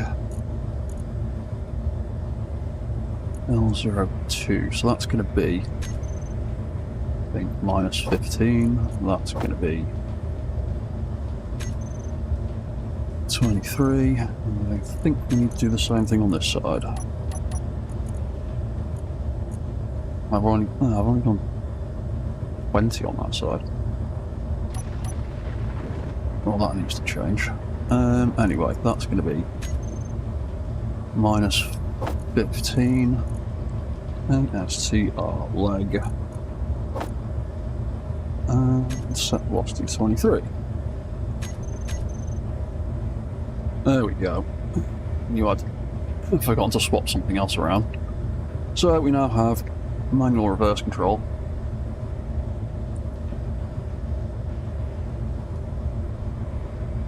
And manual walk control. Right. Let me just try and swap these internet connections over, because that is just jumping all over the place, apparently.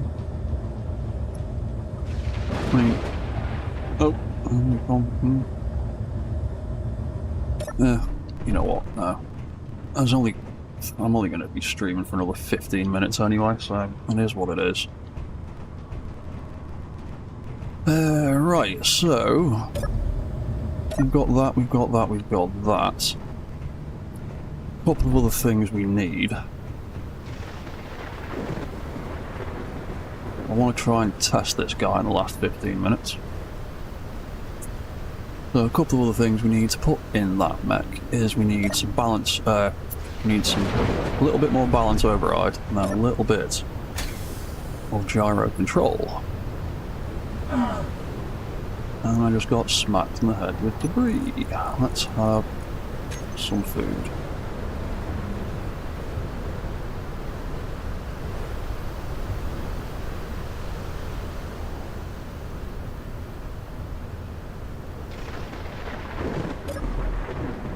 Right, closer there. Oh, smacked again. I'm just gonna build some. Oh, that was clever. Just gonna build some temporary bits to mount some stuff on up there.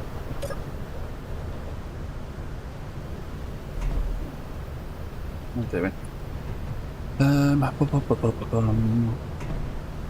Oh, for love of clang. Alright, we're just getting a little bit closer. There we go. Cool, right, so, you know what, I haven't saved in quite a while, so. What we're going to do is we're going to take that out of there.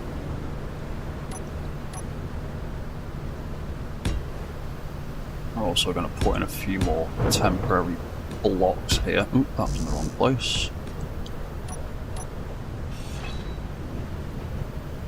And we are going to put... Stop jiggling. Thank you.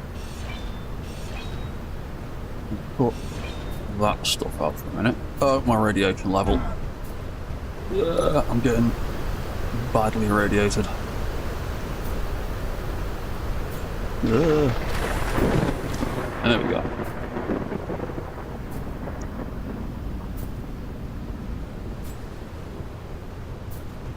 Let's heal.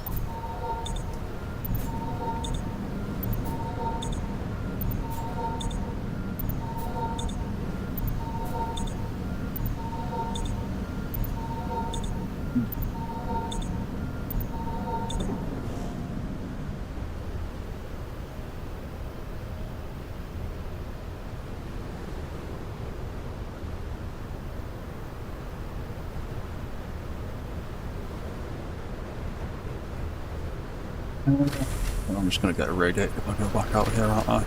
Yeah! It's a really strong radiation storm. Fantastic. Just what we want.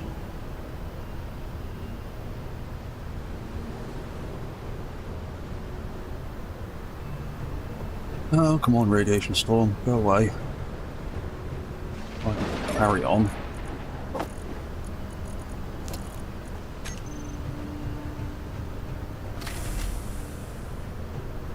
Nope, still horrible.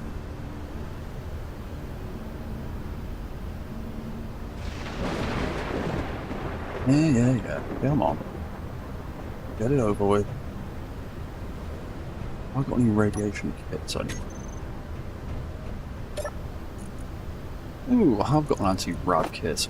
You know what? I'm going to use the Smeggin thing.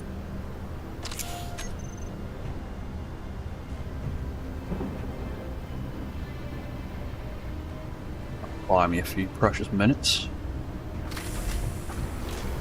Really? Might be just a few precious seconds. What was I doing? I was building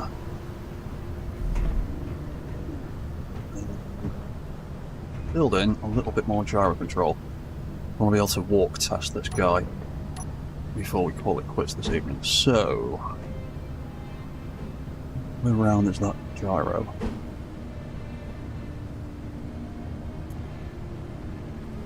Yeah, I could just go there for a minute. I'm probably going to put this somewhere else entirely later on.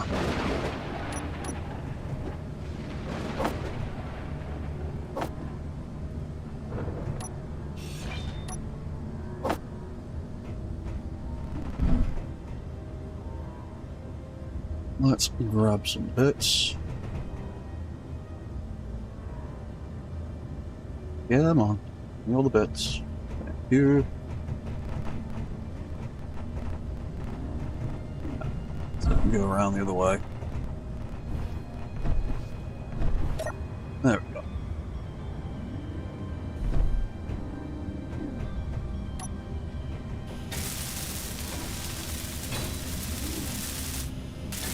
Right, we get welded up. I'm gonna plonk one of them on there for a moment.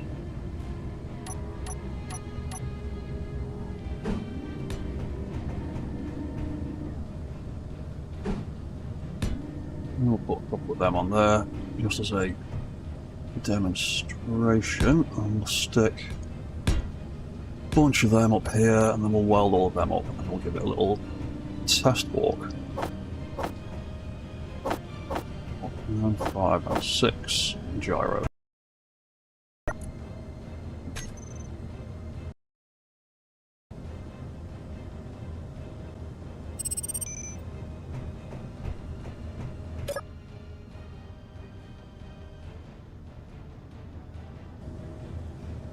The lamp pot has stopped, and that moth has once again will stop there and not gone anywhere. Why? Why do you keep missing that? Moth, you are a pain in the bum.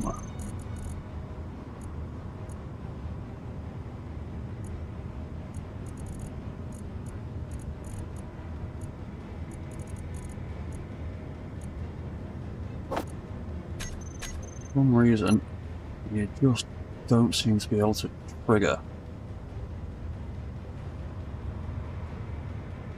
that. Oh, where are you going again? Have you forgotten that location again? You have. Why are you flying over there? Lamp. Dock. Right, there is absolutely a bug with these damn AI blocks at the moment. They keep forgetting their location or their relative beacon. This happens every single time I load this save game. That these AI blocks forget some of the things they're assigned to. Yeah, these two, every single time, forget that they're assigned to that beacon. Every single time. I have to figure out a bug report for that.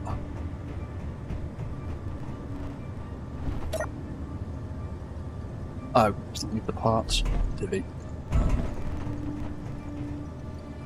There we go.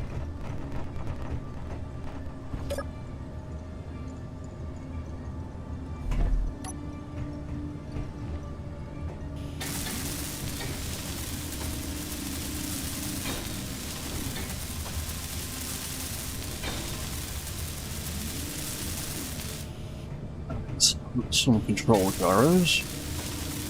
All of these are going to get moved eventually. None of these are permanent homes. These are just a little bit of test run, basically.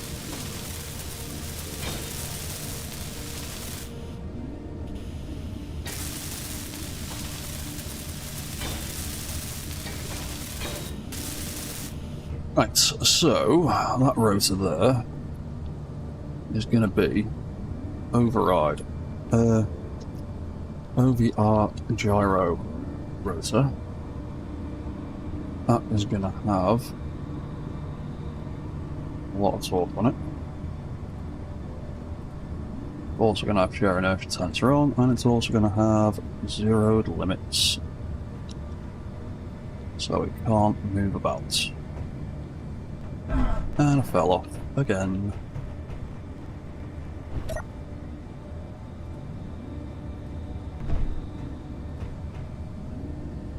Oh, no, I'm stuck. Awesome.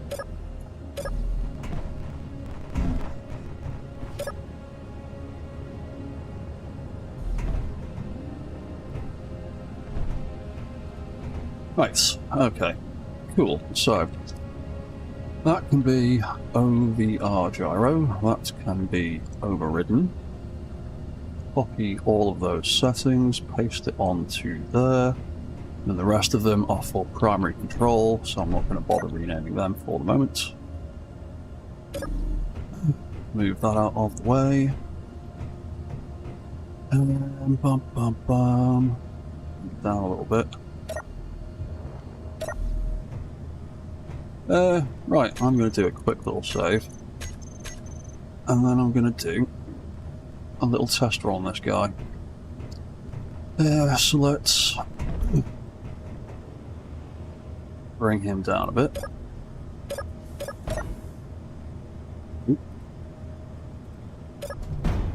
There we go, he's now unlocked. Bouncing fairly well on his own. So now we just need to reassign not walk, balance. So that balance control AI block, we just need to reassign that beacon.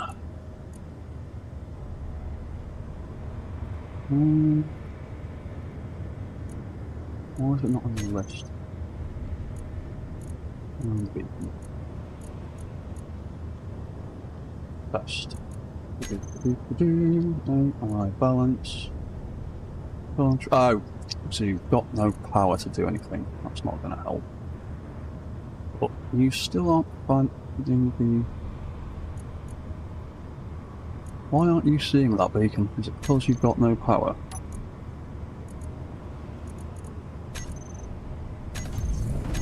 It is because you've got no power.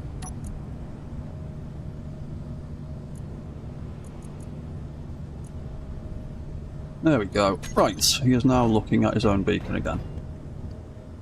Cool. So, he is now self-correcting.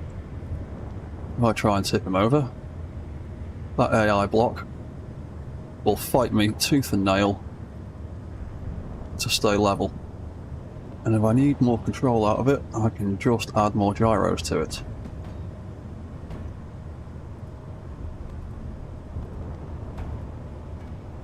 Ooh, very bouncy.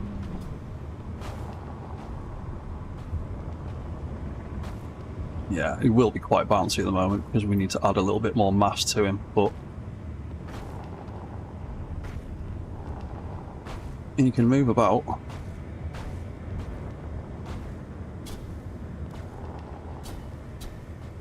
I'm quite happy with that. How about walking backwards? He's actually more stable walking backwards than he is walking forwards, typical. Ooh, that was a bit quick. Maybe that many gyros is a little bit too much.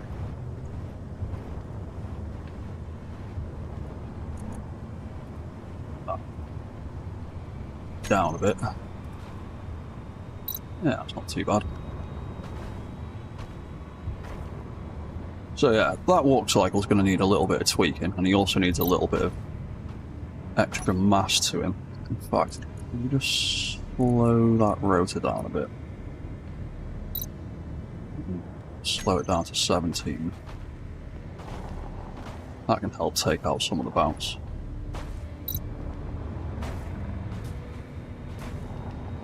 Yeah, it's not quite as bouncy now. So that needs a little bit of tweaking. Well, that's a pretty good start for a walking robot.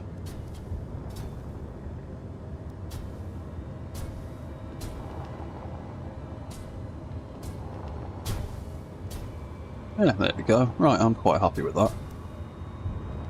So, that's been 5 hours now. I'm absolutely going to bed, because it's now 11:30 at night where I am. But yeah, I'm happy with this dude.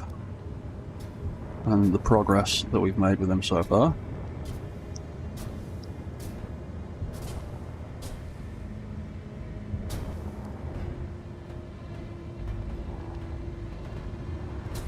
And this is the thing about blocks versus voxels. Suspension blocks, friction works slightly differently. Blocks are a lot more slippy than voxels for some reason. There's my foot, I'm not going to smash it to pieces, am I? There we go. Right, cool. So, that battery is not going to last much longer, but that's not going to be his main power source anyway.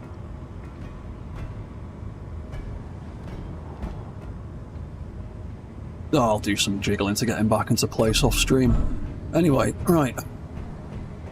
So I'm quite happy with that. Joshua, was wondering this for a personal build. Can you make the ankles rotate to counter tilt based on gyros or something else?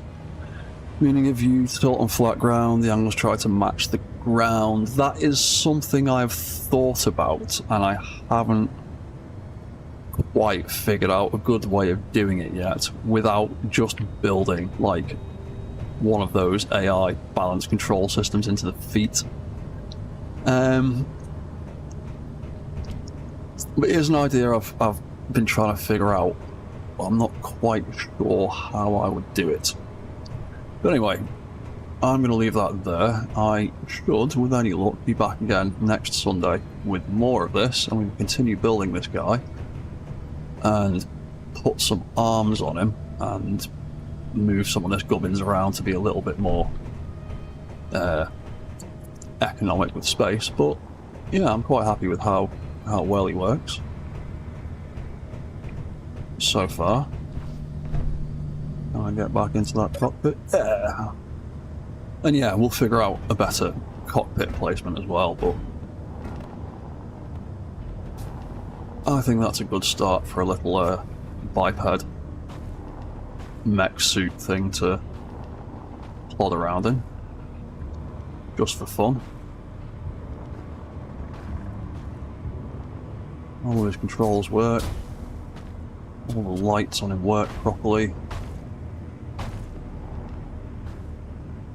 His balance control does its job pretty well.